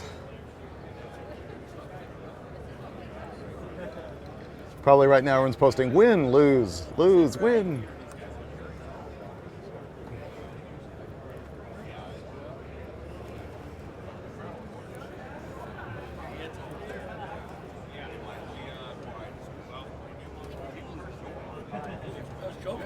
Every time I sit down, I'm like, oh, hey, let's ask Robin something. We got to make sure you get your workout. I'll tell you. You're too good to me. We care. We care. Plus, we know we're not getting home without you, so. That's right. All right. And black. This ground.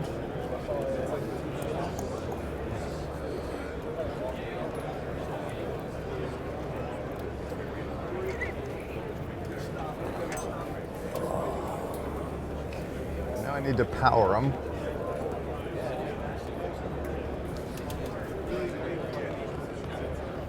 I know what to do.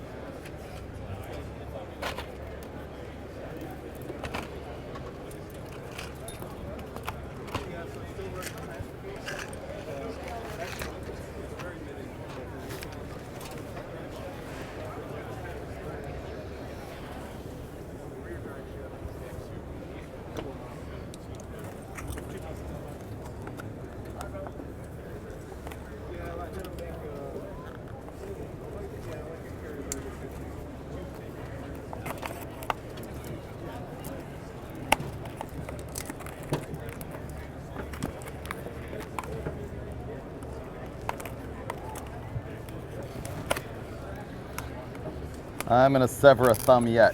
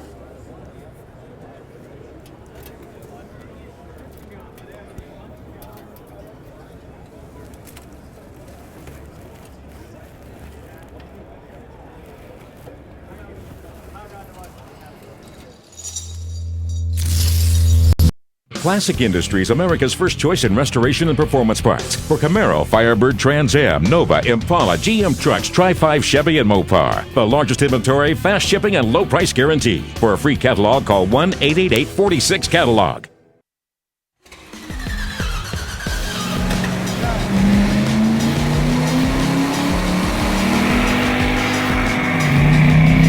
Why are you swerving? Why are you swerving?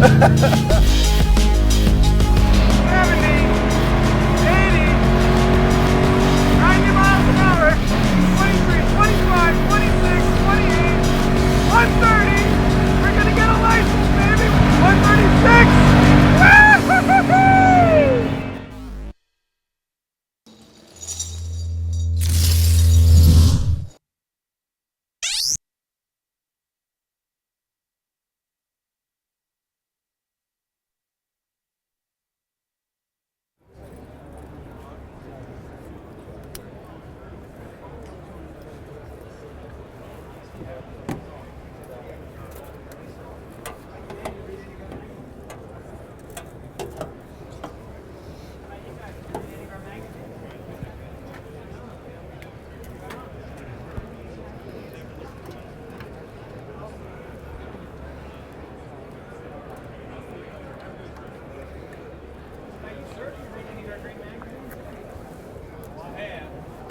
we on, Faye?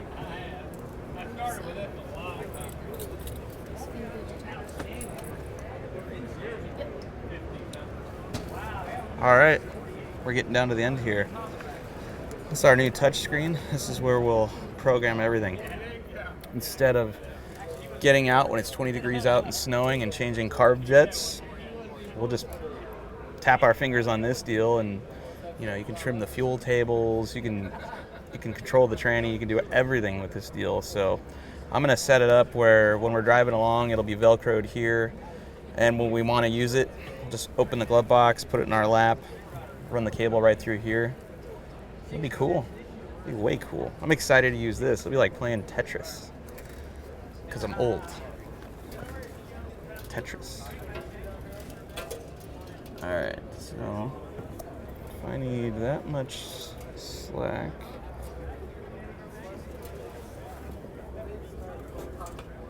and this.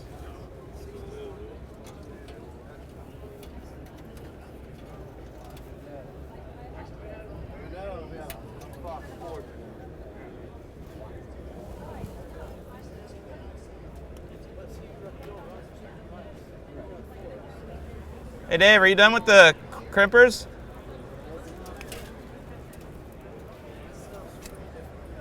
Awesome.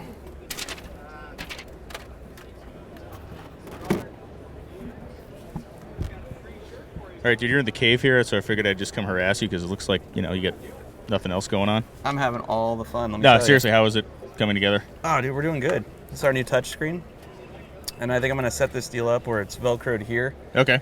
Hidden away, and then enough lead on it so you can just put it in your lap. And like I was saying earlier, no more getting out and changing carb jets and draining fuel bowls and all that. We'll just go boop, boop, boop, boop. How much less exciting would two-lane blacktop have been if they had a touchscreen? Because you- all Dennis Wilson talked about was the damn jets. Imagine that. He'll carburetor. go, I got to trim the fuel map. Yeah. It's just not the same. It doesn't have the same It's effect. just not the same. But he wasn't driving through snow. And, I mean, dude, this is the future. Like, pretty soon, you know, I don't know. This is what we'll be doing. Yep. Like, my kid's probably not going to read books. He's going to have a tablet, you know? Sure. And, you know, this is it. You jump on board or get run over by this train. That's it. Yeah, You know? this is how it goes. Well, so things are coming along good. It looks like David's working on some cooling system stuff up there, and Yeah, we're close. Like, it's 90% wired. I've just got to hook up 4 wires here and 3 wires here, test the system, and it's on him at that point. I think he's doing the fuel system, right? it's on him. This is your own damn fault. Yeah, your car. All right, cool, man. All right. Progress is being made.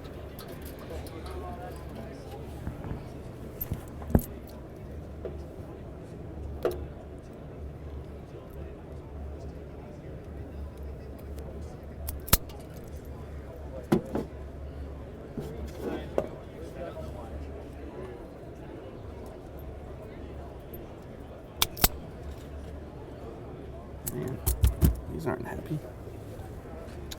I won't use these anymore.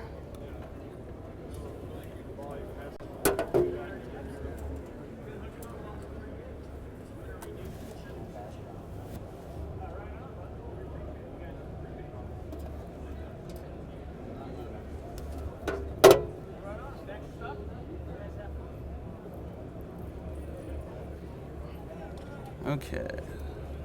Battery. These will go there.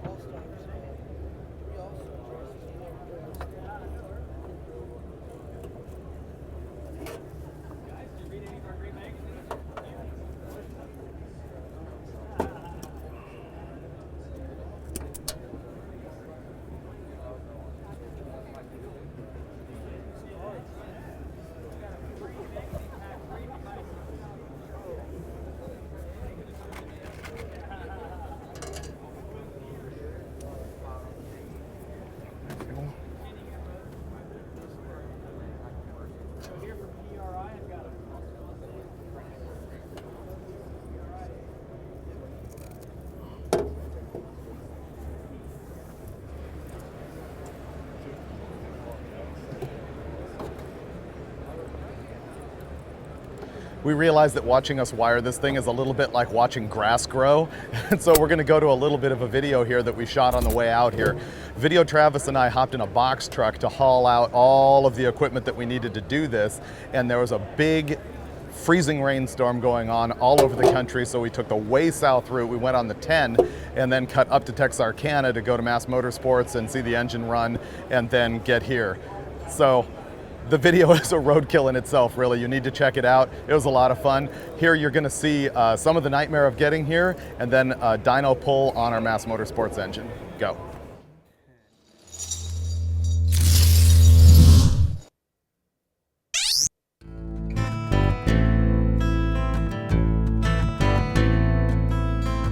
After a completely treacherous road trip and spending the night sleeping in the cab of the box truck last night, we finally made it here to Nacogdoches, Texas in Mast Motorsports, where we met up with Horace Mast. He's an engineer who got involved first in these Gen 4 GM engines. Then we're gonna see our engine for the first time, run it on the dyno a little bit, get to know it, and then figure out what extra parts we might need here from Mast before we pack it up and hit the road.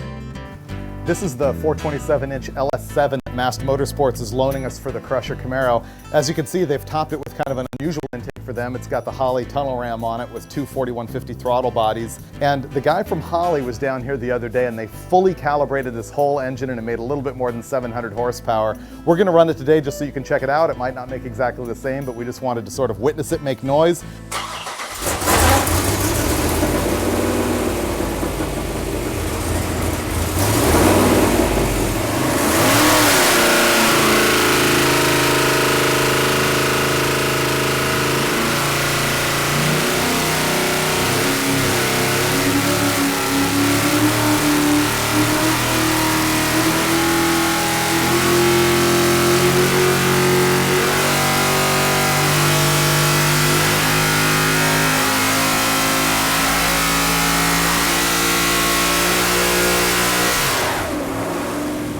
On 693 on that one, so just under 700. So this is a change depending on how aggressive you want to be, and you can have a 20 horsepower how they configure it right.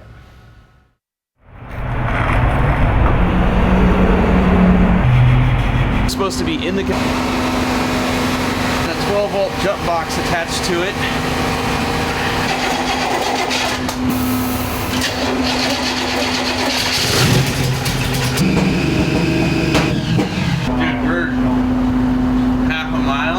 Strap. And if it anybody got a towel? Keep cranking.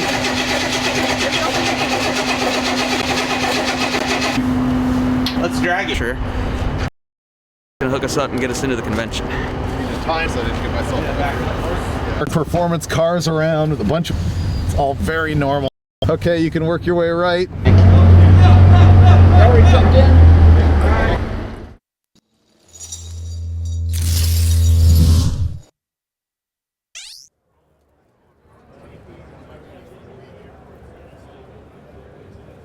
It was private because of the really bad storm.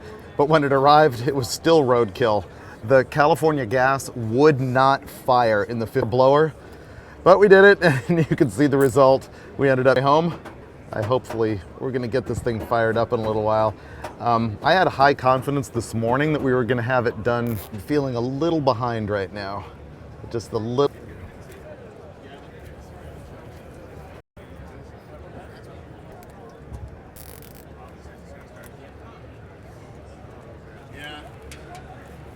What? Like I said, now you're screwed. Now it's a new, brand new 2015, brand new cars. Coyote and the LS in both motors. You want to talk about controversy? It ain't taking a big block out of a crusher. It's a dude. Oh yeah, there'd be like people with like pick forks and shit. Or no, just put a 6.4 Hemi in both of them. That's it. Not bad.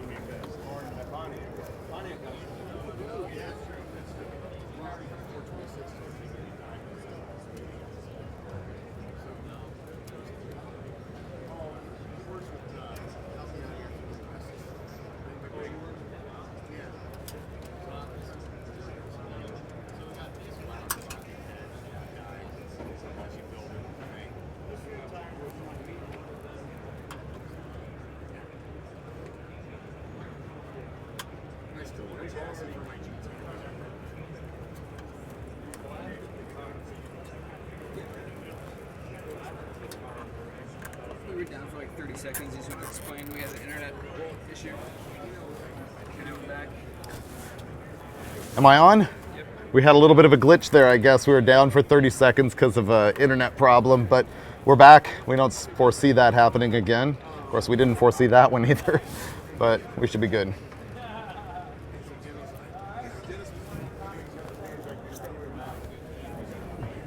Hey, while I'm on, please share this. Tell your friends what we're doing. We count on views to be able to sell this to sponsors to be able to do it. So if you like RoadKill Live and you want to see it happen again, then tell a friend, get some people watching this thing. I have a question for the We audience. had 50,000 people watch yesterday, which was pretty amazing. It'd be cool if we could beat that today. Hopefully you're sitting home in the snowstorm doing nothing but watching RoadKill.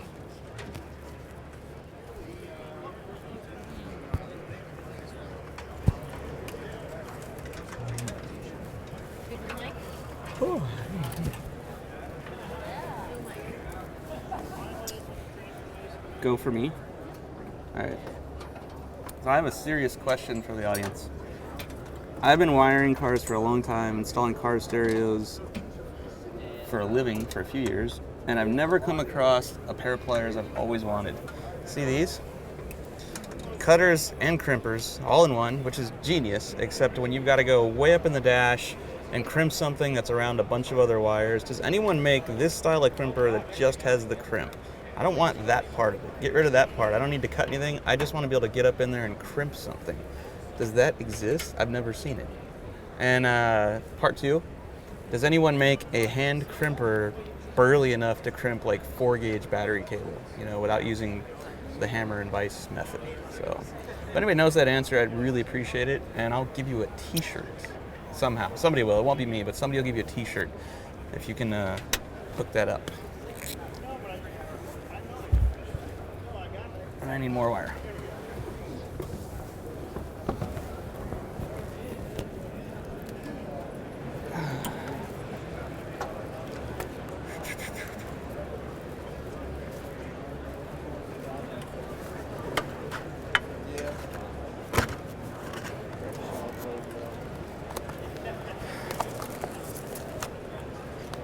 We're getting there.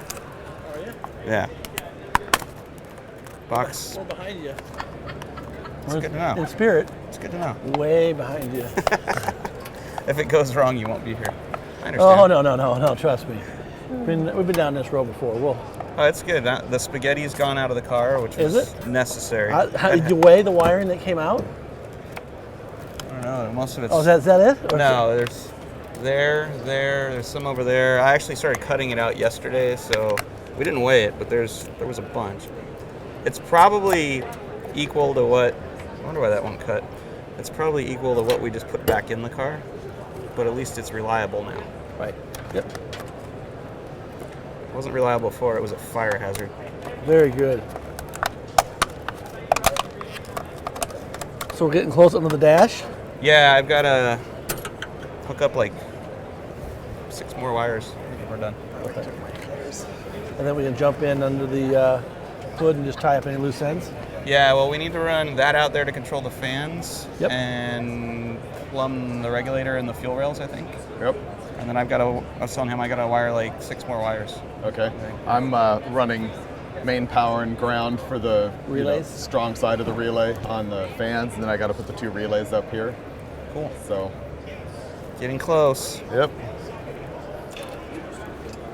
All right, so I need to plug this in and then run it out that hole to you, right? What do you think this is? Is this power to the ECU? Yeah, this is ECU. Needs to run. Feed those in, so can I feed them? Yeah, and then these 2 need to get connected together. That's the fuel pump. Okay. I don't think so. I think they're all running C12. Now, a little hint, hey, nasty. Yeah, we started on Thursday, I think. We took that engine out and trans, and then we stuck this LS7 in there and a new trans and a new exhaust and EFI, took the carbs out, put an EFI in it. Trying to get done by 4 o'clock, that's the goal. Wow. Looks like you still got a lot of work to do. Yeah, I should shut up. We'll come back in here. What time is it? We gonna hit the goal? No idea. 140. Wow, plenty of time. I found yet another wiring harness I need to put in there. Brian, what's the biggest debacle you've been involved with RoadKill? Or with Hot Rod? The biggest debacle I've ever been involved with Hot Rod was probably trying to get home from Maxton one year. I went down with Rob Canan, and we had a story where both of us raced a Factory 5 car down there.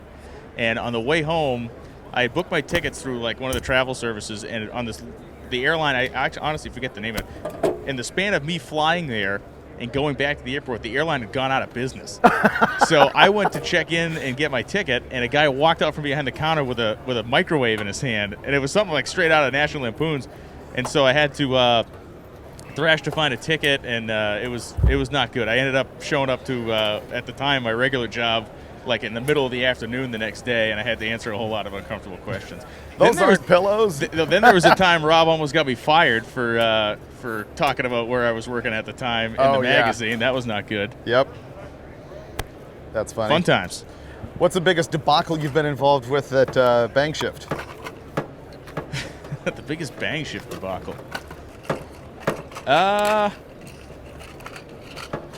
There's been so many. It's tough to pick one, really. I'm not sure. I think the most fun thing I've done so far was not a roadkill level adventure, but it was my own kind of personal roadkill. I went and bought my tow truck. I got a 1968 C50 wrecker at home that I bought from a guy in New York, and I hadn't been on the road in about 20 years, and threw a set of tires on it and drove it like 600 miles home, and the truck has a top speed of 58 miles an hour. So that was kind of a cool road trip. I'd recommend it to anybody. Yeah. If you can ever do the buy an old car and get it running good enough to get it home, it is the coolest thing you can possibly do. It's a ton of fun, and you'll never want to get rid of the car. Do you need these or want to put them back? I don't need them. Oh, actually, yeah, David, the scaffolding, my fall out of the scaffolding with like 43 stitches in my hand was the one. Really? You never heard that story? That's what explains your head. No, it's my hand. Oh, hand. We were at Bowling Green, Kentucky, live streaming a drag race, and a storm came in, and we had our camera gear and stuff on top of the scaffolding, so I had to climb down and hand up Chad some cases. Dude, look at my hand. I got 43 stitches put in my hand that time. Wow. So I was on top of a couple of pieces of scaffolding. I went to step off. I slipped, and I tried to grab it, the scaffolding as I was falling, and it kind of opened my hand up like a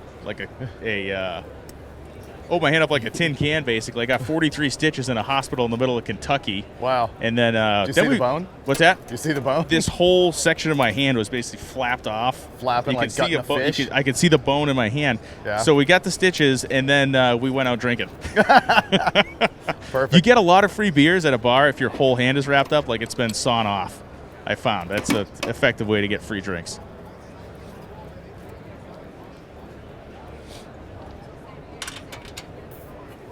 There was that time that I crashed the press car I had when I was working for you for a little while there. I have no idea what you're talking about. All fun, all the adventures. This is a good one though. It's very cool to see this thing coming together, and it's been a very fun 3 days. So, you guys, the fun is only beginning for you because you got to get this whole mess home. Yes, we do. By the time we arrive home, you're going to be announcing the Gators. That's my intention. If that's the case, then there'll be search parties for looking for you. That's true. And Mike will definitely not be married anymore. You're using the crimps? Not at this exact moment, no. May I? Do you have snips too? Those I am or using. I can use these. Yeah. It's fine. Those I am using. You can't have both of them. You can't have everything.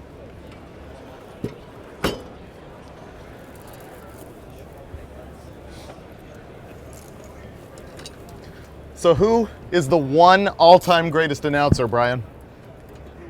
Who's the one all-time greatest? I know there's Steve Evans, there's Lundberg, there's Mac. Yeah, I don't know. I don't know if it's. I mean, everyone has a favorite. I think everyone has a favorite because everyone you kind of take to somebody's style. I think. I don't know. I think there's 3 or 4 guys like Lundberg and of course Steve Evans is that. I think Brett Kepner is one of the best because the guy has this insane encyclopedic knowledge of the sport. Dave McClellan has the greatest voice of all time. Bob Fry had done it for so long with his own individual style that I don't think anybody else could possibly pull off. I mean, there's really a list. I mean, it's not that long a list, but there's definitely 5 or 6 guys that I think are super good. So you won't commit? I won't commit. I won't do it. Yeah? I won't do it. I wish we had flush cuts. I hate cutting the ends of a wire tie with dikes and then gacking myself on it later. Flush cuts are one of the greatest tools ever. Until somebody picks them up and cuts a wire or a hunk of steel with them. Hello? Then they're useless. For everybody watching, and hanging out, click the little. Everybody watching and hanging out, click the click the like button when you go below the screen. If you go below the screen down here, there's a little thumbs up button. Click the thumbs up button. We want to crank that number of likes up. We got a ton of people watching right now. I think we're close to 3,000, maybe a little over that. So go right down below the screen, click the like button. It takes 2 seconds, and it helps us. We want your help. So click the like button.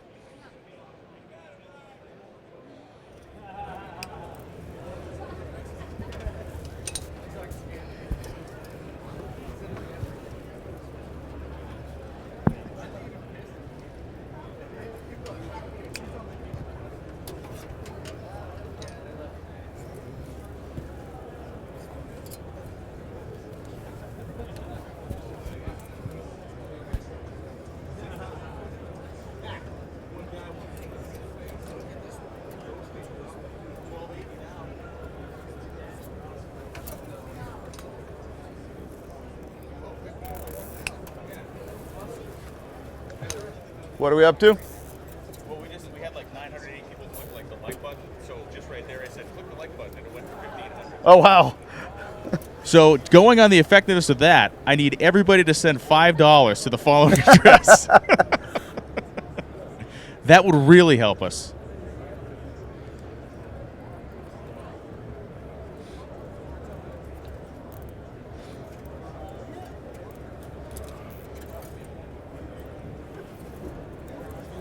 You're asking me questions. I'll ask you a question then. So in your career, who was the racer you liked to you interacted with, or you liked to interact most for a story? Who was the guy that gave you the best stuff? Well, this probably is an answer to a different question, but one of the biggest deals to me in my earliest days at Hot Rod was Dick Landy. Sure. Yeah, because of course I was a Mopar guy. I was very much into the history of what we were doing.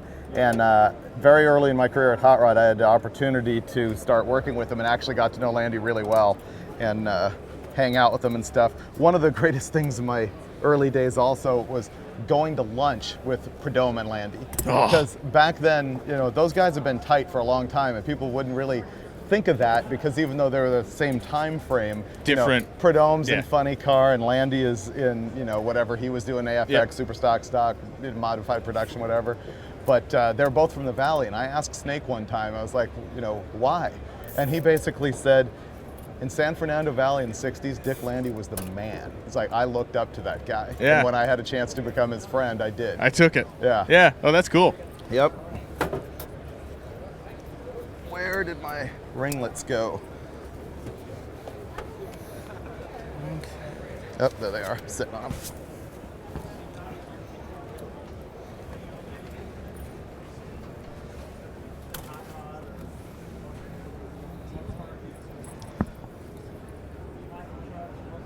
Am I on? Put these together as much as I hate to do that. Did anyone answer Finn's question? I do not like bundling grounds together like this for the two fans because if the ground turns sketchy, it's nice to have one ground turn sketchy and the other one works, so you still have a fan. But since this is the only ringlet I've got that's going to work, I'm going to go ahead and put the two of these together. All compromises all the time here on RoadKill.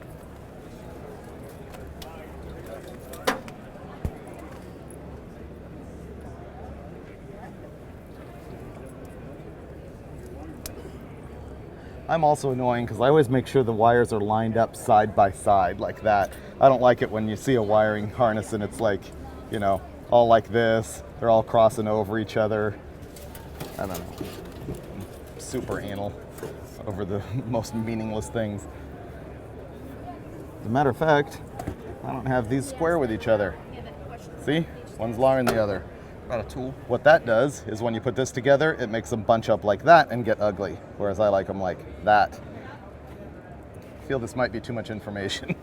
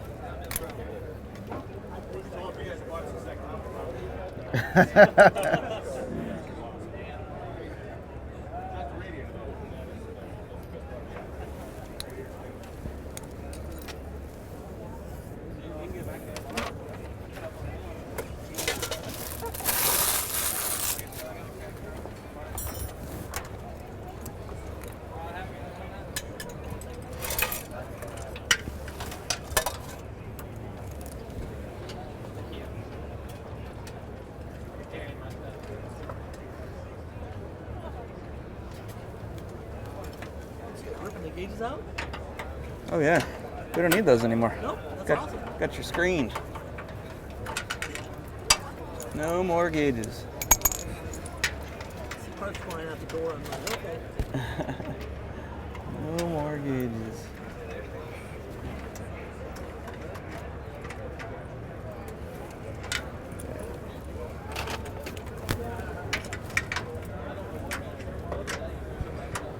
You seem to be concentrating, so I'll try to talk to you now. Okay.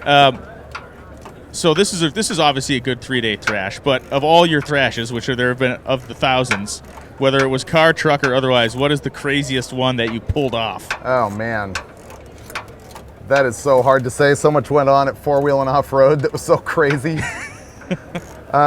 This probably isn't the craziest, but I remember when Payway and I were off on a trip one time, and we were in my Jeep J10 pickup, and we're about 30 miles from the highway in either direction out north of Johnson Valley, and we're cruising along and the gas tank falls out of the truck. Whoa. Fully on the ground.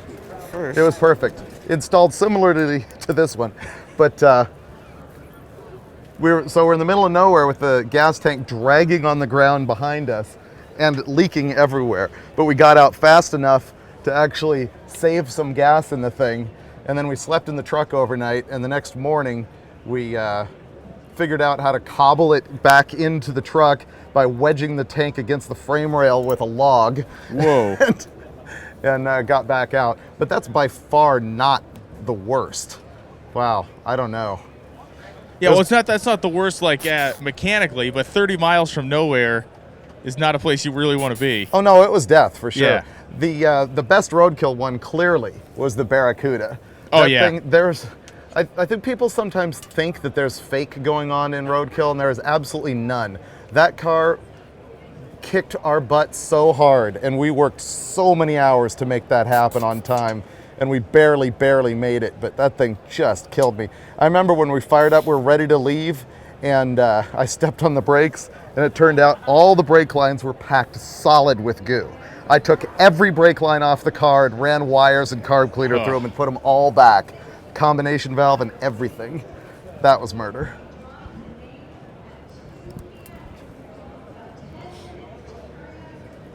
Oh, I know one of the best ones. I don't think you were there at Bonneville when we got protested on a record. No, I was not there. This was one of the greatest moments in my life. It truly was. This was so great. So we've got a whole bunch of records at Bonneville in our Camaro, and we're kind of cocky about it and stuff.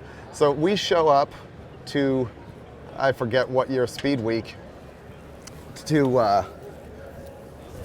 I need to get a washer before I continue.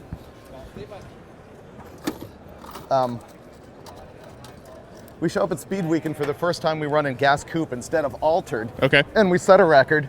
And next thing we know, SCTA comes and tells us that somebody's protested us. And we're like, what? This car is as legit as it can get. But there is a nuance in the rules that I actually failed to catch, which is unusual because I've got the rule book virtually memorized, that said that in gas coupe, your front air dam needs to be mounted at the leading edge of your front bumper. Okay. And if you know a 7881 Camaro, It's recessed a little bit. It's got the rubber lip on it, and there's really two clear body lines on the front of it, and one of them is a 1/4 inch behind the other one. And we had ours on the lower one. Yep. And so the guy protested us for that. We kind of got into an argument with him. And it was just like, come on, dude, really? Because he had set a record he was gonna get a record in the class if we hadn't. And I was like, dude, really? And so we ran to Idaho overnight to a guy who had a bunch of 2nd-gen Camaros, ripped the nose off the Camaro, came back, went to the hardware store, built an air dam out of just scrap whatever they had sitting around, and went out the next day and put like another 15 miles an hour on the guy's record. That was awesome. Powered by hate. Yes. Yeah. The old like from, what is it, Blazing Saddles, don't shoot him, you only make him angry type thing. Yeah. Mike has emerged from the cave. You've been days without sunlight in there. You're pale. A little lightheaded. If I could just figure out how to put the battery in this thing, even better. Isn't it in here? Right Yeah. here? Yes. Oh, I wonder if I can do this from up top. Not really.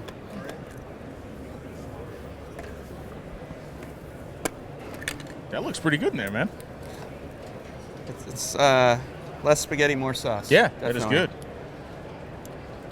It's like Mama's bolognese from the old country, my friend.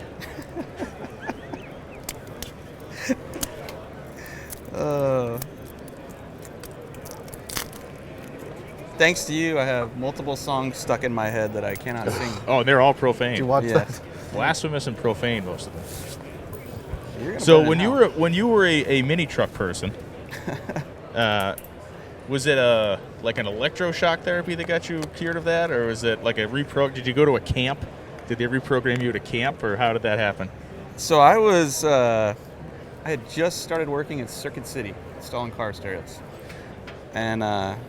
And you thought, it doesn't get any better than this. No, that's not even what happened. I had a completely stock pickup, Okay. little 94 Toyota pickup. Bone stock, first new car I ever owned. And I bought the truck because I needed something to haul my surfboard in. I never had any intention of touching that truck. It was going to stay stock. And my buddy invites me over one night, and his roommate was in a car club, and his roommate was having a car club meeting. And we roll up to their apartment complex, and there's just mini trucks everywhere. And I was like, oh, these are kind of cool. And one of them was a bright yellow truck exactly like mine, but it was bagged and body dropped and laying flat on the ground. Okay. And it blew my mind. I was like, I don't even know what I'm looking at. But it's cool. I don't understand this at all, but this is really cool, right? And all I said was, man, this is kind of cool. And the next thing I knew, two of the guys from that club showed up to my work the next day and took my truck. My brand new truck, took it, said, trust us, don't worry. And they took my truck and they brought it back at the end of the day, and they had cranked the torsion bars down and put 4-inch lowering blocks in the back. And I saw my truck, I'm like, oh my God, this is the greatest thing I've ever seen. This is amazing, until I went to drive it home. And it was, sitting on the bump stocks, the stock shock completely compressed, and I'm driving down the highway just on the stock tires, nearly ran it into a center divider. And I got home and it was white knuckle ride completely, but I got out and I looked at my truck and went, that looks amazing to me. And for like the next 10 years, that's all I did. That's cool. Hack up trucks, and it was that camaraderie, a group of people I didn't even know, but I had a vague interest in what they were into, and they treated me like family. You know? That's neat. So, long answer, but there it is. It's beautiful, man. Yeah. It's beautiful. Kumbaya. Kumbaya. Yippee-ki-yay. Well, we are now to the point where we're going to test wires. Sweet. We're close.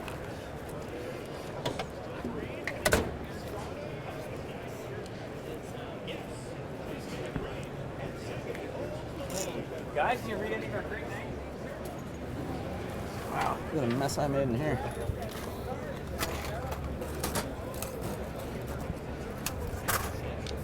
Okay, now I have to figure out how to get a couple of relays in here. Oh, and this. A year from now, Freiburger is going to find butt connectors in this car, stabbing them in the butt.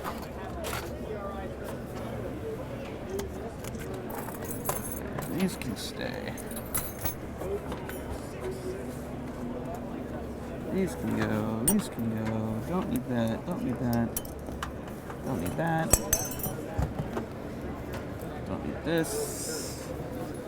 Don't need that. All right, going in there. What? That's good. Cool. It's the panel of light behind me eliminating a soft halo.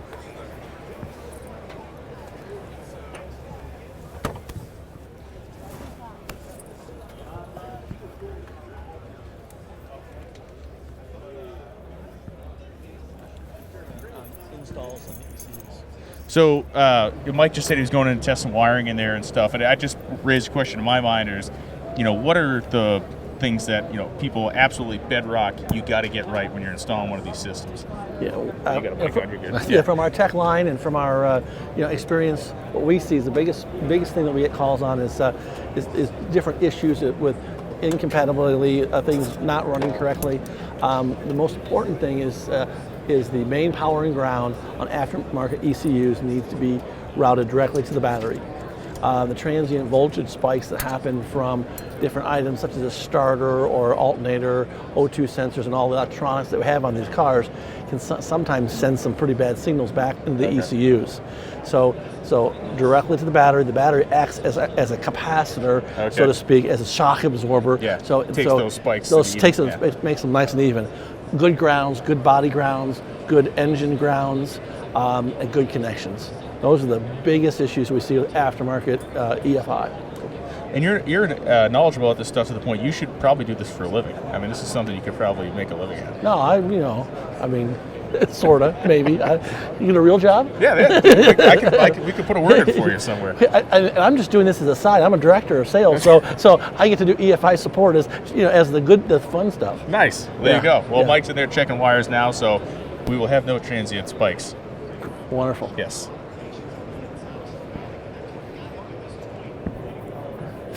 Your real job.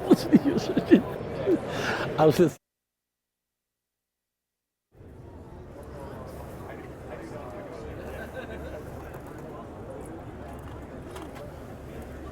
No way. Yes. What's happening? How are you? Hey, thanks for everybody that's cranked the like button. We're up to 2,000 likes. Those of you that have not clicked the little thumbs up down there below the screen, do it right now. We're trying to jam that number up as high as we can. We got 900 just a few minutes ago. Now we're over 2,000. So click the thumbs up button. Did you give them back to me? I thought you were using them. Nope. Do I have them? Right there. Oh no, that's snips. Let me check the box. Oh, got them.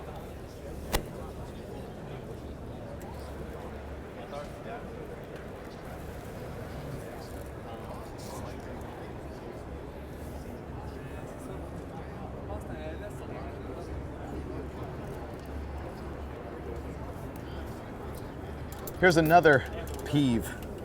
If you're going to be putting zip ties on, you got to make them so that the little zip through part is on the same side the whole way down the wire.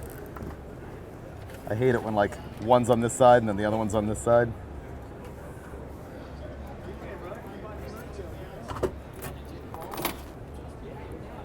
I actually wrote my editorial column about this last month, about people always tell me, why do you like beaters so much? So many of my cars have no paint and look junky.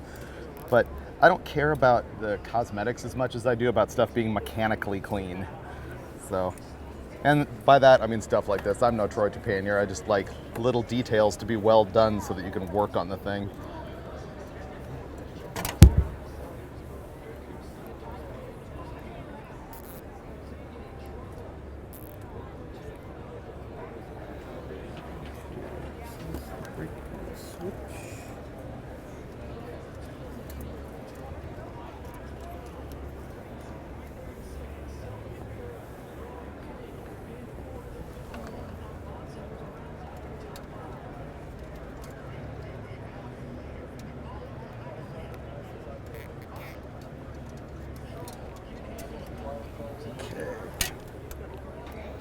Once I get all this done, I'm going to be feeding this wire up across the top of the fender well. This is the main power to the ECU, so this needs to be really clean power. They like to see this go directly to the battery.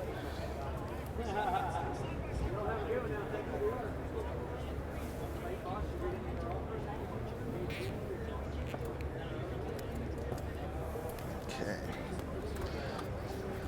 Now, I'm going to zip tie the very end to make it easier to feed.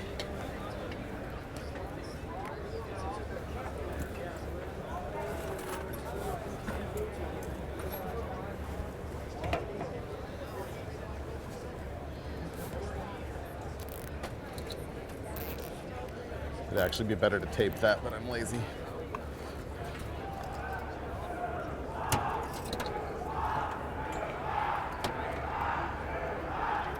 Can you hear that? That's sort of loud and annoying, which I feel is just pretty much an implicit permission to fire this thing up later. What do you think? Wire goes in that side, but doesn't come out this side.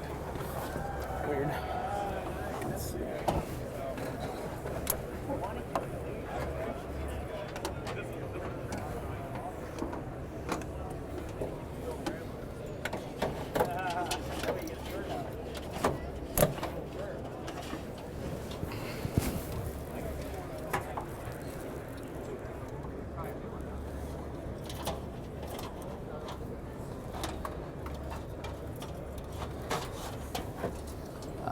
Don't like that.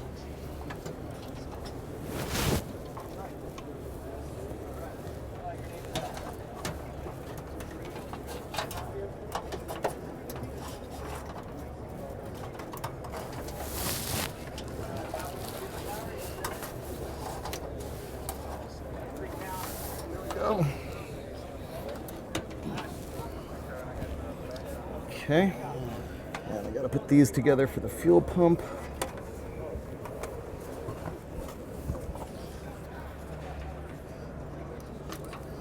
Okay, so these, notice I'm marking everything I'm doing here so somebody else could walk up and do this if they needed to. This is the ground for our fuel pump, which is triggered through a relay underneath the dash. These are the fans. This needs to go to the heavy power side of the fans. This is our charge wire, which I should label. This is the random ground floating around for no reason.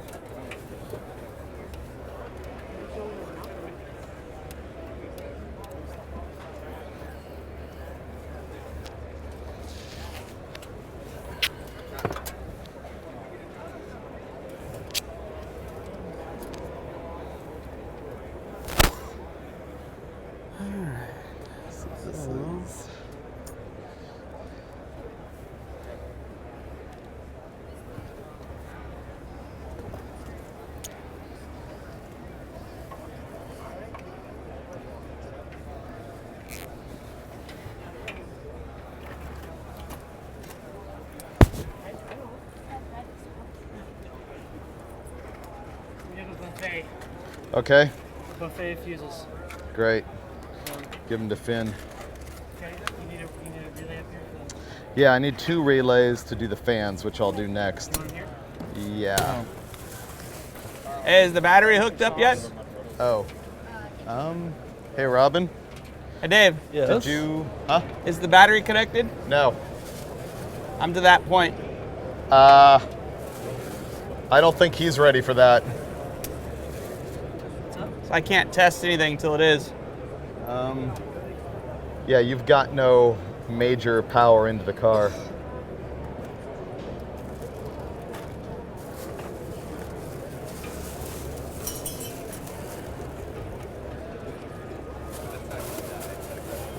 Hold on. Still need a Yeah, terminal? this is not the right battery for the application. Need a half-inch wrench for that? Yeah, it's gonna be ungood. At least that's the negative for touching the body there. See, I don't know where the main power comes from.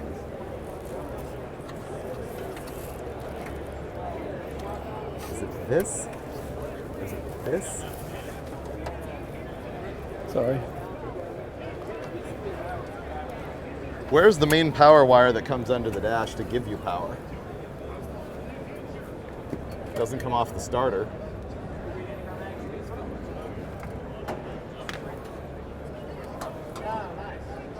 I don't see it off the starter. Whoa, camera.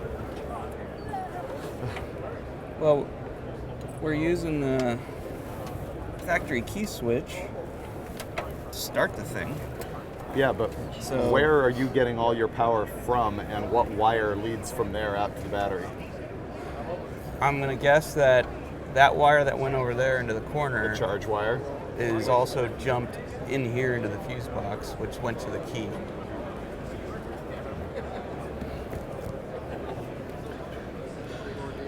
that wire runs from that bus over to there, and yeah, there's another wire here, but that's alternator. Something has to be coming to the fuse box. They're always the fuse Yeah, I know. box always had juice, Yeah, but and the key switch always worked. are there two wires on the starter? Yeah. Oh, so it's getting power off the starter like a normal deal. Well, no, Dave. No. There's a solenoid wire and a battery cable. There isn't another wire off that coming in here. Okay. This has got to go key switch, fuse box, probably there and over. Do you have the DDOM? Yeah, but you're going to have So- to put the battery. I'm to the point now where I can't make the last few connections until I have the battery. 'Cause Well, yeah, I understand that. I'm trying to figure out how to get you that. NMCA goes to Bowling Green. I would guess if you hook the battery up the way it used to be, I should have juice in here. There is no the way it used to be. All those wires are gone. Remember? I think if you have the charge wire going over there, Let's we give it a might shot. have juice. Do you have the DVOM so you can find out in there? Yeah. No, for you to find out if Yeah, it's hot. yeah. This is like the wrong. This is like a positive sized one. Right. Yeah. That's completely wrong, but it'll work for what we're doing here. Okay. I should have bought terminals at the store, huh? Yep. Okay, are you ready? Hold on.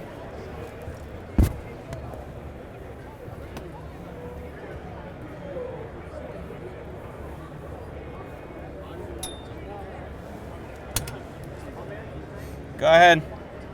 That's power. Yeah, your dome light's on.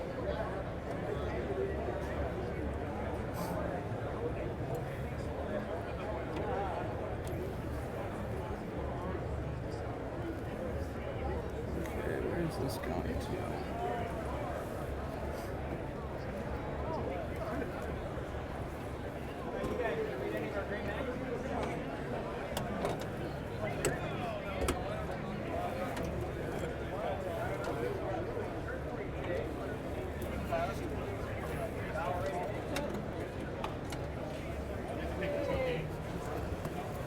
Cookie.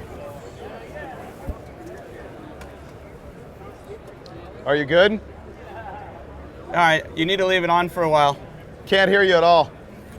I'm gonna need that on for a while. Oh. Okay. We have vice grips? No. Hold on. That's just a ringlet terminal, so I gotta find a way to attach it to that terminal, The old terminal should be on the battery. which is on the ground side. No, the two top mount things. There was only one. It should be on the battery. The old battery. Under the table, I think. Nope.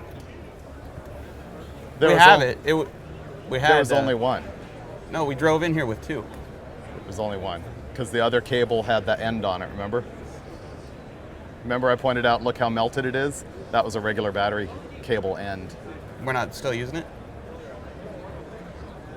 I don't know what Brandon did. You had sort of directed him on that. I don't know. I'm not out there. I don't know. What? I'm not out there. I don't know what to tell you. So I got to figure out how to get this to touch that so that he can. Oh. This part's about to get ugly. Oh, I don't know. Oh, yeah, that was something else. But now I'm trying to get the battery hooked up so that he can start testing stuff. But the problem is we don't have the terminals to get that done. So, hey Brandon, so you didn't get any battery terminals? Where's that cable that we had that had the terminal on the end of it? Yeah, I need that just to use it to be able to hook the battery up.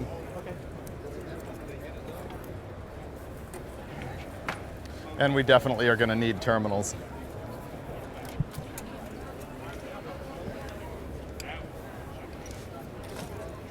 You think you had it with you?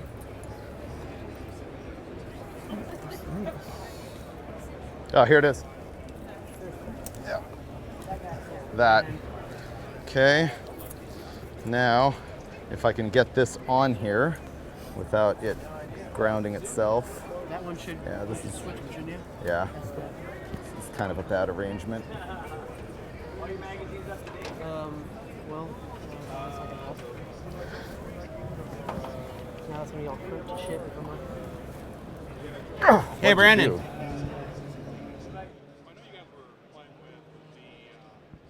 All right, so we're going to do a little roadkill promo here. For anybody that's at the show and watching, if you come by the booth or you come by our display or our mess or disaster, whatever you want to call it, and you tell us why you love roadkill, we will give you a roadkill t-shirt. So those of you that are here at PRI watching on your iPad or your iPod or your phone, come by the booth, tell us why you love roadkill, and we will give you a roadkill t-shirt. Will it fit? We don't know or care, but we'll give you one.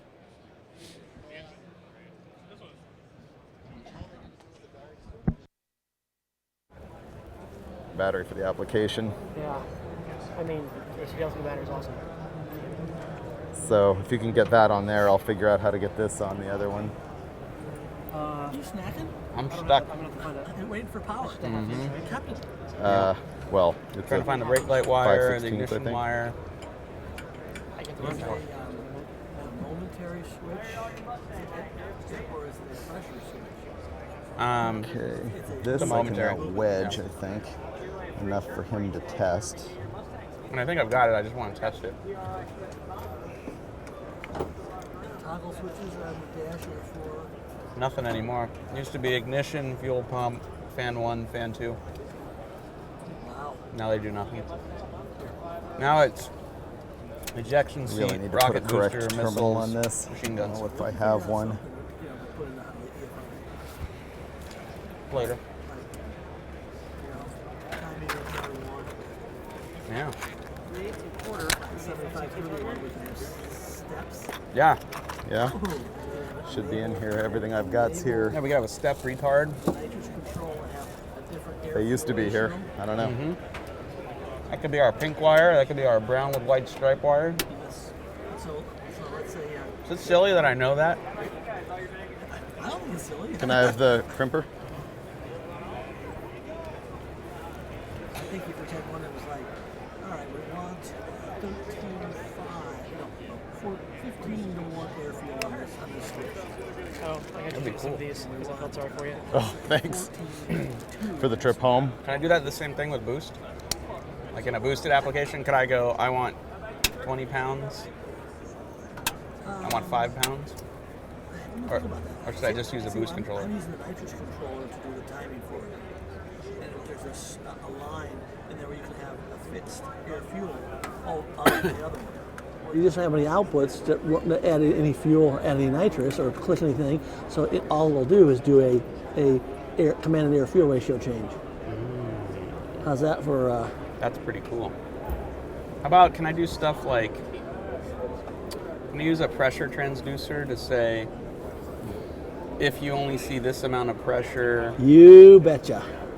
Shut this is going to be countdown to Freiburger slicing himself. That's pretty cool. Now those type of strategies, you can build strategies Wow. in the This is some tough input-output stuff. segment of the ECU. You can do like an if-then kind of thing? Sorta, yep. Wow. And so you got to be real careful because sometimes people don't consider all the scenarios. Yeah. And then they end up with issues and they think it's a engine problem and it's not. So, but yeah, you can do different strategies, and once we get ready to start looking at the software, I think you'll. That's going to be fun. Oh yeah. I wish it was my car. I'd sit home and play with it. The only thing bad about this thing is the inability to recline. I know. These are actually pretty comfortable seats, though. Okay. Yeah, these are not bad. It would be nice if they reclined, but I want to see David climb in the back seat for a nap. I don't think anyone's been in that back seat. Liar. Okay. Yeah, I tend to agree. All the trips you've taken in this car, there's nothing back there.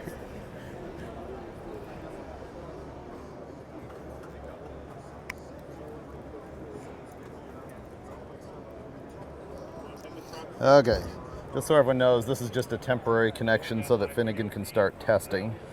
So the level of butchery is not permanent.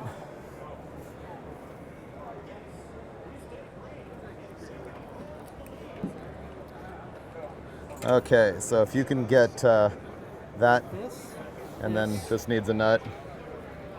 You need a washer too, doesn't it? Yeah.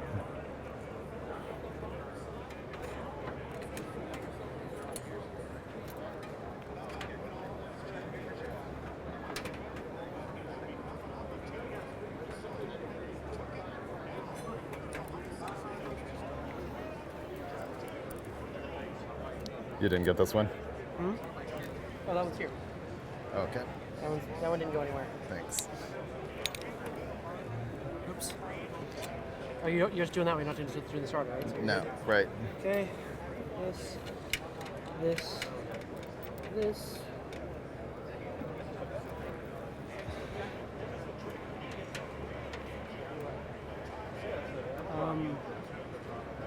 Just throw it on there. Or no? I don't know. It doesn't matter if that ground hits ground. There you go. Okay. All right. We've got power. Now, thanks, sir.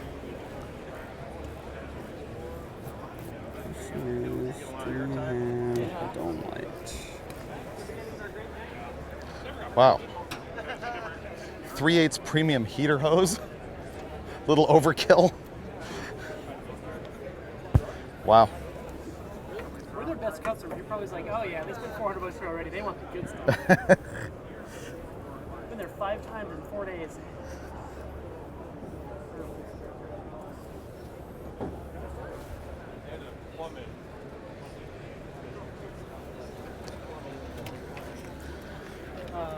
Don't want those. The fuses are all in the electrical drawer. Let me hand them to him. Did you already handle the pipe stuff? No.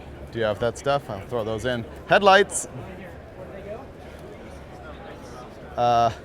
Big or small one here. Big one there. Over there, on the radiator. Headlights work. It's like coming to life. Slowly. Do you want the fuses? Yeah, that would be great.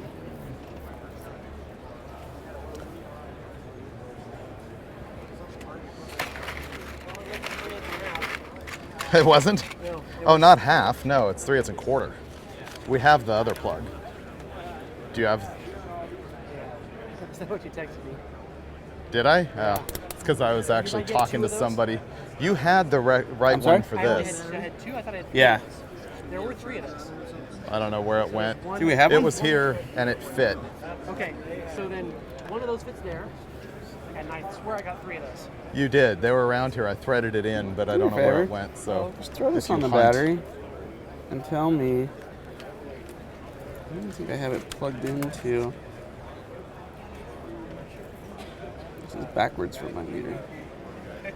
Here's fuses.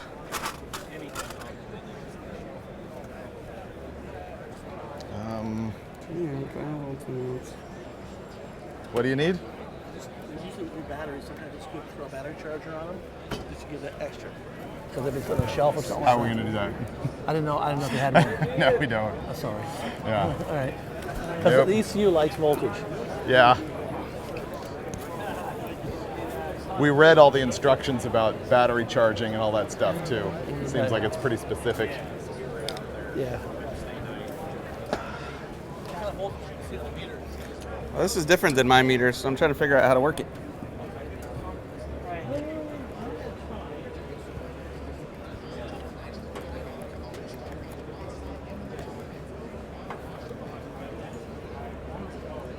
And how much sauce you want on these things? Just coat it thoroughly. Yeah, there you go. There's All right, so that's not correct.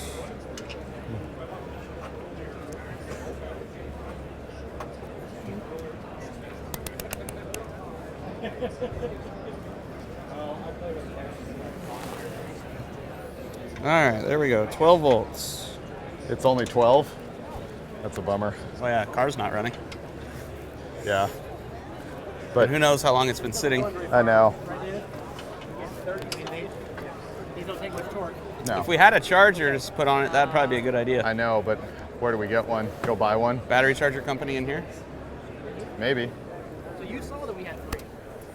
Yes. Okay. I physically threaded one in. Okay. They're here.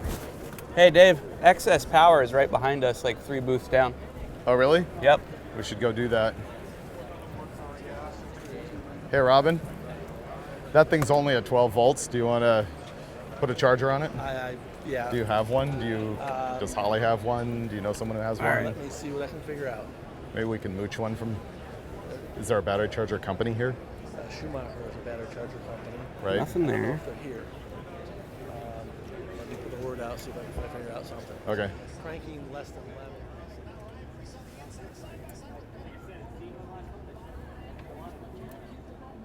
Okay, there we go.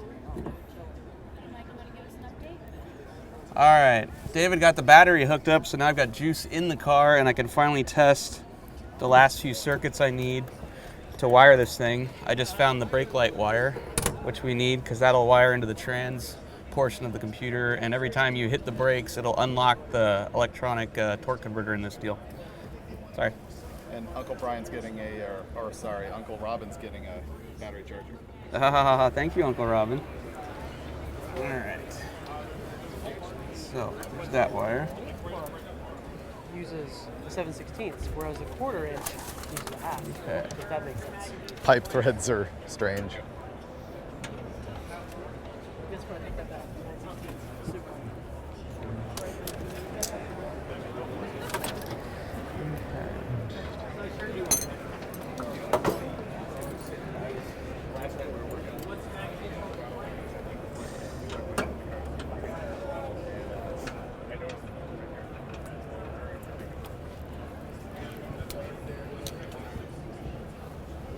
Okay, that's handled. Do a general tool pickup. It's getting out of control.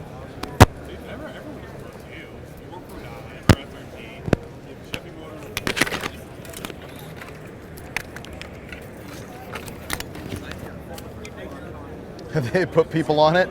Yes, I did. Thank you. Kind of like lunch if we had to get lunch. Yeah. Yes. Red butt connectors. Frequency. Naturally, they're not here. I thought so too. I think I just found them. Yeah.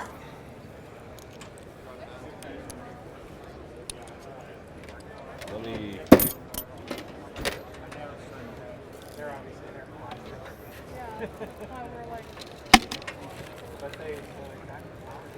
How are we doing? Are we close? We're close. Good. Not close enough. Roadkill, you're never close enough. Nope.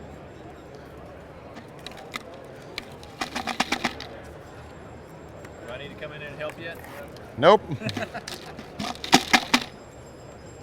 We're on our own as long as we can stand it. Have you come in at 3 in the morning? Check, check, one. Trash. Well, they kicked them out, so they couldn't be here all night. Oh, yes, we could. They were going to let you stay all night? Oh, yeah. We headed out on our own. Okay. How late were you guys up last night? 9. Oh, Mm-hmm. We got all the mechanical work done. just electrical and fluids? Yep. Yeah. Brandon's working.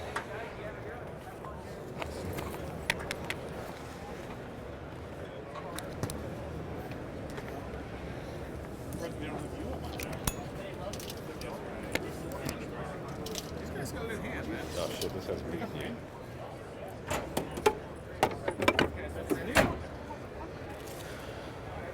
Hey Dave, I was surprised at how much I enjoyed you guys destroying a Dodge van. Oh, thanks. Yeah, I know it for no reason. That and the cop car episode was, a friend of mine has owned like 3 or 4 cop cars in his life, and I Yeah. said to him, I'm like, gotta watch it, gotta watch it. Cool. Oh, Brandon, did you find? You had it in the battery terminal box. Oh, awesome. What does this say? This isn't even the one that I think were there more in there? Because I think I bought 3 that were like this. That's the one I bought. Aha. Okay, we had plenty. Sweet.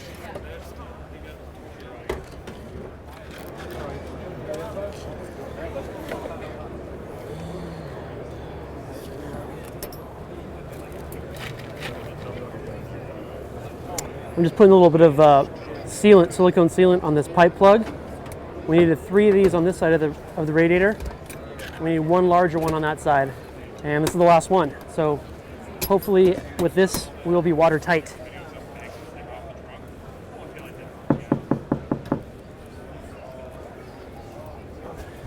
Is there any reason why I can't bump the starter? The starter's not hooked up, and I can hook it up. Cool.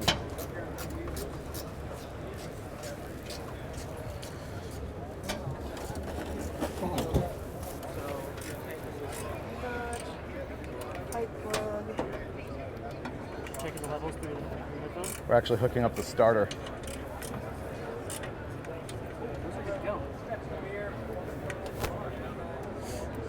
Do you need me to start filling this, Freiburger? Now, do you need to get this time to cure, or? No. Let's hold on. Okay. That's gonna spill. We're waiting. It's connected. Is do there all the dirty anything work that is later. loose that's gonna arc or blow up the computer or anything? Like out here, let me look at the starter. Yeah, looks like the start wire is hooked up. You're just gonna tick it? Yeah, I just want to see if we have juice up here. Nope. So why is that? I don't know. Let me see what I got. What? It's got to be something at the battery. Yeah. That's grounded, that's up. That's connected.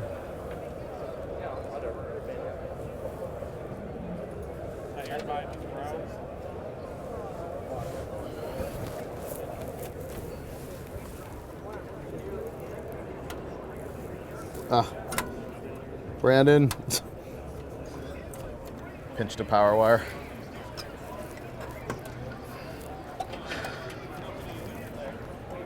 But you have power in the dash? Well, I don't know. There's nothing in the dash to check. Earlier when I touched it, well, that dome light's on. That's a different circuit. That's Okay, so different. that's power to the fuse box. Right. So, but no power to the ignition switch. Do this. Go down to the starter and check the solenoid. Yep.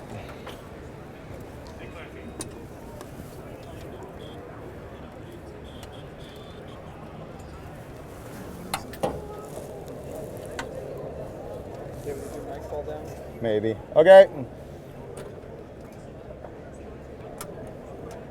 Okay. All right, so I got to figure out where that's going. No, my mic's right here. Is the battery dead?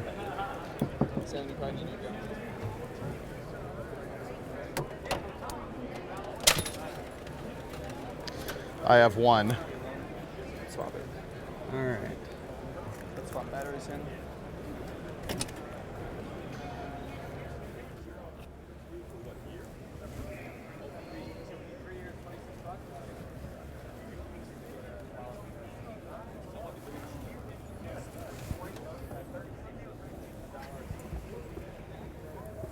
If you manage to get it turned on, is it going to spray gas everywhere?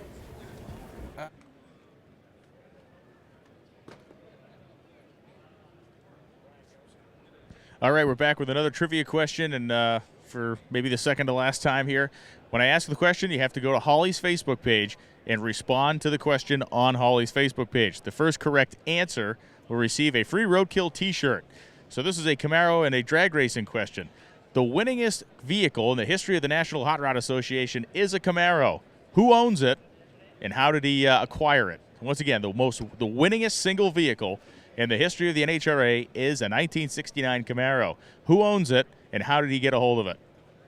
That is our trivia question here for a free RoadKill shirt. Again, you have to go to Holley's Facebook page, answer the question. The first correct answer will be awarded a t-shirt. And we'll take a second to thank our great sponsors here. We have Holley as the presenting sponsor of our entire 3 days of this RoadKill live broadcast. We have Classic Industries as the presenter of today's action. AC Delco is a Friday sponsor. We have Eastwood Hand Tools, and we have Ironclad Performance Gloves. Mass Motorsports gave us loaned us, I should say, as this engine is a loaner from Mass Motorsports, the LS7 that is in the front of the Camaro. Gearstar Transmissions provided the 4L70E. GoPro has provided a bunch of cameras. There are GoPro cameras all over this place, delivering a ton of footage. And Be Cool supplied the LS Swap radiator in the front of the car. Go to Holley's Facebook page and tell us the winningest car in the history of the NHRA, who owns it, and how did he get it? I don't want to. Okay, hold on. Come in here. I don't want to chase our tail. I know that this is a good ground right here. This guy right here? See that right here where it's scratched away? No, I can't see. Oh. The light's right in the light. Okay. Don't. Cool. Oh, okay. Now I see. Okay. Need the light. Who? Total Power right there? Right there. So Nice. We'll ban your way. Yeah, this isn't working. We need. Are you okay leaving it won't work. connected? I need to Because we're get still over here. Roger that. The cage. Let's try it. I'll go back to a circuit I know works, which is brake circuit. Where'd the brake light switch go? There we go.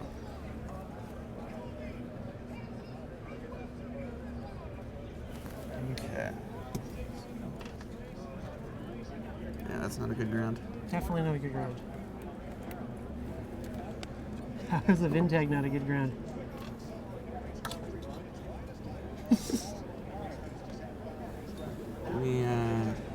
Use that thing to look double. No lights on. Are we sure the brake lights are on?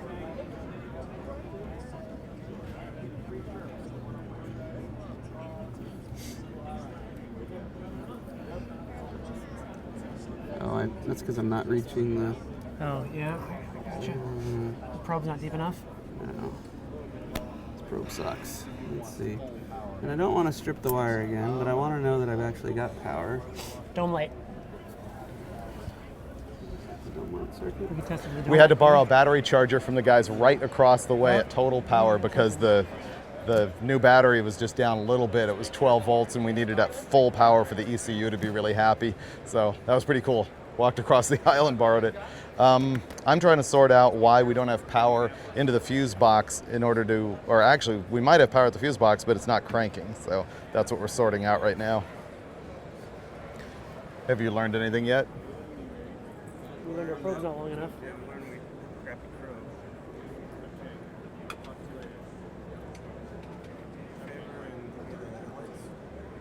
Give you. Need?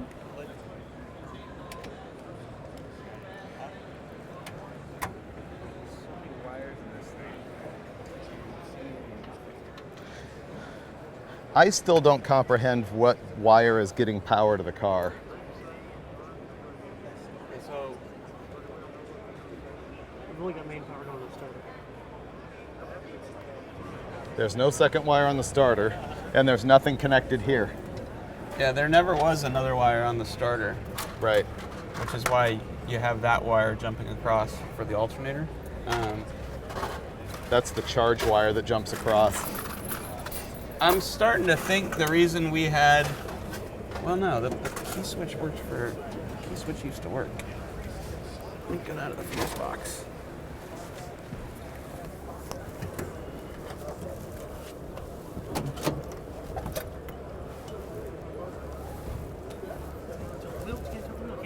Nope. There will be no wheel tilting. Alright. So let me get probe. Okay. And I can use the voltmeter once you're done with what you're doing. Yeah, it'll be a little while though. Is that all right? All right, so the trivia question was the winningest car in the history of the NHRA is a 1969 Camaro. Who owns it and how did he get it? The answer is Dan Fletcher owns the car, and the car was originally bought new by his dad. It has been a race car since virtually the first day it rolled off the showroom floor, and his dad gave it to Dan years ago. So it's always been in the Fletcher family, and it has won more NHRA national events than any single vehicle in the history of the National Hot Rod Association. Oscar Wan was the guy who got that right. So Oscar, go back to the Holley Facebook page, enter your information in a private message to Facebook, a private Facebook message to Holley, name, address, shirt size, and we'll get you a RoadKill shirt. Good. You guys nailed that one. I thought that would be kind of difficult, and within seconds it was 50 correct answers. So Oscar, you were quickest on the trigger. Yeah, this should be ignition. Nothing. Oops, I haven't done it yet. Nothing. 3, there we go, 13 volts right there. Okay, how about now? It's nothing. 13 volts, nothing. Okay, so we have an ignition circuit. Mm-hmm. Now, starter will not go through the fuse box. That's our problem. So, that means that somewhere between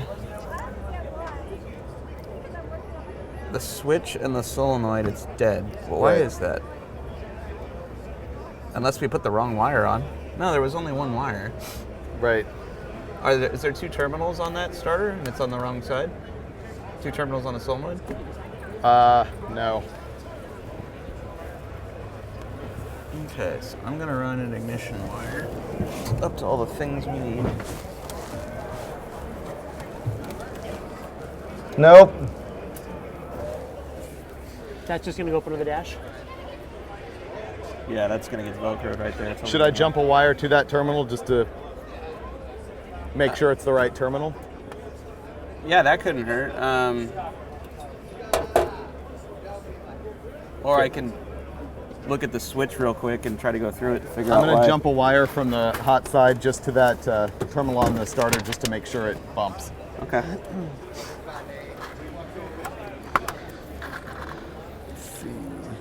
Is this your immediate junk to-do sitting list? around I can use. Here we go. Yeah. Yes. Is there anything I can do while you guys are doing something else?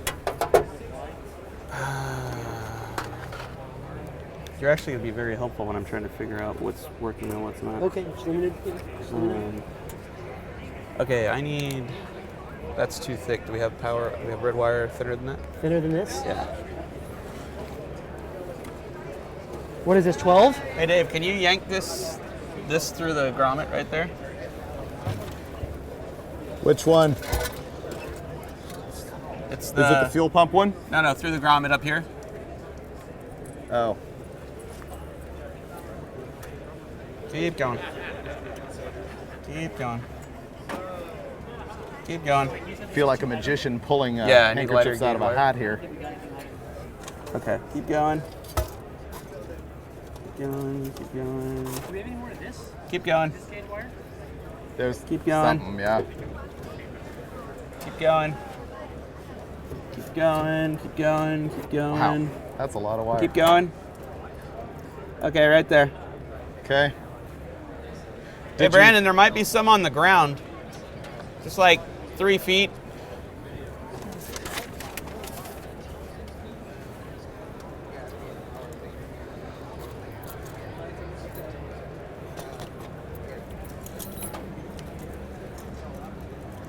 This is maybe one size smaller, Mike. You have any red wire? Random piece of red. Where's that right wire? there. This guy? How long is that? This little guy? 2 feet. That might do it. Almost 3 feet. That might get us there. Maybe. Okay, bumping. That works. Okay. So that's the correct terminal. I'm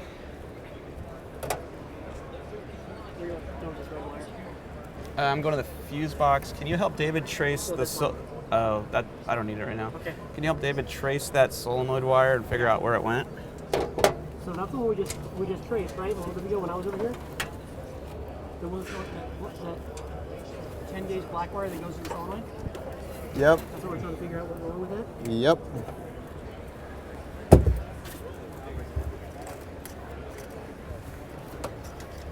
Naturally. Hey, Brandon. Do we have a female spade in red or blue? Female spade.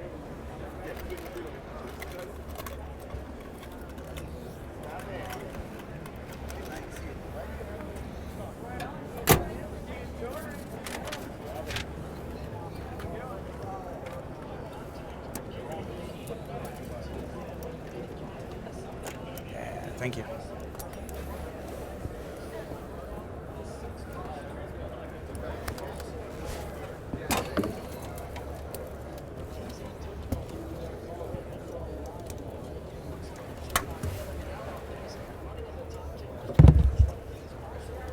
You need a third hand? At the moment, I'm okay. Thank you. Can I use the voltmeter for a sec? Yep.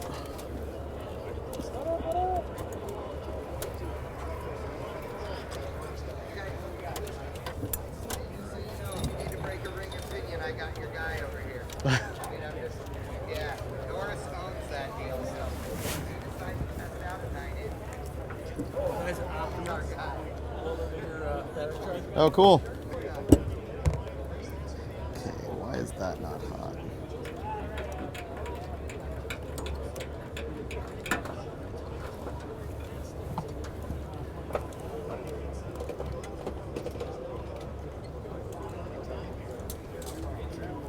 Okay.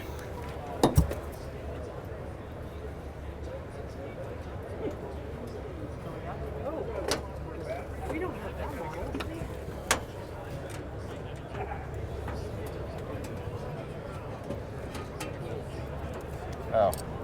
Would that be it? You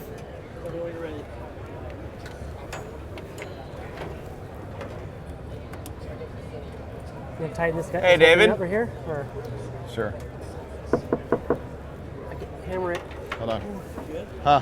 There's a 10 gauge red wire coming this way into the firewall through a rubber grommet next to the fuse box. Okay. What does that go to? Because this looks like it used to go to battery fused. Yeah, it's this right here, right? Yeah, what does that go to? That's what I'm tracing right now. It was unplugged. I just plugged it back in. Oh, okay. You want me to try to bump the starter? Yeah. Well, I don't want to ground that. Yeah, that's not it. Nope. Okay. Oh, dude. Hold on. Dave. Yeah, we're totally down to the wire, literally. We're trying to get the last bit of wires. What was it? Neutral safety switch. Neutral safety switch was bent.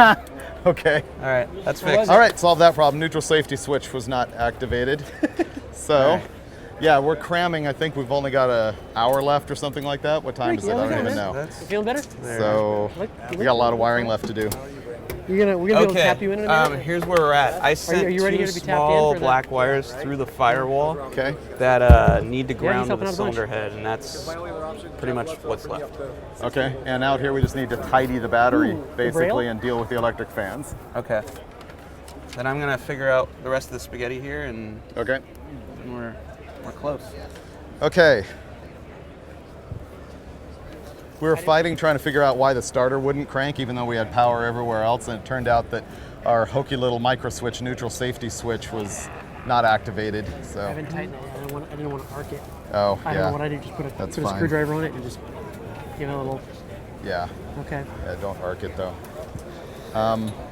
So now there's Finnegan's tidying up some spaghetti underneath the dash. I need to hook up the fuel pump here, which we haven't done yet because when we're keying on and testing things, we don't want the computer to send power to the fuel pump relay and make it squirt gas all over the crowd here. So you guys want to go So back that's to going to be the one of the last things that we do. I also need to tidy up this mess here. We just sort of patched the battery connections together in order to be able to start testing. I see a wire I need to clip.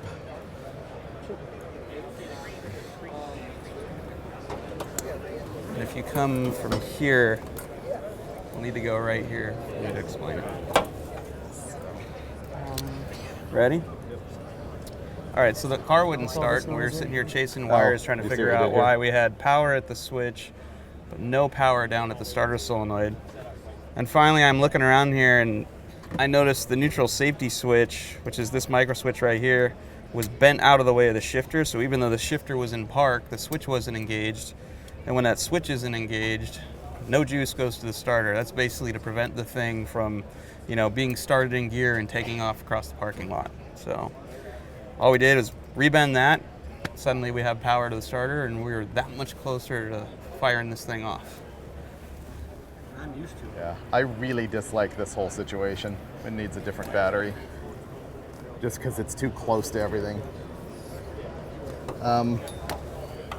Okay, so you've got all your grounds done, right? Yeah. Okay, Is that, let's see what that is this can do. tight? No, not even close. So can you get that?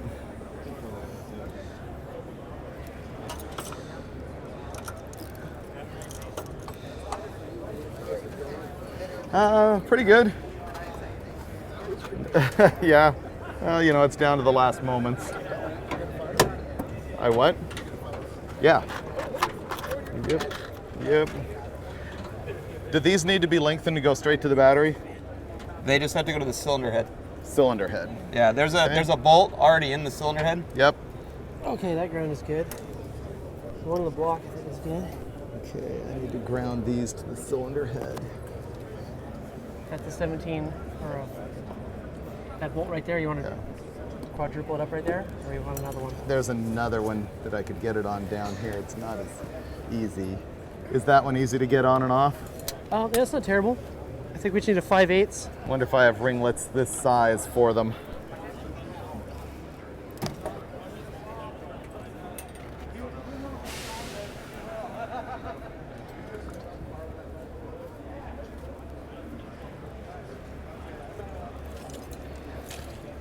I don't see the ratcheting 5/8, but it's a 5/8.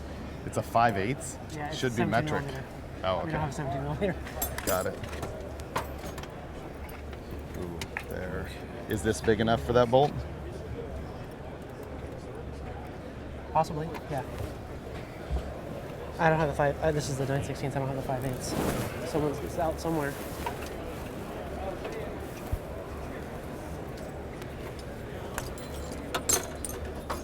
May I put away some of these, or do you need them?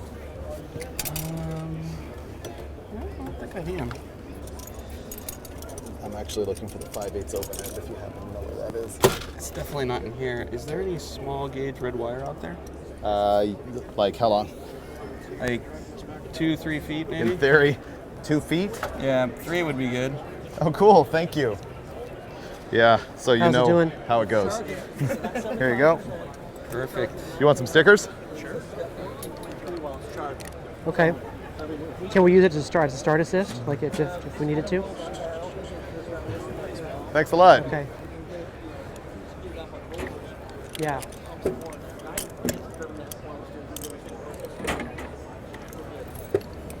I just gotta move this. I gotta move this battery around once before we do anything because it's not bolted down and there's a thing that's power is underneath there. What am I Should we do doing? it now? I keep getting distracted with other things. Need to figure out relays. And then put this to ground. Are we done with it? Let it charge, and we remove the battery all you want. Wait, what are you saying? Push this to a terminal here. Push this to a ground. Oh. That way you can move the battery all over the place, and these won't pop up. Right. Why do we need to move the battery? Oh, just so we can actually bolt it down and get this thing, get that wire out. Oh. That wire is still captured, but I don't want to move Well, it because then why don't it's we so just- close to this. It's going to take 30 seconds. Why don't we just... Ready? Yeah. I just don't want to move this thing around too much and arc it. Yeah, that's what I'm afraid Yeah, of that's right the one here. Right there. I'm going to take this all the way out. Welding 101. Yeah, I do not like that. Okay, there we go. You ready? Okay.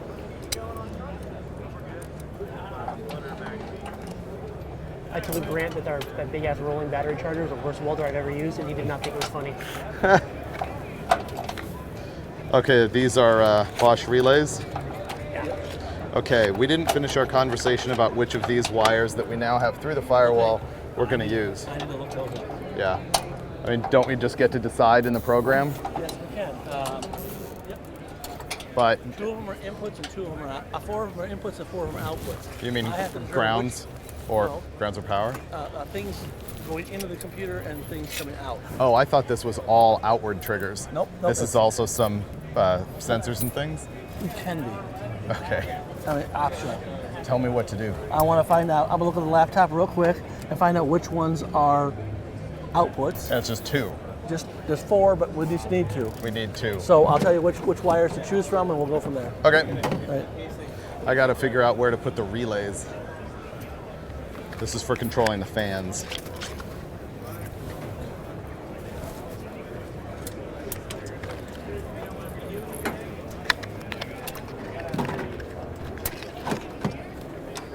Okay, this is going to be power in the fan. And then I got to ground them. Fits so nice in there. Maybe I don't have to in this case. What? Yeah, it's mystery. Yeah, we decided to just leave it there just in case we need it later. So you can just literally tuck that under and pretend it doesn't exist.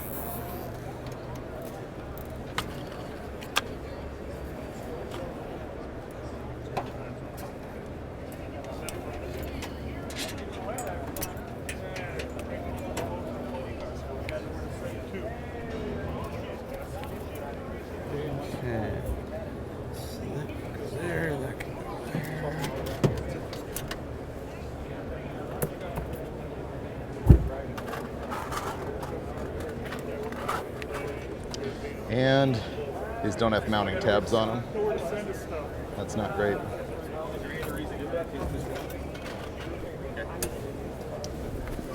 These don't have mounting tabs on them, so they're going to be danglers. That's wonderful. Yeah. As long as they don't bounce too hard. And I'll strap them up zip close. tie. Yeah. Or taped up from hell. So it's on his head. Yeah.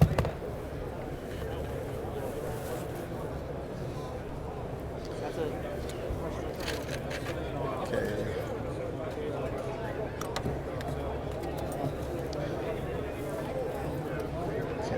Where am I going to put them? Hide them under the battery tray. It's always good.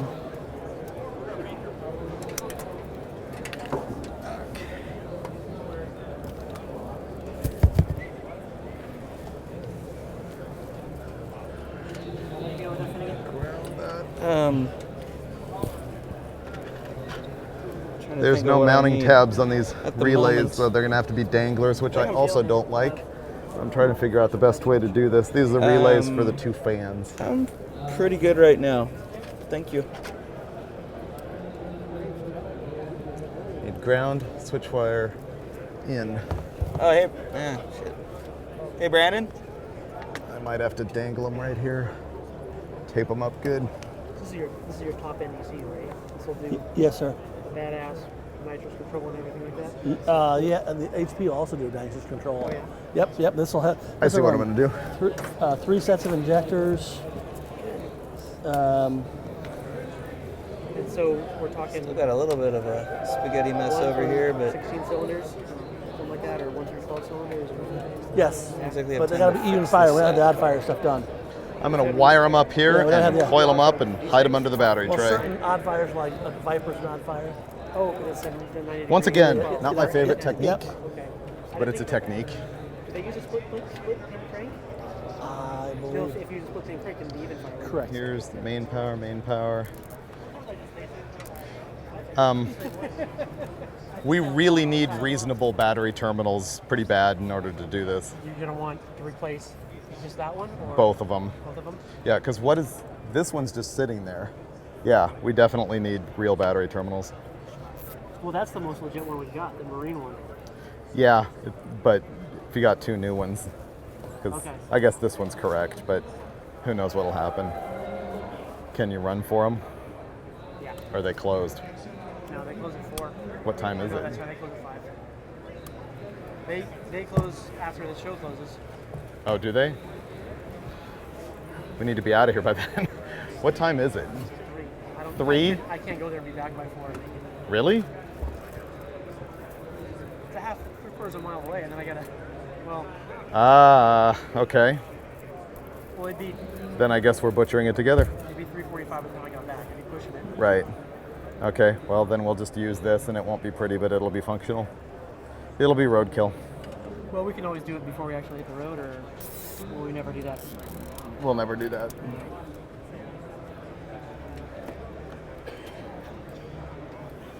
Okay. Should we work on fuel? Oh, then there's that. That's a big problem. Yeah, that's gonna be a big mess. We have an hour.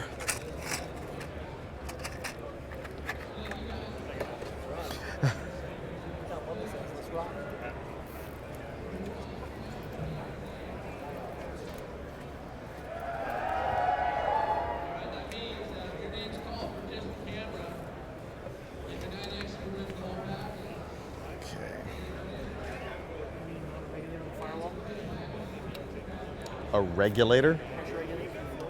No, it's down on the frame rail. It's going to take some doing.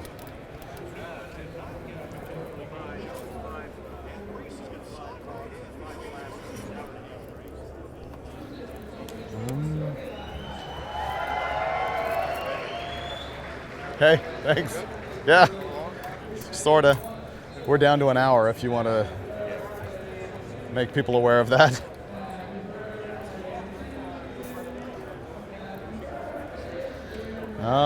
Really need those spade connectors. All right, so we have 1 hour left. There's 1 hour left before the 2013 PRI show officially closes. Right now, Mike is pretty much done, it looks like, inside the car. David is wiring up the power for the ECU, it appears, and we have fans to wire and still some fuel lines and a fuel regulator, I believe, to attach. So as far as an hour goes, we're getting pretty much down to nitty-gritty. Are we ready to call reinforcements yet or no? It won't help. It's small detail-y stuff that's just So too small stuff to call in extra sets of hands, and that's anybody who's ever been on a project, not when you're trying to finish on a timeline, but just when you're trying to finish. Sometimes you get to a point where more people slow things down and get in the way. So once Finnegan gets done inside the car there, he can hop out and probably start working on the fuel stuff. But we're close. Motors, they tested the starter out and stuff, or made sure that their wiring to have the starter work was okay, so the motor did kick over a little bit. Signs of life, but less than 1 hour remaining. Anybody who's watching, share this on your favorite blog, share it on your favorite message board, get on your Facebook and tell people there's 1 hour left before the Crusher Camaro is going to fire up after a 3-day thrash, where a big block Chevy with a blower on it came out, and a nice LS7 built by Mass Motorsports and powered by Holley EFI went in. 1 hour left, spread the word. Coming right down to the wire, as we expected.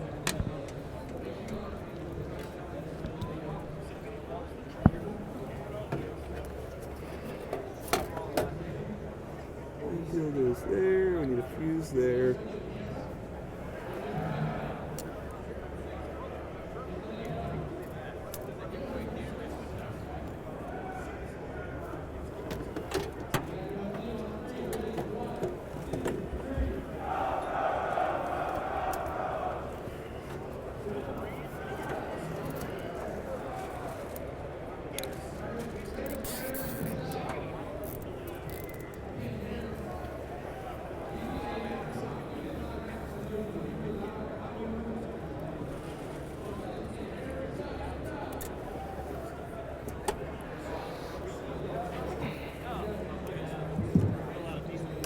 All right. Done.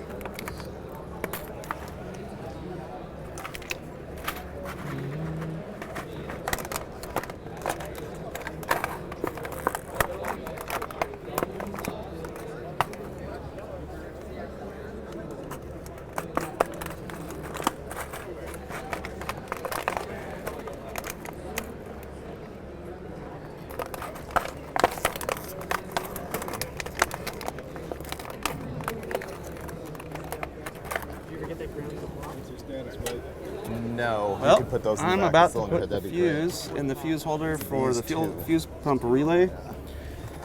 And this thing's wired.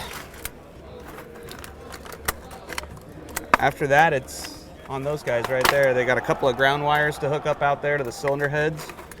And if they've got the fuel lines plumbed, we can test this. We can try this out. I think. Wonder if we can use this again. I'm thinking we can.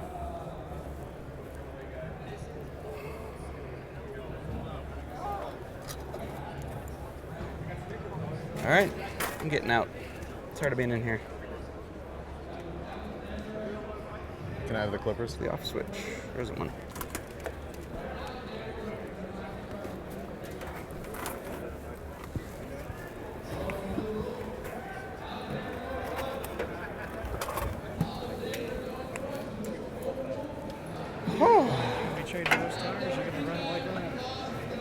Well, even that's too stupid for us. We're definitely changing those things, man. Either that or we need to find... You guys are extreme. Oh, God, no. No, we're not going home. I heard it's snowing outside, is it? It snowed last night, yeah. It's not raining right now. Oh, is it? Yeah. I think we have wipers that work. We have a wiper that works. Okay, which ones? Hey, dude. Thanks for watching. Appreciate it. Did you get a sticker? Yeah. All right, cool. Right on. Good meeting you. Gray yellow.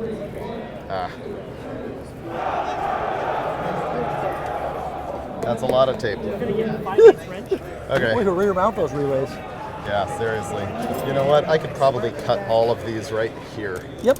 They'll never to be used ever again. Well, they might be. But that's enough length to get. The length won't be. Yeah. Seems to have gone wacky. Maybe it's in the metric drawer. Bye-bye. Adios. Okay. So then I need to separate all these out because I'll pull the other ones through. We don't have one. Yeah.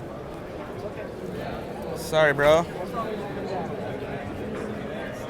It's not water.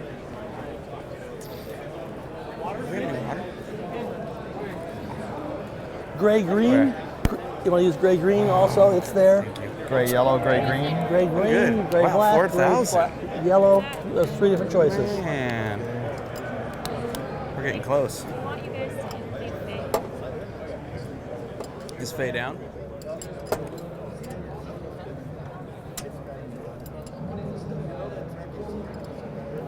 There's a 5/8.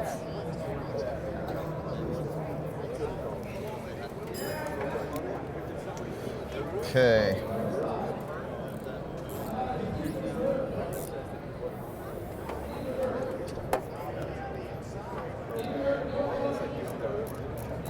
Gray yellow. And gray green. Sounds good. That's what I need to know. Okay.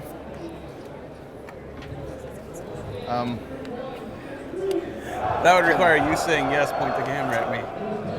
Can you tug these all back through and just coil them up there for future accessories like fogger? Yep. That's fine. Thank you. Yes, I Then I'm can. going to use those for the triggers for this. These I need to put connectors on. I'm going real quick and dirty on the van relays.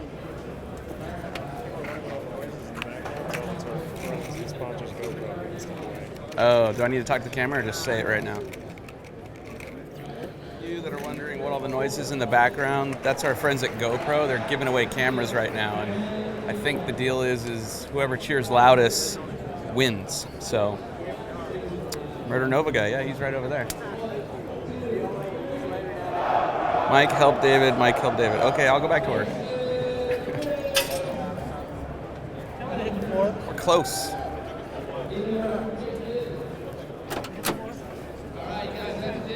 I heard it hit the floor.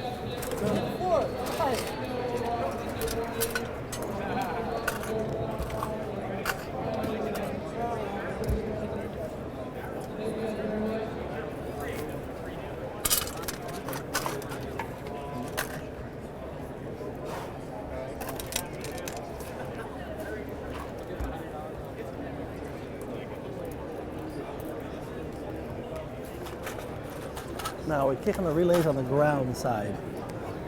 Oh. I can change it if you need We power. are No, close. I'm thinking of how I'm going to do that then. So, I was getting power across 86 and 85. You want me to tug those back in right now? This is battery power in, this is power out to the fans. That harness there. And so I need to go full hot here and trigger the ground with your wires. On the side over here, on the ground side. Well, it doesn't matter which side you Right, use. okay. Okay, here we go. Ready? No. One is power all the time, and these Why is two it are hard to power tug? outs, and this is coil. Hold on, Mike. These are coil? I thought the sides are coil. Meaning this is... Are the fuel rails hooked up yet? Correct. Oh, okay, I thought it was the other way. I thought... Hey, are the fuel rails plumbed yet? I thought 87 and 87A were the switch, or 87 and 30. They are. You're right. Okay, so yeah, this is power in, power out to the fans, and then I need full power and then put your wire here to ground with. Right. Not as close as I thought we were. Test it. Yep, it's a grounding switch, right? Yep. Okay.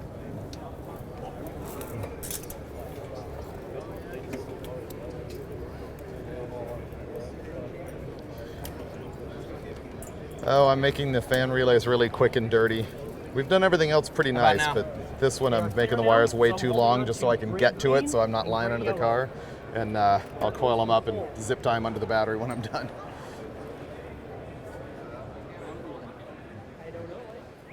Because we are down to the wire. Why can't I pull it? I don't know. Maybe there's another. Although the other big time killer is we have not done the fuel system yet. We got a bunch of fuel lines to make. Now it's moving. That's gonna destroy us. That's gonna get us way past our 4 o'clock deadline. We'll see if they throw us out of here or not. It's not gonna be pretty. Oh, okay.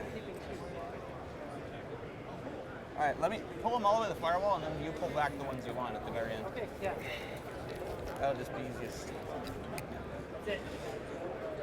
Okay, pull back the ones you want. So then these. Brilliant. Excellent. Thank you, Mike. Sure.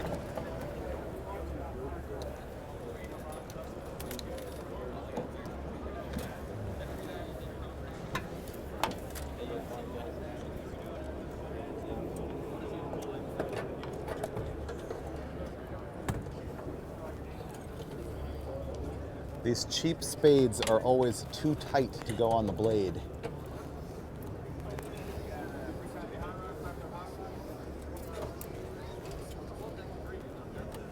Insulated gets the script right here. What? Insulated script right Yeah, the non-toothy one. Okay.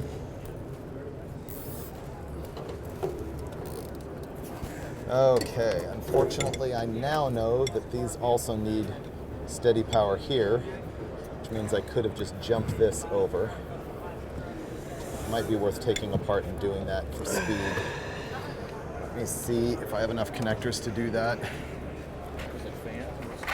Yeah, this one? Yeah, what's that? I have no idea. Yeah, maybe. Yeah, I was told to ground it. Yeah. We got this pretty cluster of grounds right here. I need like a little red wire from the floor somewhere. This.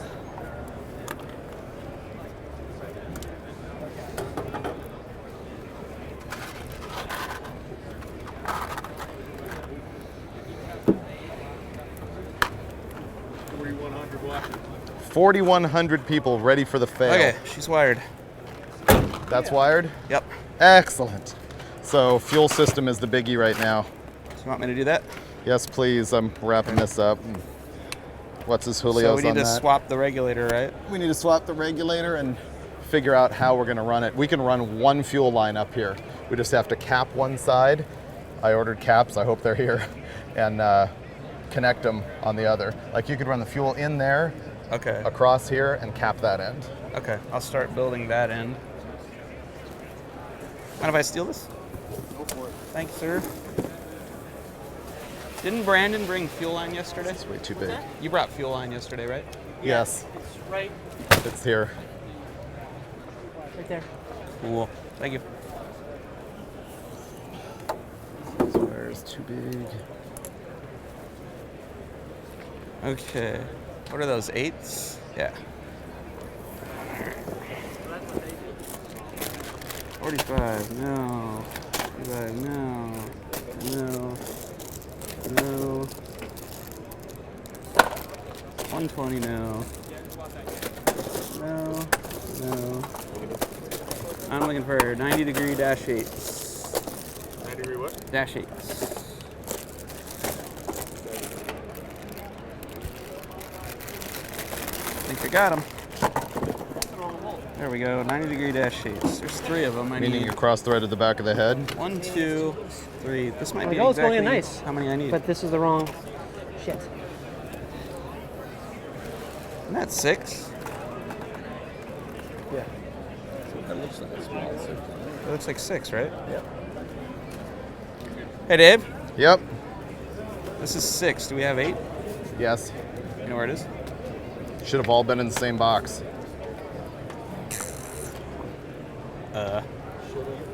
Should have.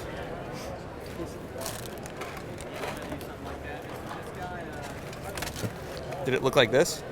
Yeah, it's the same stuff. ProLite 350. Uh-oh. Hey, Brandon. Hey, Brandon. Was there more hose in the box truck than that? Nope. We coiled up both things and threw them in the same box. Where did that come from? That was in the box. And there was no other boxes, nothing else in that box? He says he coiled it with that in the same box. Coiled what? A big roll of Dash 8. Dash 8. What it looked like And that there was was- slightly bigger in diameter. There was some 10 too. We brought the whole box, and I took everything out of the box and brought it here. Is there any hose in the booth? You brought the box here, or you just brought the hose? The box is in the truck. And the there's back, definitely the nothing box in in it? the back seat of the 4Runner. And there's definitely nothing else in it? As far as I know, I mean, Should we go look, or? It'll be faster for him to find out if he's got some. Okay. yeah, I wouldn't have If left you tell something me in the no, box. then we're good. Yeah, no. No? Okay, cool. Then maybe Robin's got hose.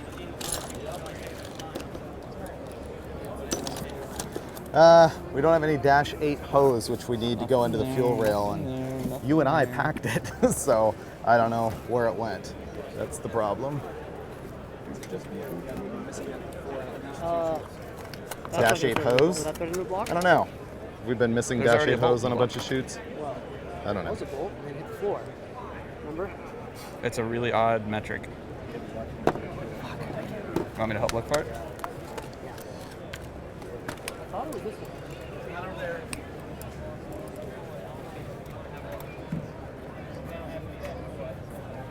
I don't think it. Yeah, it's not this one. Is it?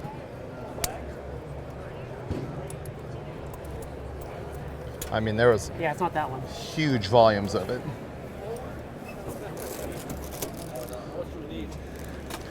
Oh, we need 10 feet? No, not 10 feet. Just got to get from the regulator up and then across there. Yeah. 6 feet.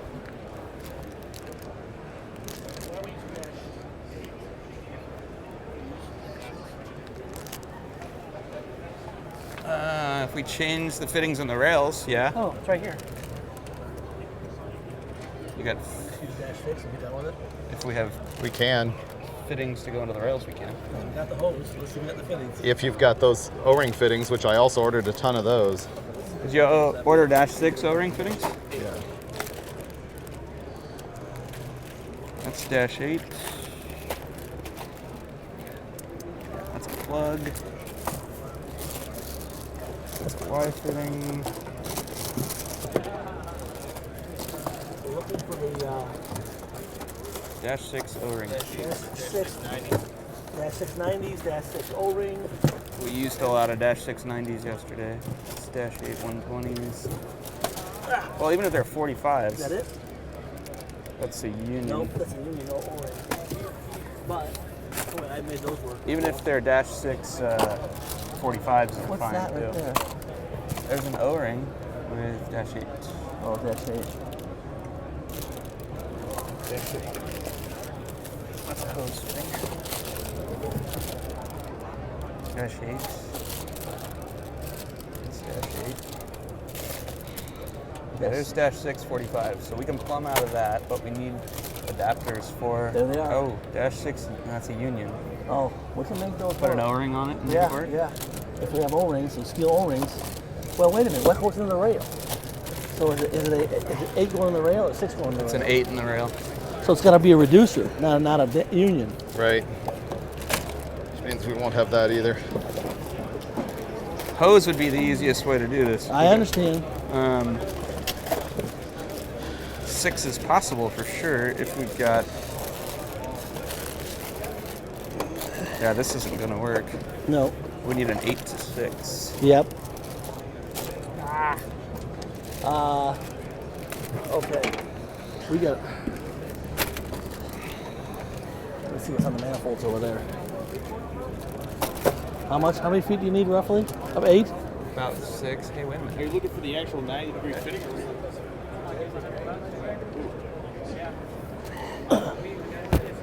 Whoa.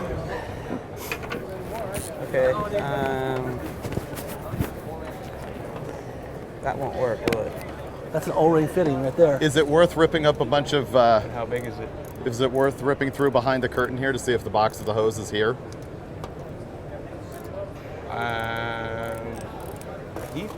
Well, you said it was all together, and he said he went through the box. Let me take these out. These, I don't know what thread that is, but that might be big enough. Take that apart.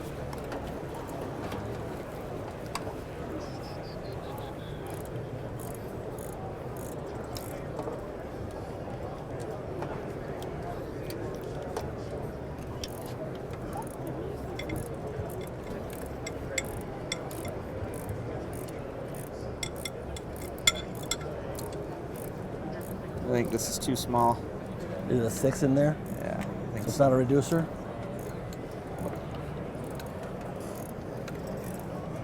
Small wire. This works.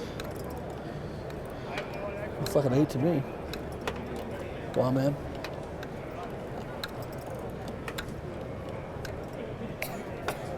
Oh, it's a 6. 6. You're right. You don't have a different set of rails, do you? I just texted him about rails. There are rails over there. So, I'm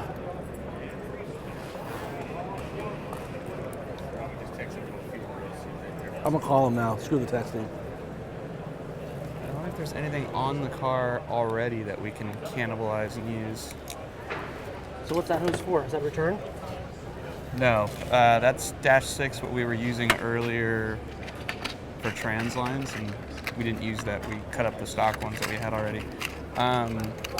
Okay, let's do this. Can you take this and a drain bucket, because it's probably going to try to drain the whole tank, and let's get the regulator off. And it's going to leak. Do we have any more pig pad to put down?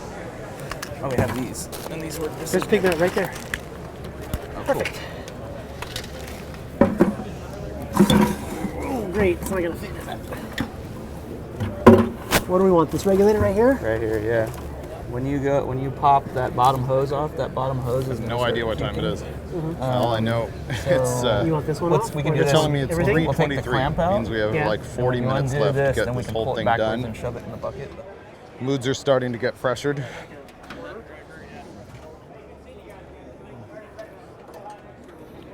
They're scrambling to find a way to get fuel to the motor because we can't find our Dash 8 line, which I assumed was here the whole time. So they're figuring that out one way or another. I'm wiring the electric fans. So I need to split this into 2 right here. We care. No, we don't care.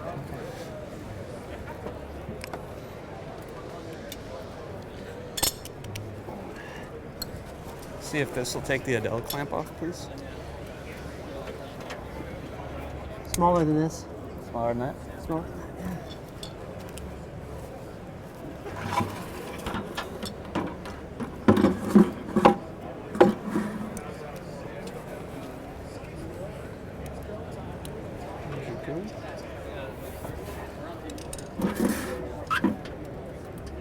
Bingo.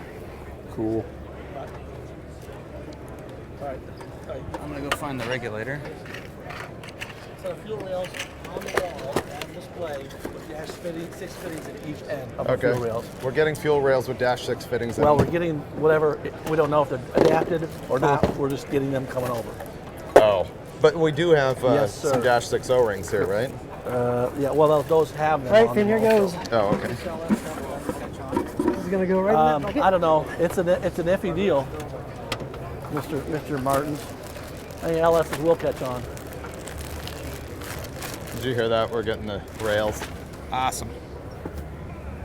So he called over to the Holley booth, Robin did, and they're going to take some fuel rails off of one of their display engines that has the correct fittings in the end so that we can just plumb this thing with Dash 6, which once again isn't the greatest, but we really want to get this running. And for what it's worth, I did make over 1,000 horsepower of the tire one time with one Dash 6 fuel line. Not that that's the right way to do it, but it will work. The big one's return. It's weird, isn't it? Oh, no, I'm sorry, the bottom one was the return. Okay, so this is gonna be even worse than the last one, right? Yeah. But don't let that discourage you. Just think about how much cleaner you're going to be with all this gas on your arm. It's a solvent, right? I mean, it's a cleaner. Someday they'll come with cure for cancer. Where'd the crimp pliers go? And we'll all look back on this at lunch. And we'll laugh. Brand, did you pick up or move the crimp pliers? Hold the footing. Yeah, I got them down here. Do you need them? No, I just use them to snap some. Hold the fitting and it'll, there you go.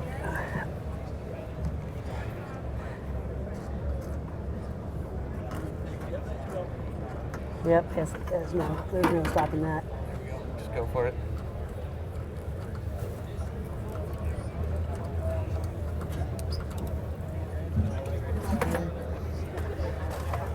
You good?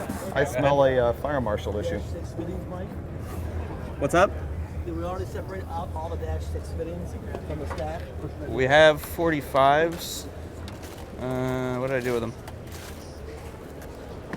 I'll go through everything again.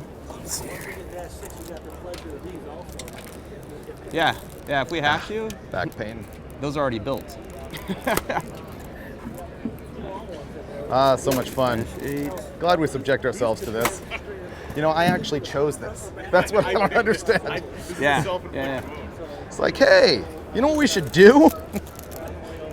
I got this great idea. Yep. Hey, Finn, Yes, sir. you want to pull the hoses off the regulator or the regulator we got off the mount? a pack of people standing around in first? the aisles I right took the now hoses trying to off the figure out if regulator. we're going to pull this off or not. Apparently we got 4,000 plus on the feed. What's it say?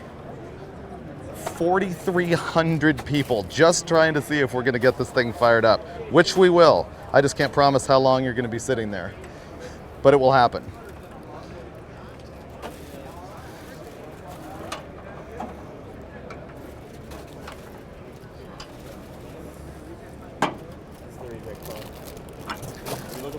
Just making sure we got all the Dash 6s.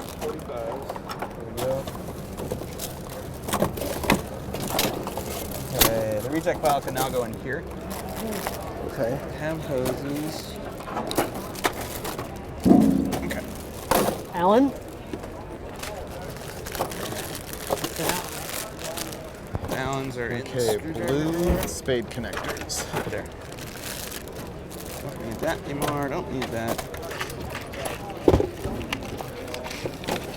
So we're 100% on that being positive or being ground They're switched. bringing them over right now. No, ground switched on the. No, I'm not 100% on that at all. Oh, you're not. No, so let's go ahead and just hook up a hokey round wire and go. Oh, come on. It'll all work out. No, you're 100% sure the the computer electrical switches Yes, ground. I'm 100% Okay, sure on that. cool. That I'm sure of, sorry. Yep. I want to talk about the relay, big guy. Yep.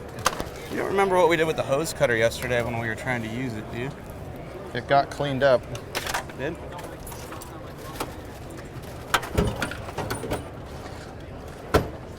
I saw that laying on the bench at some point.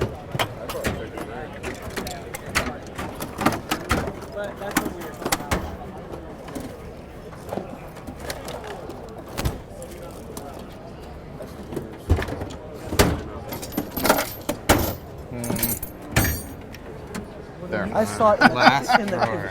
oh man. Regulator bolt to that mount? Probably not. It'll be close, but it won't. We'll probably be zip tying for the time It can being. volt enough for now. This will work with EFI? I can't read it. Yes. Yeah, that's 350 Yes. psi. Yes. I burned a dyno up at Holley with that stuff on my own. Has anyone got the lube? Which lube? The spray? Yeah. Oh, I see it. WD? Thanks, sir.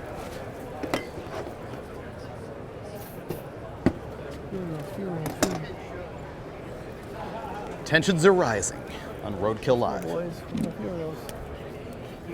We scripted this. Once again. They pull them off a display. Okay, so our Fuel rods return. off the wall display. Okay, the in is a 10, so this one's going to go there. So we'll go 10 in. 10 in, 6 out. The return is an 8. And then the out will be a 6, yeah. Wow, there's a crowd here. Excuse me. I'm going this way. I try to avoid stainless braid like the plague, but yeah, I do. The easiest way I found to cut that stuff is with a chisel. Yeah, I did.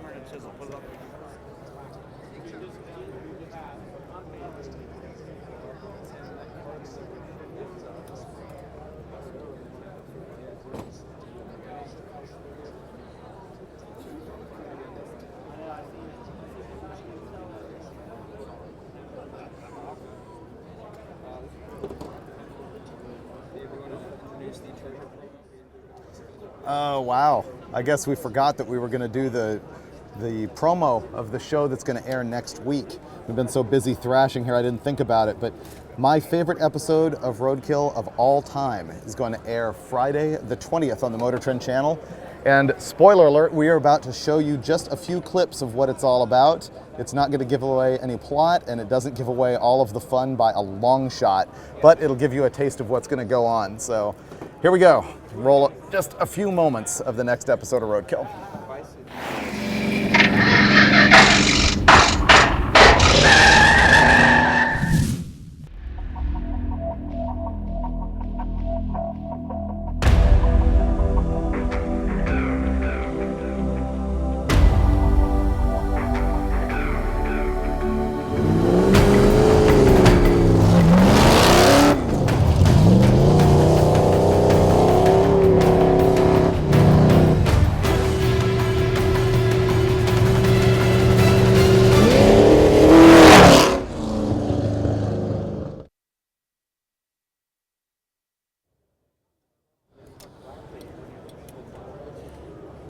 That's wrong.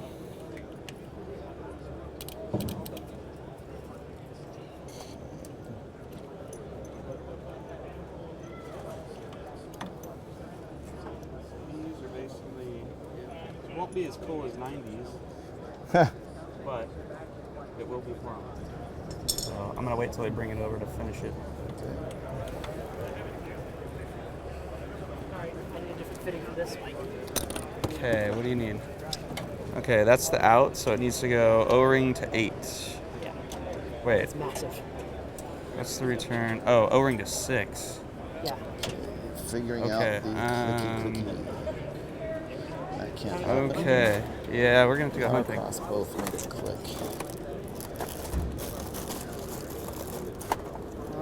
These are ground triggered.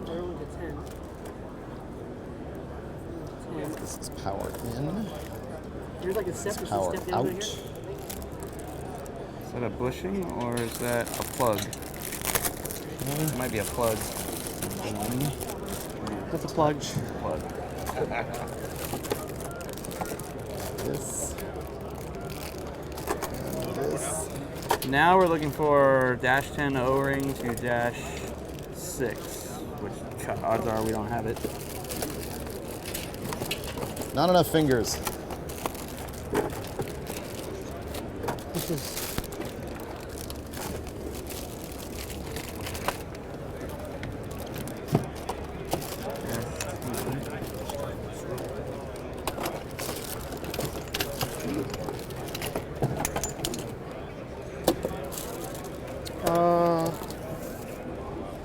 That's a bulkhead connector. That's a bulkhead 8.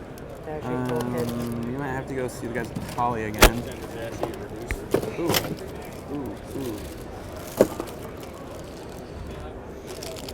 We could probably make an 8 work. Then we'll reduce from 8 to 6 somewhere along the line. So we'll go. Oh, wait, is it a male or a female? Okay. Ground trigger it. right? When you put sealant on that? No pressure. 3,400? 4,400?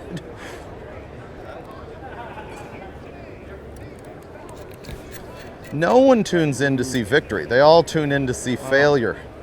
The problem with that is there's going to be no fail. It's just going to take a little bit longer than we had hoped. Exactly. Probably only by and it's like minutes, 44 but psi's got to go through this. nonetheless. So we need an O-ring on that side too.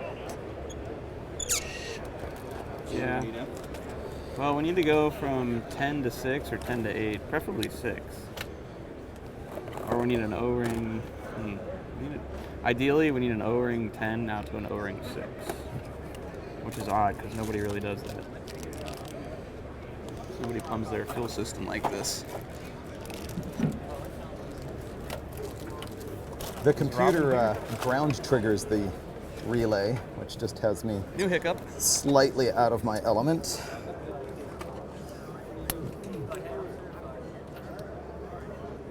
Okay, so there's that. That. Hey, Mike, how are you? Thanks, guys. That solves everything. Okay, so then. Okay. 10 in. So. We'll go out. That's an 8. We need That's a the return. 6. Okay, our return right now is an 8. Okay. So is that? So make that an 8. But this is Yeah, not going to thread into there. No, don't ignore this. Oh, yeah. Okay, so. Okay. So 10 in, out 8. Theoretically, We still need to go out 6 to the theoretically, rails. your fuel line from your tank, from your pump, would go all the way to your rail, or split before it goes to the rail. This would be after your rail, either the two coming out of the rail going into each side of this, and this returning. For a fuel injection. Do we have a Y fitting? We do. Yes, we do. This one? Is it a 6, I hope? We have 6 rails coming, right? This is 8 to 6. Okay. Do we have 6 rails coming? F6? I don't know. They're supposed to be here any moment. Yeah, 6 rails or fittings to go on the end of the rails. One of the two. Okay, so if that's our out, that gets to our rails. No. Out does not go to the rails. Out goes. All right, to so the this is going to get connected tank. to the battery, and then the computer does a ground trigger, which means when it gives it ground, we get wind. Looks like I might have even wired the fans correctly. Imagine that. Okay. These are the wires in the computer I'm going to need to run. And I probably made them too short. That'd be my guess. Why wouldn't I? I'm going to change this. Just figure that out and then hopefully make me smart afterwards. Okay. Fuel pressure. I think so. Has to, has to have full pressure from the tank. 4,400 people watching right now. Go to the rails. Okay. Go to the rail. Go to one rail. I don't care. Just go to the rails. Okay. 50,000 yesterday. Oh, if I knew what time it was, I'll either feel better or worse. I don't know. But we're close. Yeah, and that was just in 11 hours. I think it's people in other countries. It's nighttime when we're live. Yeah. Good. So these Glad to hear rails have dash 8 fittings in them, and we're going to take them out and make them dash 6s because that's the plumbing we have. They have one? Not that I'm worried about pretty right now. Yeah, I gave up on that a little while ago myself. I'm only worried about winning. Winning is more important than looking good.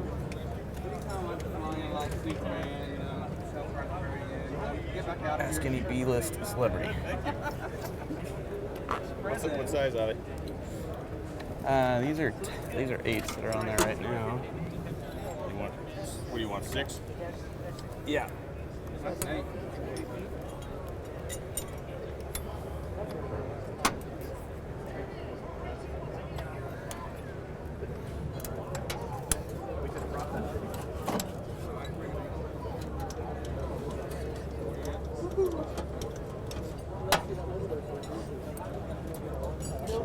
Quick and dirty this.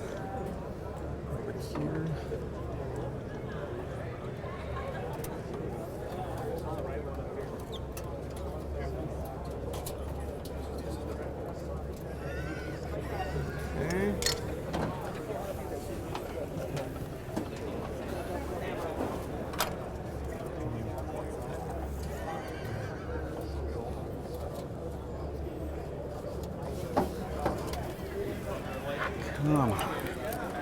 Can I strike these fuel lines? Are they off?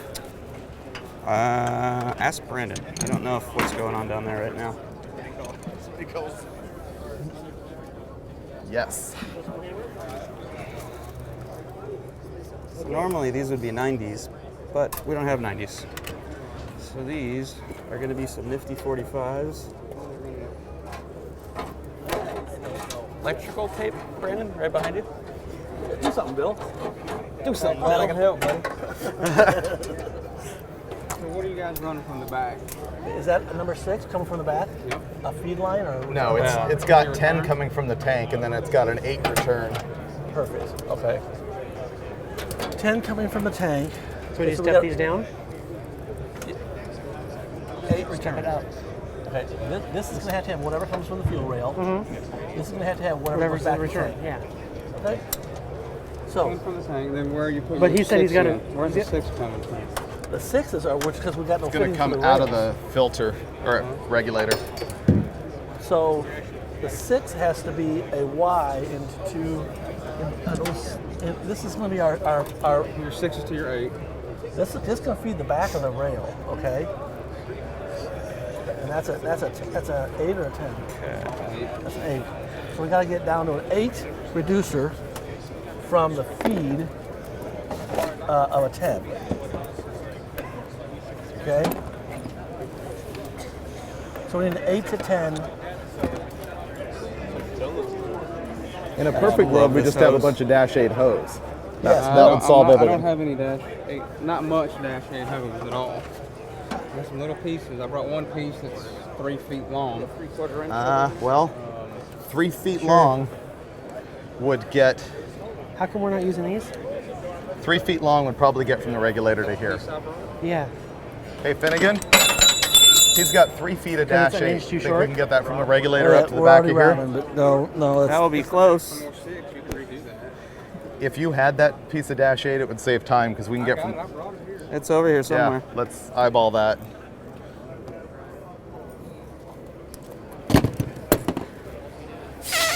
Okay.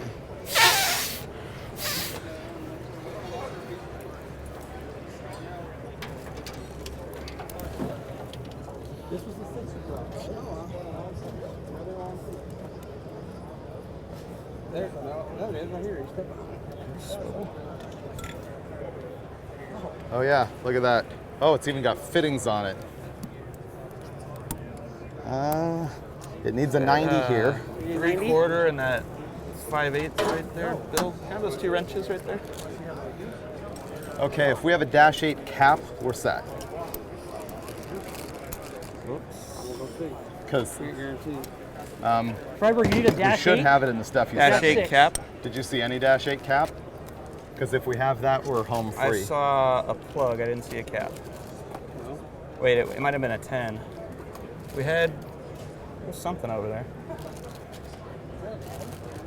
Yeah, because this will reach the regulator here with a 90. 10 to an 8? Yeah, that'd be your regulator. Alright.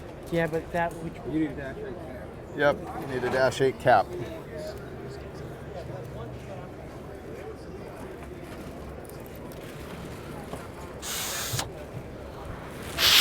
Do you swivel?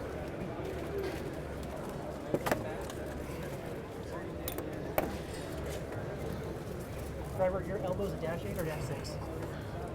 8. Would 120 work? There isn't a Dash 890 in there? We've got like 5 of every fitting they make.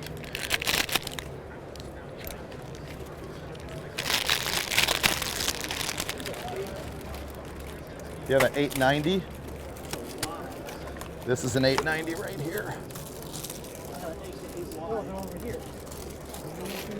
8 to 8Y. 8 to 8Y is right here. Okay, that doesn't really get me anywhere. This is a plug. This is the Y right here. I need an 8 cap. 10.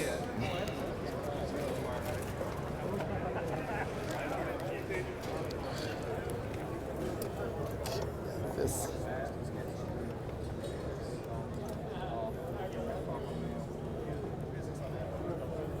Wow, someone boogered this. Okay, that's connected. Okay, then we're gonna be home free. Oh, wait.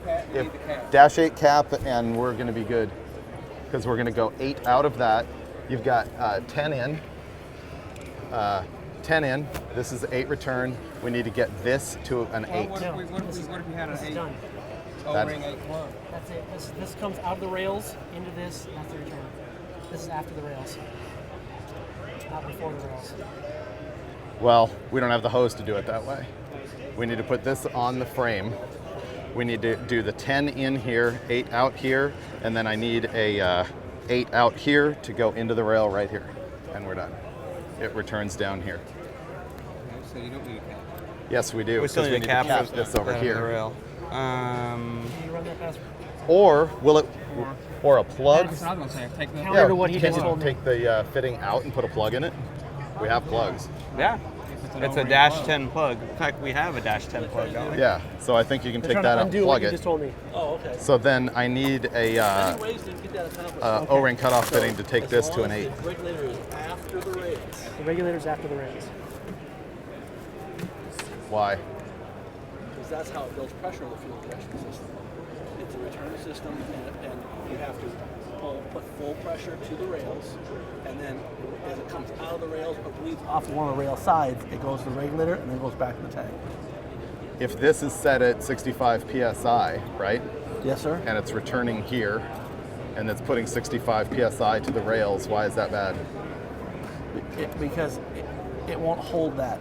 It'll go to the rails, and the pressure will vary because it's getting 65 in a line between the pump and the regulator, but not after. That's not going to work. It's not like a carburetor style deal. Okay, he's now saying this doesn't work, so. I'm out of the loop on what you got going over there. Yeah. I was The looking fuel for a pressure plug. regulator needs to be after the rail. All right, and it's going to bypass So, the it's excess so to the the tank. pressure is going to have to go straight to the rail. Then the rail will be pressurized by that holding the pressure back, and then releasing it and letting it go back to the rail. Yeah, that makes sense.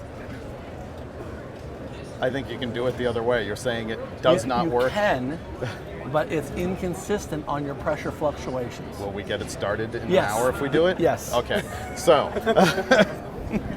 there you go. You Make had it to work. ask the question the right way. So that plug needs to come out. If you want to get it started the right I way, still I need can. No, it a doesn't. dash 8 plug or a dash 8 cap. Does anyone know if we got that available to us? 8 plug, 8 cap. Okay. The only plug I saw was a 10. Yeah, and I haven't seen any caps at all. Fuel injection. Sorry, he's a Not little fast stressed out. enough. I understand, and I'm not. Have you been following this No, you're disaster? When we get home, we'll do it that way. Oh, really? Good. Is it going pretty well? Yeah, the next step on this needs to be fogger. It's kind of what needs to happen. No, not gonna do that. Not gonna do that. Yep. No, 8 plug. The 10's So too you don't big. even know what we Maybe did? 8 cap or an 8 plug. Yep. So a pretty good show. Cool. I just didn't want to go to anybody but you guys first. Hey, go check the camera. Real close. Did you hear the conversation I was having with Robin about the fuel pressure regulator? Battery's all dialed in. You have any problem putting the pressure regulator on EFI before the rails? Hey, Robin. Yeah. The alternator Disagreement. wire? Hey, Robin. Sorry. I suppose ideally you don't, but when you're rushing at the PRI show, you do.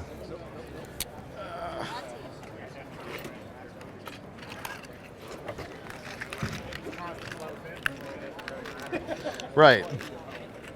All right, so less than 15 minutes to go. That's what I was thinking. It's going to be real tight to see if they get this thing started by 4. They still got to plumb the regulator in. David's still working on the fans, working on some plumbing over here. There was apparently some fuel line that 2 coils of fuel line at the shop, and one of the coils showed up, and that coil was the wrong size stuff. So scrambling for some fittings and stuff right now. We've rated, I think, 3 or 4 different booths for parts at this point today, and it is coming right down to the wire. It's going to be close, whether it's before 4 or after 4. The thing's going to run, but I'm not sure exactly what time it's going to start. They just had a little conference with the Holley guys running through by them, making sure they're going to plumb the fuel rails the right way, where they're going to place the regulator. So hit Facebook, hit message boards, hit wherever you want to go, share it, let people know what's going on. It's literally down to the wire. This thing will be running, and like I said, if not before 4 o'clock, it's not going to be too far after. So spread the word. They're going to put coolant in the radiator. It is definitely down to crunch time. 3 days of work are coming down to about 12 minutes. So tune in, spread the word, and it is tension. It's Tension City here at PRI. Disc in there, and Do you have a laptop? No, that's all. Don't worry about that. Do you have a, is it this? Oh, right here. there it is. I don't have a laptop. Okay, I need you don't. someone It's at my to hotel. tape that up while I go make fuel happen. That's a video USB. Just tape these so that they're not hitting each other. And here's the tape. Cool. Right here. Okay. Yeah, just I just need them to not touch each other. This is connecting to the battery. These get taped up and just get shoved away. Okay, where's that piece of dash 8? All right, this is gonna get real ugly. Let me just triple check this isn't gonna work. I mean, Hey, Brandon. target I have right there. Brandon. Can you hand me that snap-on flashlight right there, please? Brad, thank you. Do you know where you put the hose cutter? It's on the fender right over there. Okay, here goes the coolant. Is that All up right. or down? How bad is this gonna be? Oh, that's gonna be bad. I predict fluids hitting the floor. I could be wrong. Probably not though. Is this the best way to do it? I don't know. That's your monkey. Ryan, you might want to watch this. This might be funny. This might be entertaining. I could swim. Where is this guy gonna end up? Started to. Battery terminal. In fact, touch it right now just to make sure the fans don't come on. Oh, they do. Shoot. I've got something wired backwards there. Is the petcock open? Yeah, there we go. Unplug these and see what happens. These two, the thin, little skinny ones. Oops. Cool. So let's grab the left.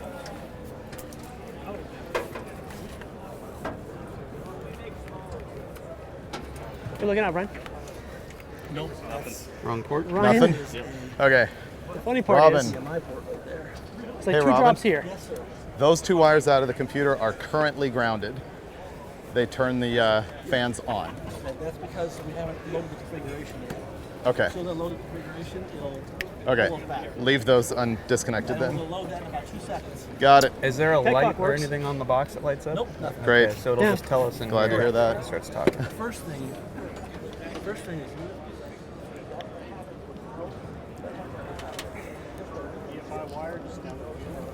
Yep. Are you serious? Down to fuel.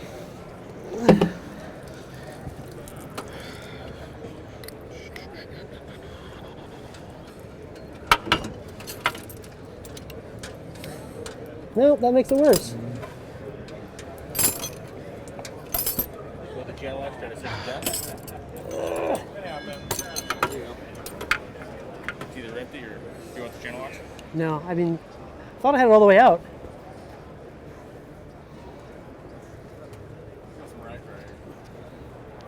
Where's the pig mat? It's over there.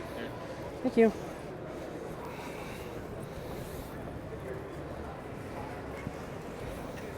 All right.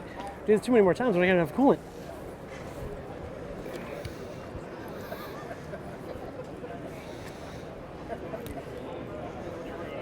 Yay! Did you plug right both now- those holes in the radiator? I have 4 of them. This stuff is cool looking.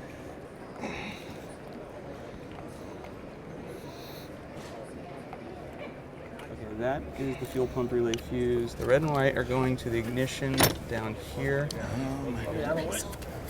Can you hold the laptop They're while kind I of lay tight. down They're there? sealing on them. I don't know how tight they gotta be. I was pretty gentle because it's aluminum.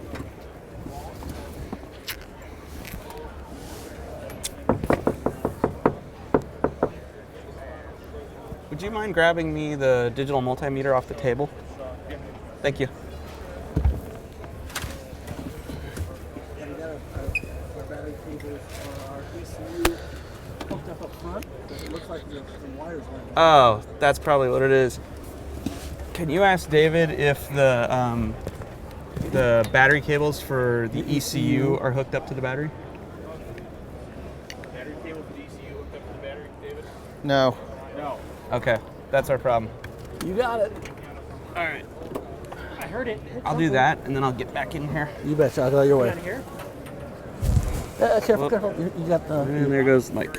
Thank you. Is there any reason why I couldn't hook those up right now? No, go for it. All right. The Did it really come out of there? Let's try it.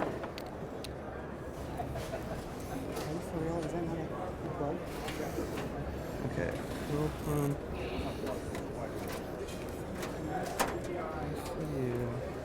Okay, hey Brandon. Hey Brandon, can you get the battery charger off here for the time being? Yeah. We've got one more to put in there, but I don't think we got 3. Check in.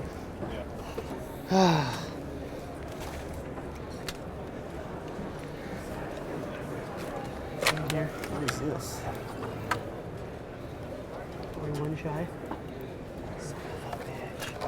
Is it, was the bottom one? Is it second one plug or second? They're both the same. Both the same. They're not those. what? The ones we installed weren't plugs. It's just a fitting.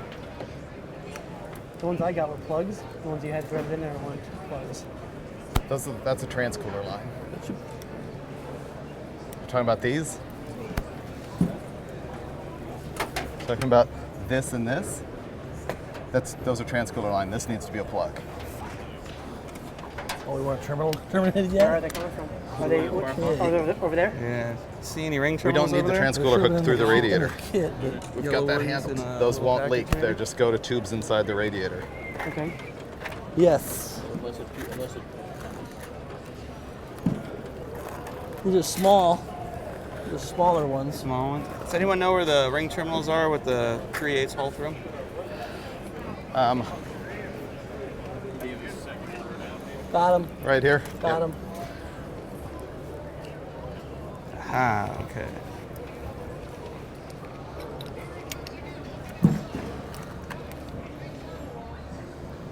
I gotta switch these. That's the only thing I can do, right? Okay, there's the ground. Hmm? Yeah. All right. So This one is okay. This one's a problem. Well, this is not gonna tighten. Transmission film though, or not? That one's not gonna tighten over that, is it? That's what I thread. That's what won't be drying with fire. No, it needs to be topped off, but But it's got. That's all. Great. Is it like in there? I can just pull Great. that one all the way out. Put that one in, right? Oh, you the man. Check everything for leaks. Okay. Seals on his toes. Been in something. Oh, fail. Hey, can we get? Is there a reason I can't hook up the rest of this stuff? No. Go. This goes to the positive, and that takes care of the fans. We're just gonna make a pop and bang, right? Oh yeah, it's I can sauce it.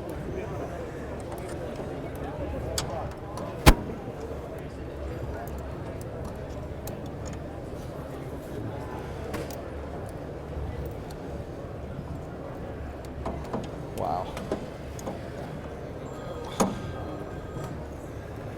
I'm busy. What's going on?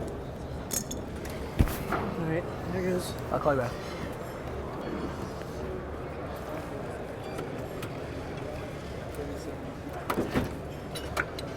Okay, I need a wrench, 1/2 inch. Too fast? Yep, stop. It's not Leaking. coming from. Oh, it's leaking out of the water pump or the heater. Yeah, you gotta plug those. Piece of heater hose looped together. Yep. A couple of hose Heater cleaners. hoses are in the bottom of the bottom right, all the way bottom right. Didn't you buy plugs? I think you bought plugs the other day, didn't you? Yes. No. No? Okay. Piece of heater hose and some hose clamps. No big deal. I didn't buy plugs. Okay. Are there any more of those ring How long do we need terminals it? someone Yes. brought me? Yes, big ones? I need one more, yes please. We'll have to do it. That much? Actually, I need 2 more. All right. We got hose clamps for these? I think The bar's gonna hold, or we hose clamp them? Now we're gonna clamp it. Yep. I believe there's hose clamps in this box right here on the table with all the hardware and wires and stuff. Where's the regulator? On top of the intake. And are we sure this is the EFI one and not the carbureted one? Yeah. Yeah. Okay. Because the boxes look identical and they were both here. Oh, well then look. There's the other one. What's the part number on that one? 847. It says right on the PSI range. 9. 9. Okay. All right. Did we find a -8 O-ring fitting? -8.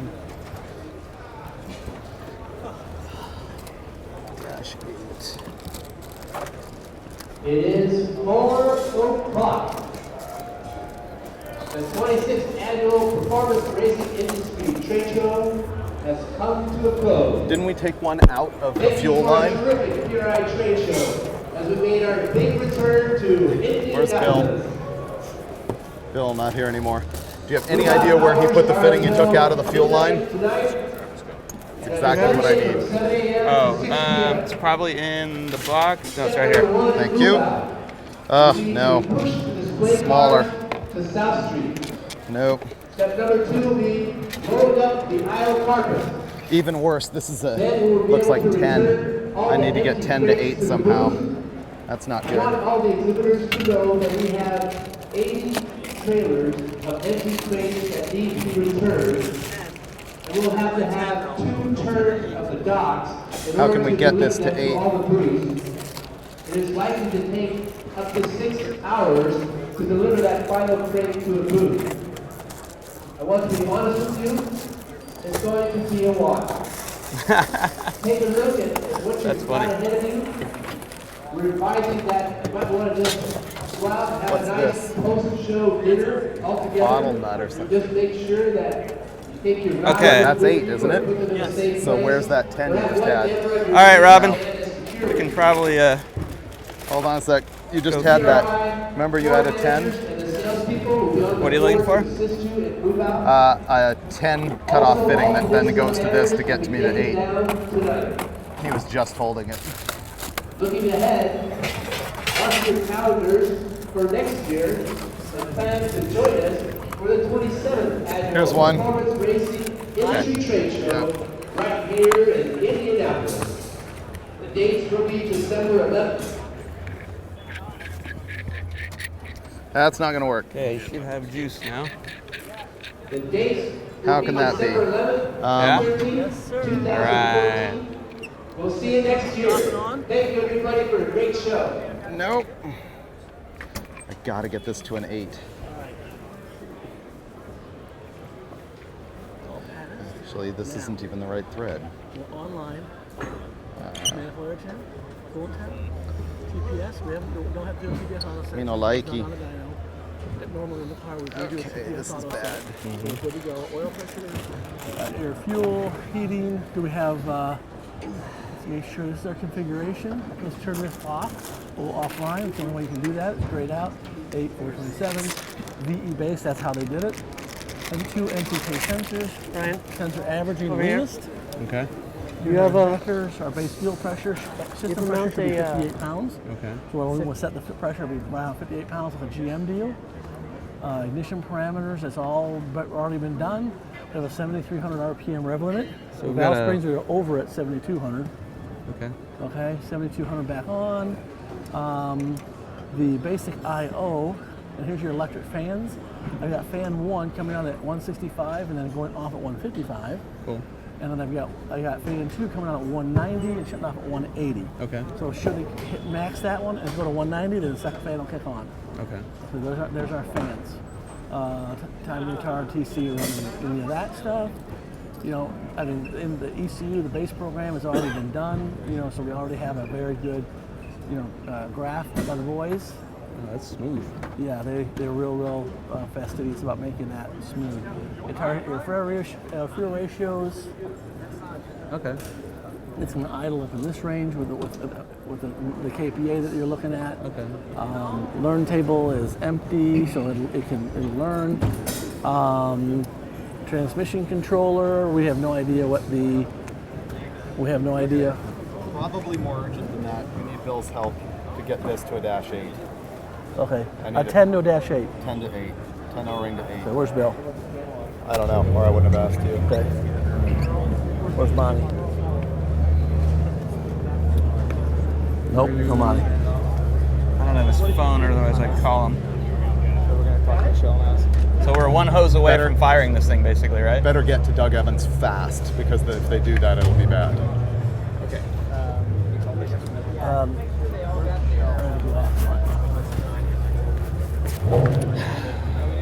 One hose away.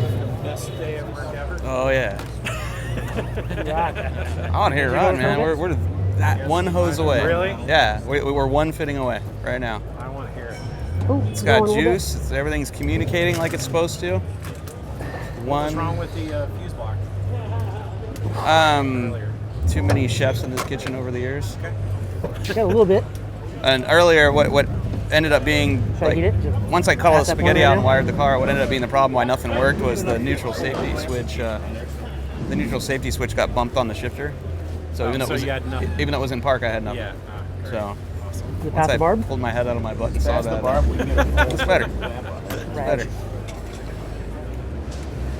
But yeah, man, we find one fitting, we're good. We can fire it.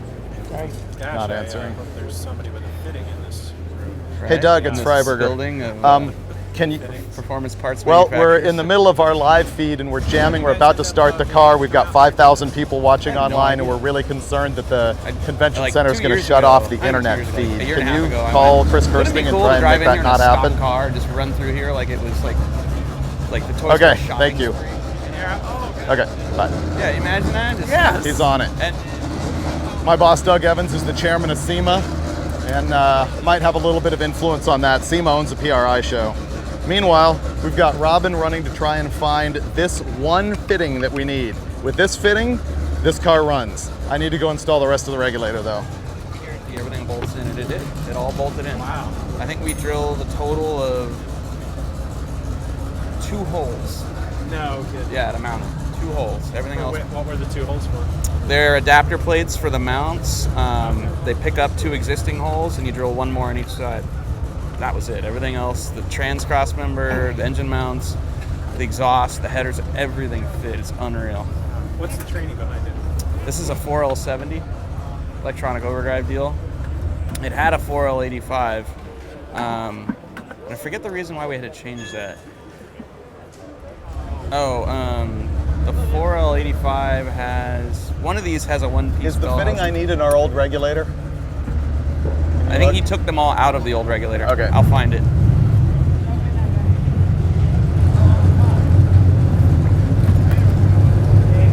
Remember where the old regulator was?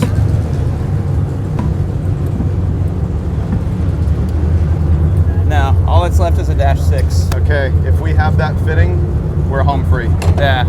Is the battery all hooked up? Dude, it's ready to go. Okay. It's literally ready to light off as soon as we can make it have fuel. Robin's out running trying to find that. Okay.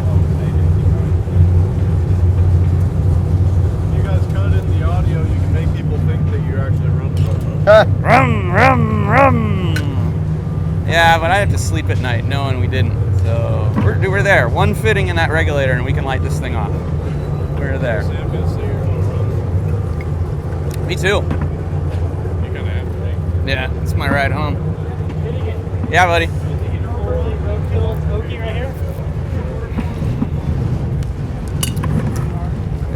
It's kinked. I suppose that's fine.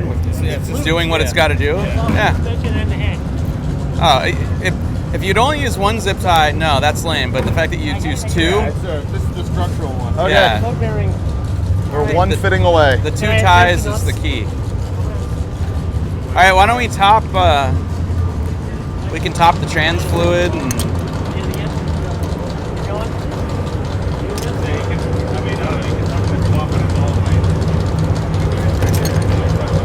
One fitting.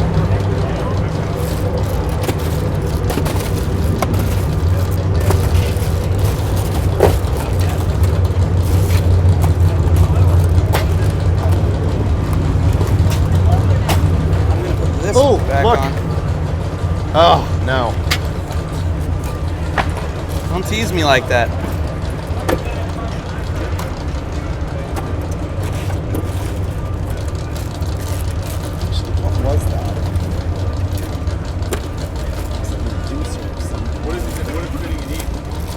need a have a dash power cord? 10 to dash 8 O-ring.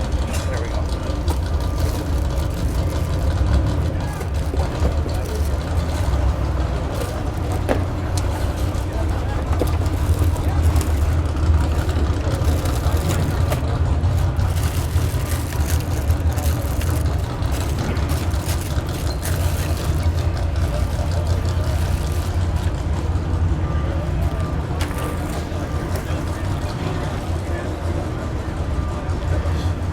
You guys, well, not you guys. You guys? Do you know if they hooked up the grounds? You guys got the grounds on the cylinder heads, right? Yep. Yeah, these little ones here, Brandon, let me check. That one's there. Yep. See if it's tight. Feels like it. What about these guys for fancy? Those, we have to configure the computer before those know what to do. Are all these fittings tight? And this one? That, yeah. Okay. Literally all we need is that. Oh, look, not connected. Oh, fuel pump. Yes. Those just have to go together. Right, and they will. Right behind you is the crimps.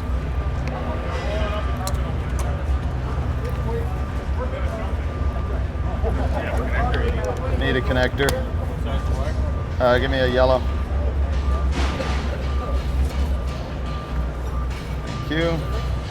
Dude, we're almost up to 5,000.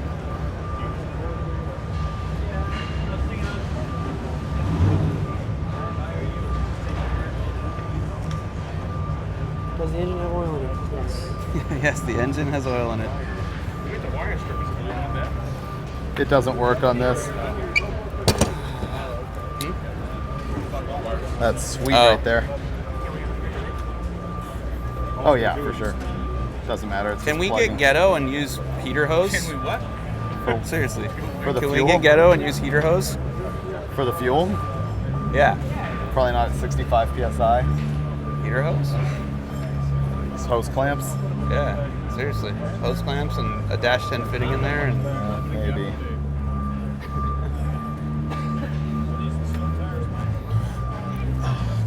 Is that? Yeah, we'll be studding them. That's our next project. 8,000 studs, 2 hours. We probably don't even have the knife. Yep. 10 to 8? Yep. Yeah. Does it have an O-ring on it? Yeah. All right, we're getting close. I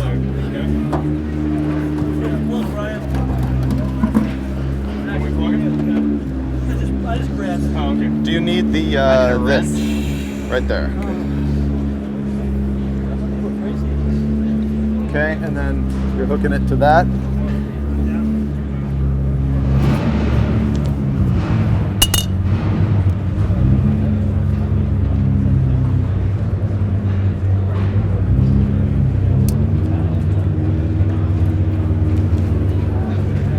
You guys ready?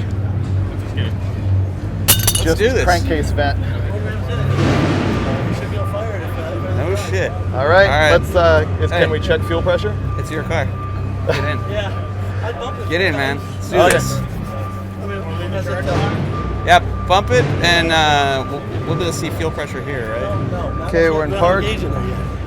Okay, ready? I just bump it. Let's cycle that fuel pressure deal. Okay, off. On. You want to go feel if it's running? I don't feel anything. I do. Do you? Do you hear it? Oh, that's your point. Here. I'll go back and put I my turn hand on it. I Hold can on. feel the car shaking. Ready? Wait. off. Go ahead. On. Yeah, they're running. Okay. On. I feel it up here. Off. On. Off. On. Let's just try and see what it does. You want me to crank it? Yep. For real? Everything's hooked up, right? Yep. Crank it.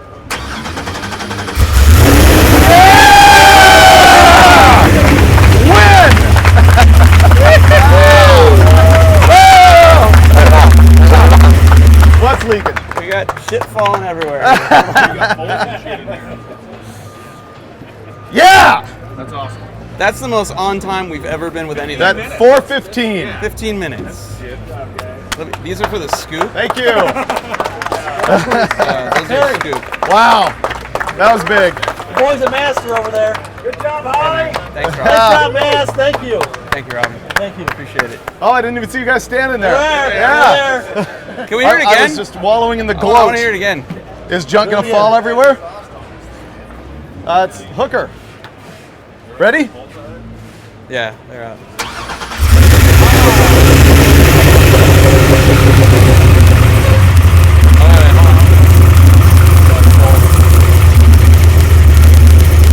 Yeah! Idle's perfect. Get a little smoke off the oil.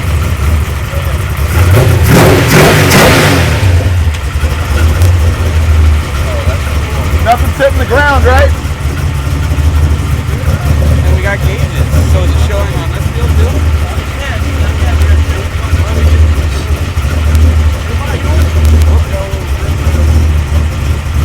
Leak?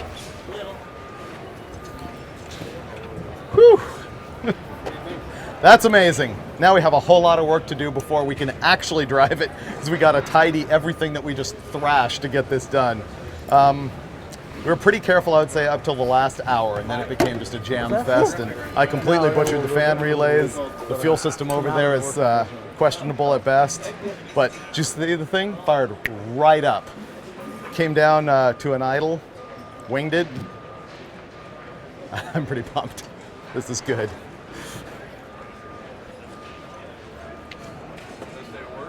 Best day at work ever, right? Hell yeah. Let's have a beer. That's a good idea. Where's the beer? Who brought the beer? What? Can we still buy beer right now? Or is it like I don't know. done, closed?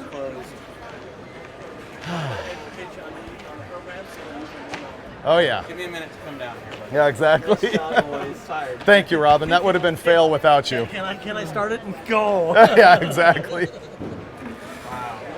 I didn't believe you guys that this could be done Awesome. in 3 days. Awesome, awesome, awesome. Okay, we should probably ask the crowd how much more live feed they want before we shut down. Incredibly irate that we started the car. Who?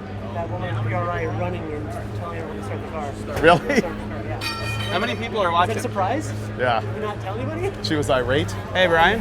How do we Why? figure out how many people are watching? 5,000 on when it started. And People do are they want driving more, everywhere. or do we Driving out shut of here. the thing off? Okay. What are we looking at? 5,000. 5,000. Oh, they're asking for a burnout now. Burnout, burnout, burnout. It's not a bad idea. Someone give Brandon a hug. Hey. Your help. Man hug. Thank you. I kind of. Awesome. Yep. Man. I give credit to the cooler on the floor. Thank but, you. Ah, well. Yeah, it's biodegradable. You've seen me do worse. I poured the coolant in. I poured about the petcock twice. There's no cats in here. It looks like a freaking parade went through this spot. Look at this. I know. Yard sale. Yard Fittings. sale. And I ordered 5 of everything except I'm the right fired, things. and I don't care because that thing Wow. sounds amazing. Stunning. Best part of all this is when we're in the middle of, let's say, Texas, I don't have to get out and change jets. Right. Look at that. Just deet, deet, deet. Yeah. Done. I don't know. Is it I going to go home and see my wife and kid. Can I just go to sleep? They said it'd be 6 hours before people had their junk packed out of here, so. Really? Yeah. So we could go eat and drink and celebrate and come back? Oh, yeah. You heard it run, didn't you? Start it again. Oh, yeah. I'm not tired of hearing it. We did it. I mean, there's a lot of butchery. Look at the fuel system, but it ran. We have no idea what the fuel pressure is. Everyone's firing their cars up. They drove them out of here. What are they claiming? You have to turn the car on. You can't Done. turn it on like the car's not on. Let's see. It's not running. It's not on now. What do they do? Put us in PRI jail? No one loves me, not one text. Did they not know that was a plan? Like, what have we been saying the last So, Oh, we didn't tell them we were doing we that. need to go to GoPro. Can we go GoPro?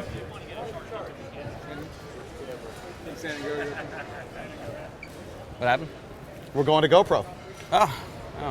It's GoPro around the areas we rushed at the very end. Yeah. Like the fuel regulator. Oh, it's bad. It's not going to pass tech inspection. Wait a minute. Oh yeah, got to go scoop. Yeah. Everybody stay tuned. We got to get the scoop on this thing. Does anyone know where the studs went? I took them out and put them there. They're on there right there. All right, so as they're going to get the GoPro set up, we got a huge thanks to Holley. Thanks, sir. Oh, I'm up here. A huge thanks to Holley, Ironclad Gloves, Eastwood, AC Delco, Classic Industries, Mass Motorsports, Gearstar, GoPro, and Be Cool, Robin Lawrence, all the guys at Holley and Hooker, and everybody that came over and gave us help. Larry Larson was in here, Steve Strope, the whole world was in here over the course of the weekend. 5,000 of you were online to watch this thing fire up, and David's going to give you the tour on the GoPro right now. Hey, We you know on what? GoPro? We didn't What? fail this time. We did not fail this time. Are we on GoPro? Okay, there's no way that we can wrap this up without doing this, Mike. We have to give a big hand to all our video people for making this happen the whole time, yeah. right? We've got Video Travis right here. That's him, Skippy. Near Death There it Sandin. is. Sandin. Who, Consensual Faye. He was completely dying. This is Camera Girl Faye. Consensual Faye. And of course, we got Dustin here running the entire operation. And Brenda, thank you very much for your help. Did we miss anybody? I think we got them all. Everybody. We got Brian Loans, Brandon Galogli, and of course, Robin Lawrence from Holley. You forgot the dog. Oh, we got dog. We've got dog. Dwayne, Dwayne. He had to cut out and go home early, but Dwayne is our headmaster on this deal. Taught Dustin how to do it at the last second. Dustin managed to crash the Wirecast. I don't know how you did that, but aside from that, what's your excuse? No excuse. Wirecast is. Wirecast is the problem. Thanks a lot, everybody. That completely killed. Was there? How long are we going to stay live? there a We're going wing to keep nut over working here? on this thing? We're on top. Does everyone want to see the complete levels of butchery that we executed on Yeah, this just car one. in the last hour to make this happen? Okay, check this out. First of all, Look, we had to borrow this battery charger because we were just a little bit soft on our battery. Finnegan's going hood scoop right now. You're thinking Enderley? I'm missing another wing nut here. Wing nut's the least of our concerns. Oh, look at this. This is bad. This is all my last Quarter second 20? fan We do. relay wiring. Look Found at all one. the wires stuck on the battery. Oh, We will he have has to a tune this up for sure. 7/16 and a washer. These two right here are the grounding switches to the relays for both fans. The computer grounds that to make the relay kick, but right now it's not configured, and so I've got those disconnected. Here's more butchery over here, just wires sort of scattered everywhere. Oh, Brandon's spill. Look, Brandon managed to accomplish the most epic spill of the week, filling up the radiator at the last second. Yeah, and when you... They didn't say make sure the head cock is closed. That's true. And then down here, this is particularly stylish. This is our fuel system. I crammed this regulator in here in like 10 minutes flat. We needed just this fitting. That's the one that was stopping us for about 10 minutes. We would have made it 5 minutes late if it wasn't for that one fitting. Of course, we're going to have to tidy all of this stuff up, shorten these hoses, hang out the right way for our trip home. Get out your denim and your DOT shirt and your mullet wig. And okay, end of GoPro moment. Yeah, why not? I don't think it needs to come back off. I think the back adapter's on backwards though. I think it needs to be spun. Did you find the other hardware? Fix the fuel issue, Mike? The leak over here? I don't think so. It's worth looking at. We still have a lot of work. Do you see what I'm doing wrong? Not to mention cleaning the whole place up. There we go. You got a lot of time to do it. Yeah. Oh, I got a wrench. I had a wrench. How long are we going to stay live? There we go. Just sign off. What does the audience want? It runs. Yep. Made it happen. Yes, the butchery. Oh, this one Keep goes rolling. down. Yep. More noise. Yeah. Stay. Show us. Stay until the internet goes. I'm going to leave that to you guys. You've been killing yourselves. You can decide when you want to go down. I think. What more can we do? Sensual Faye. Oh, we have a whole bunch more to dog. do. But Most popular We also need to start wrapping up stuff too. yeah, characters on exactly. Let's do a sign off with you and Mike. Cruise. Sure. Yep. Yes. I almost bled. You want like a big group like in here videotaping? I cannot believe it's fired up. Just like yeah, we can do that. We're gonna sign out. No first, twisting though. a distributor. No, just unreal. Nice tune, man. Nice tune. Right? Most of them are dirtbags, but you guys are cool. Unless you're gonna start it again or something, I say we're just start it. What? Yeah, 4 on each. Yeah, I guess so. Yeah, let's cross off the list and let's just sign off unless you're gonna start it again. I don't even know where our pens went. That'll wreck that. We need everybody to autograph the car or something. Yeah. The radiator right here. Everybody that helped. We can do that. Oh, that looks awesome. That's pretty good. A little better than I expected.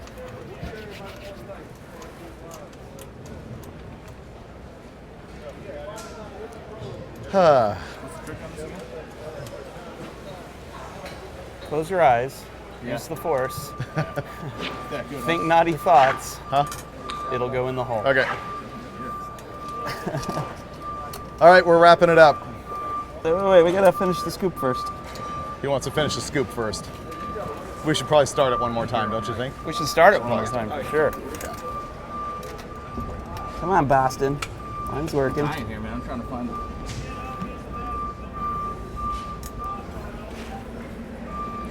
Wow.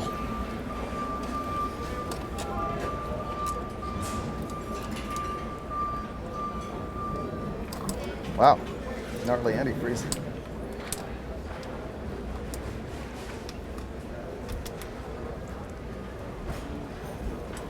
Okay, my side's on. You'll get there eventually. I'm still free.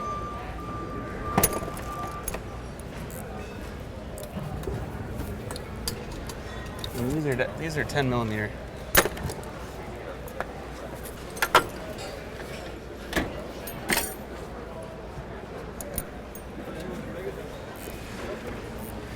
Half this car is metric now. You're gonna have to get a whole new set of tools for traveling. I don't understand any of it. Yeah, that's right. But I don't think you'll use your tools nearly as often when you drive this thing. Yeah.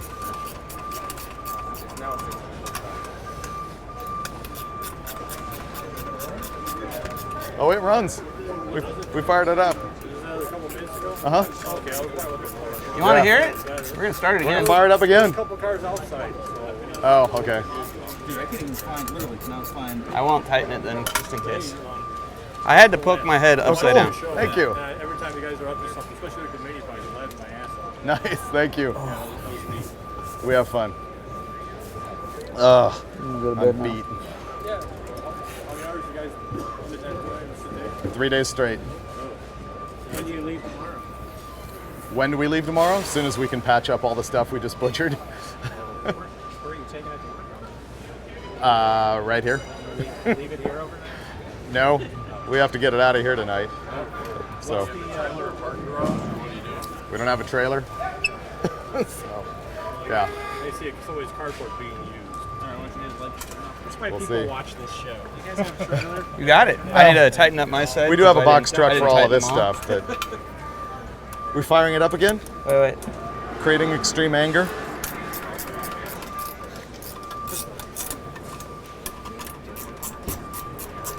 Can't do what? Really? Weren't there people driving their cars out of here? Yeah. Oh, yeah? I don't care about that lady and her imitation PRI jail. I'm fine. Her imitation PRI jail. If you wash the badge with the uniform, it doesn't count. Thanks. Yeah. No. Unfortunately, I was ahead of you on that. There you go. Would have been funny. Now you ask. I don't think we need this anymore.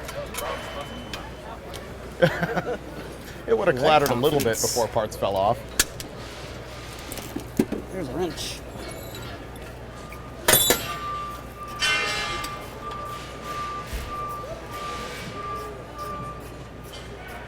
This is a damn good day right here. I found that other wing nut. There you go. Take it all off. Save that for later. Wait. Oh, the anticipation. Yeah. It's all Pardon me, hinging on consensual loans. That's it. That's never good. If you've learned at least once. Yeah. Done, done, done, done, done, done, done.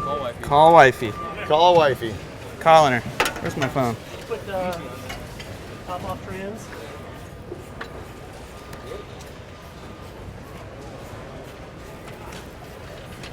Vibration drain package in flashback.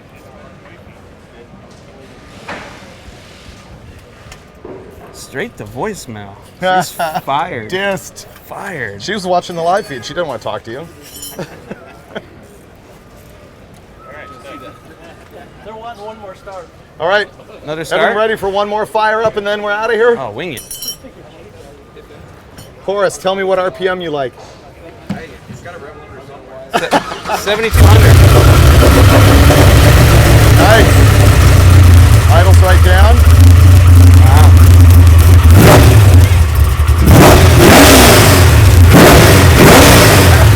Can't hear you. Sorry. Okay. 2 times? We're in trouble. I can't come back here anymore. Okay. All right, we're done. Thanks very much, everybody. That was totally awesome. Remember, come back next week, Friday the 20th. We've got that killer episode of RoadKill. And once again, thank you for everybody who made this happen. Let's go through them. Holley, Ironclad, Eastwood for all the tools that we used, AC Delco for this battery that saved our life today, Classic Industries for resto type of parts, and of course, we also Be Cool had for the radiator. Be Cool for the radiator, Mass Motorsports, guys standing right here. Those guys were big heroes for us. Yeah. And also the guys from Gearstar who have the transmission that's not quite as sexy as this, but we love their stuff. Thank you, everybody. And the lady from PRI who didn't punch me. Oh yeah, she doesn't like us at all. Thank her. Yeah. We're out. RoadKill Live. See you Bye-bye. next time. Oh, and I'm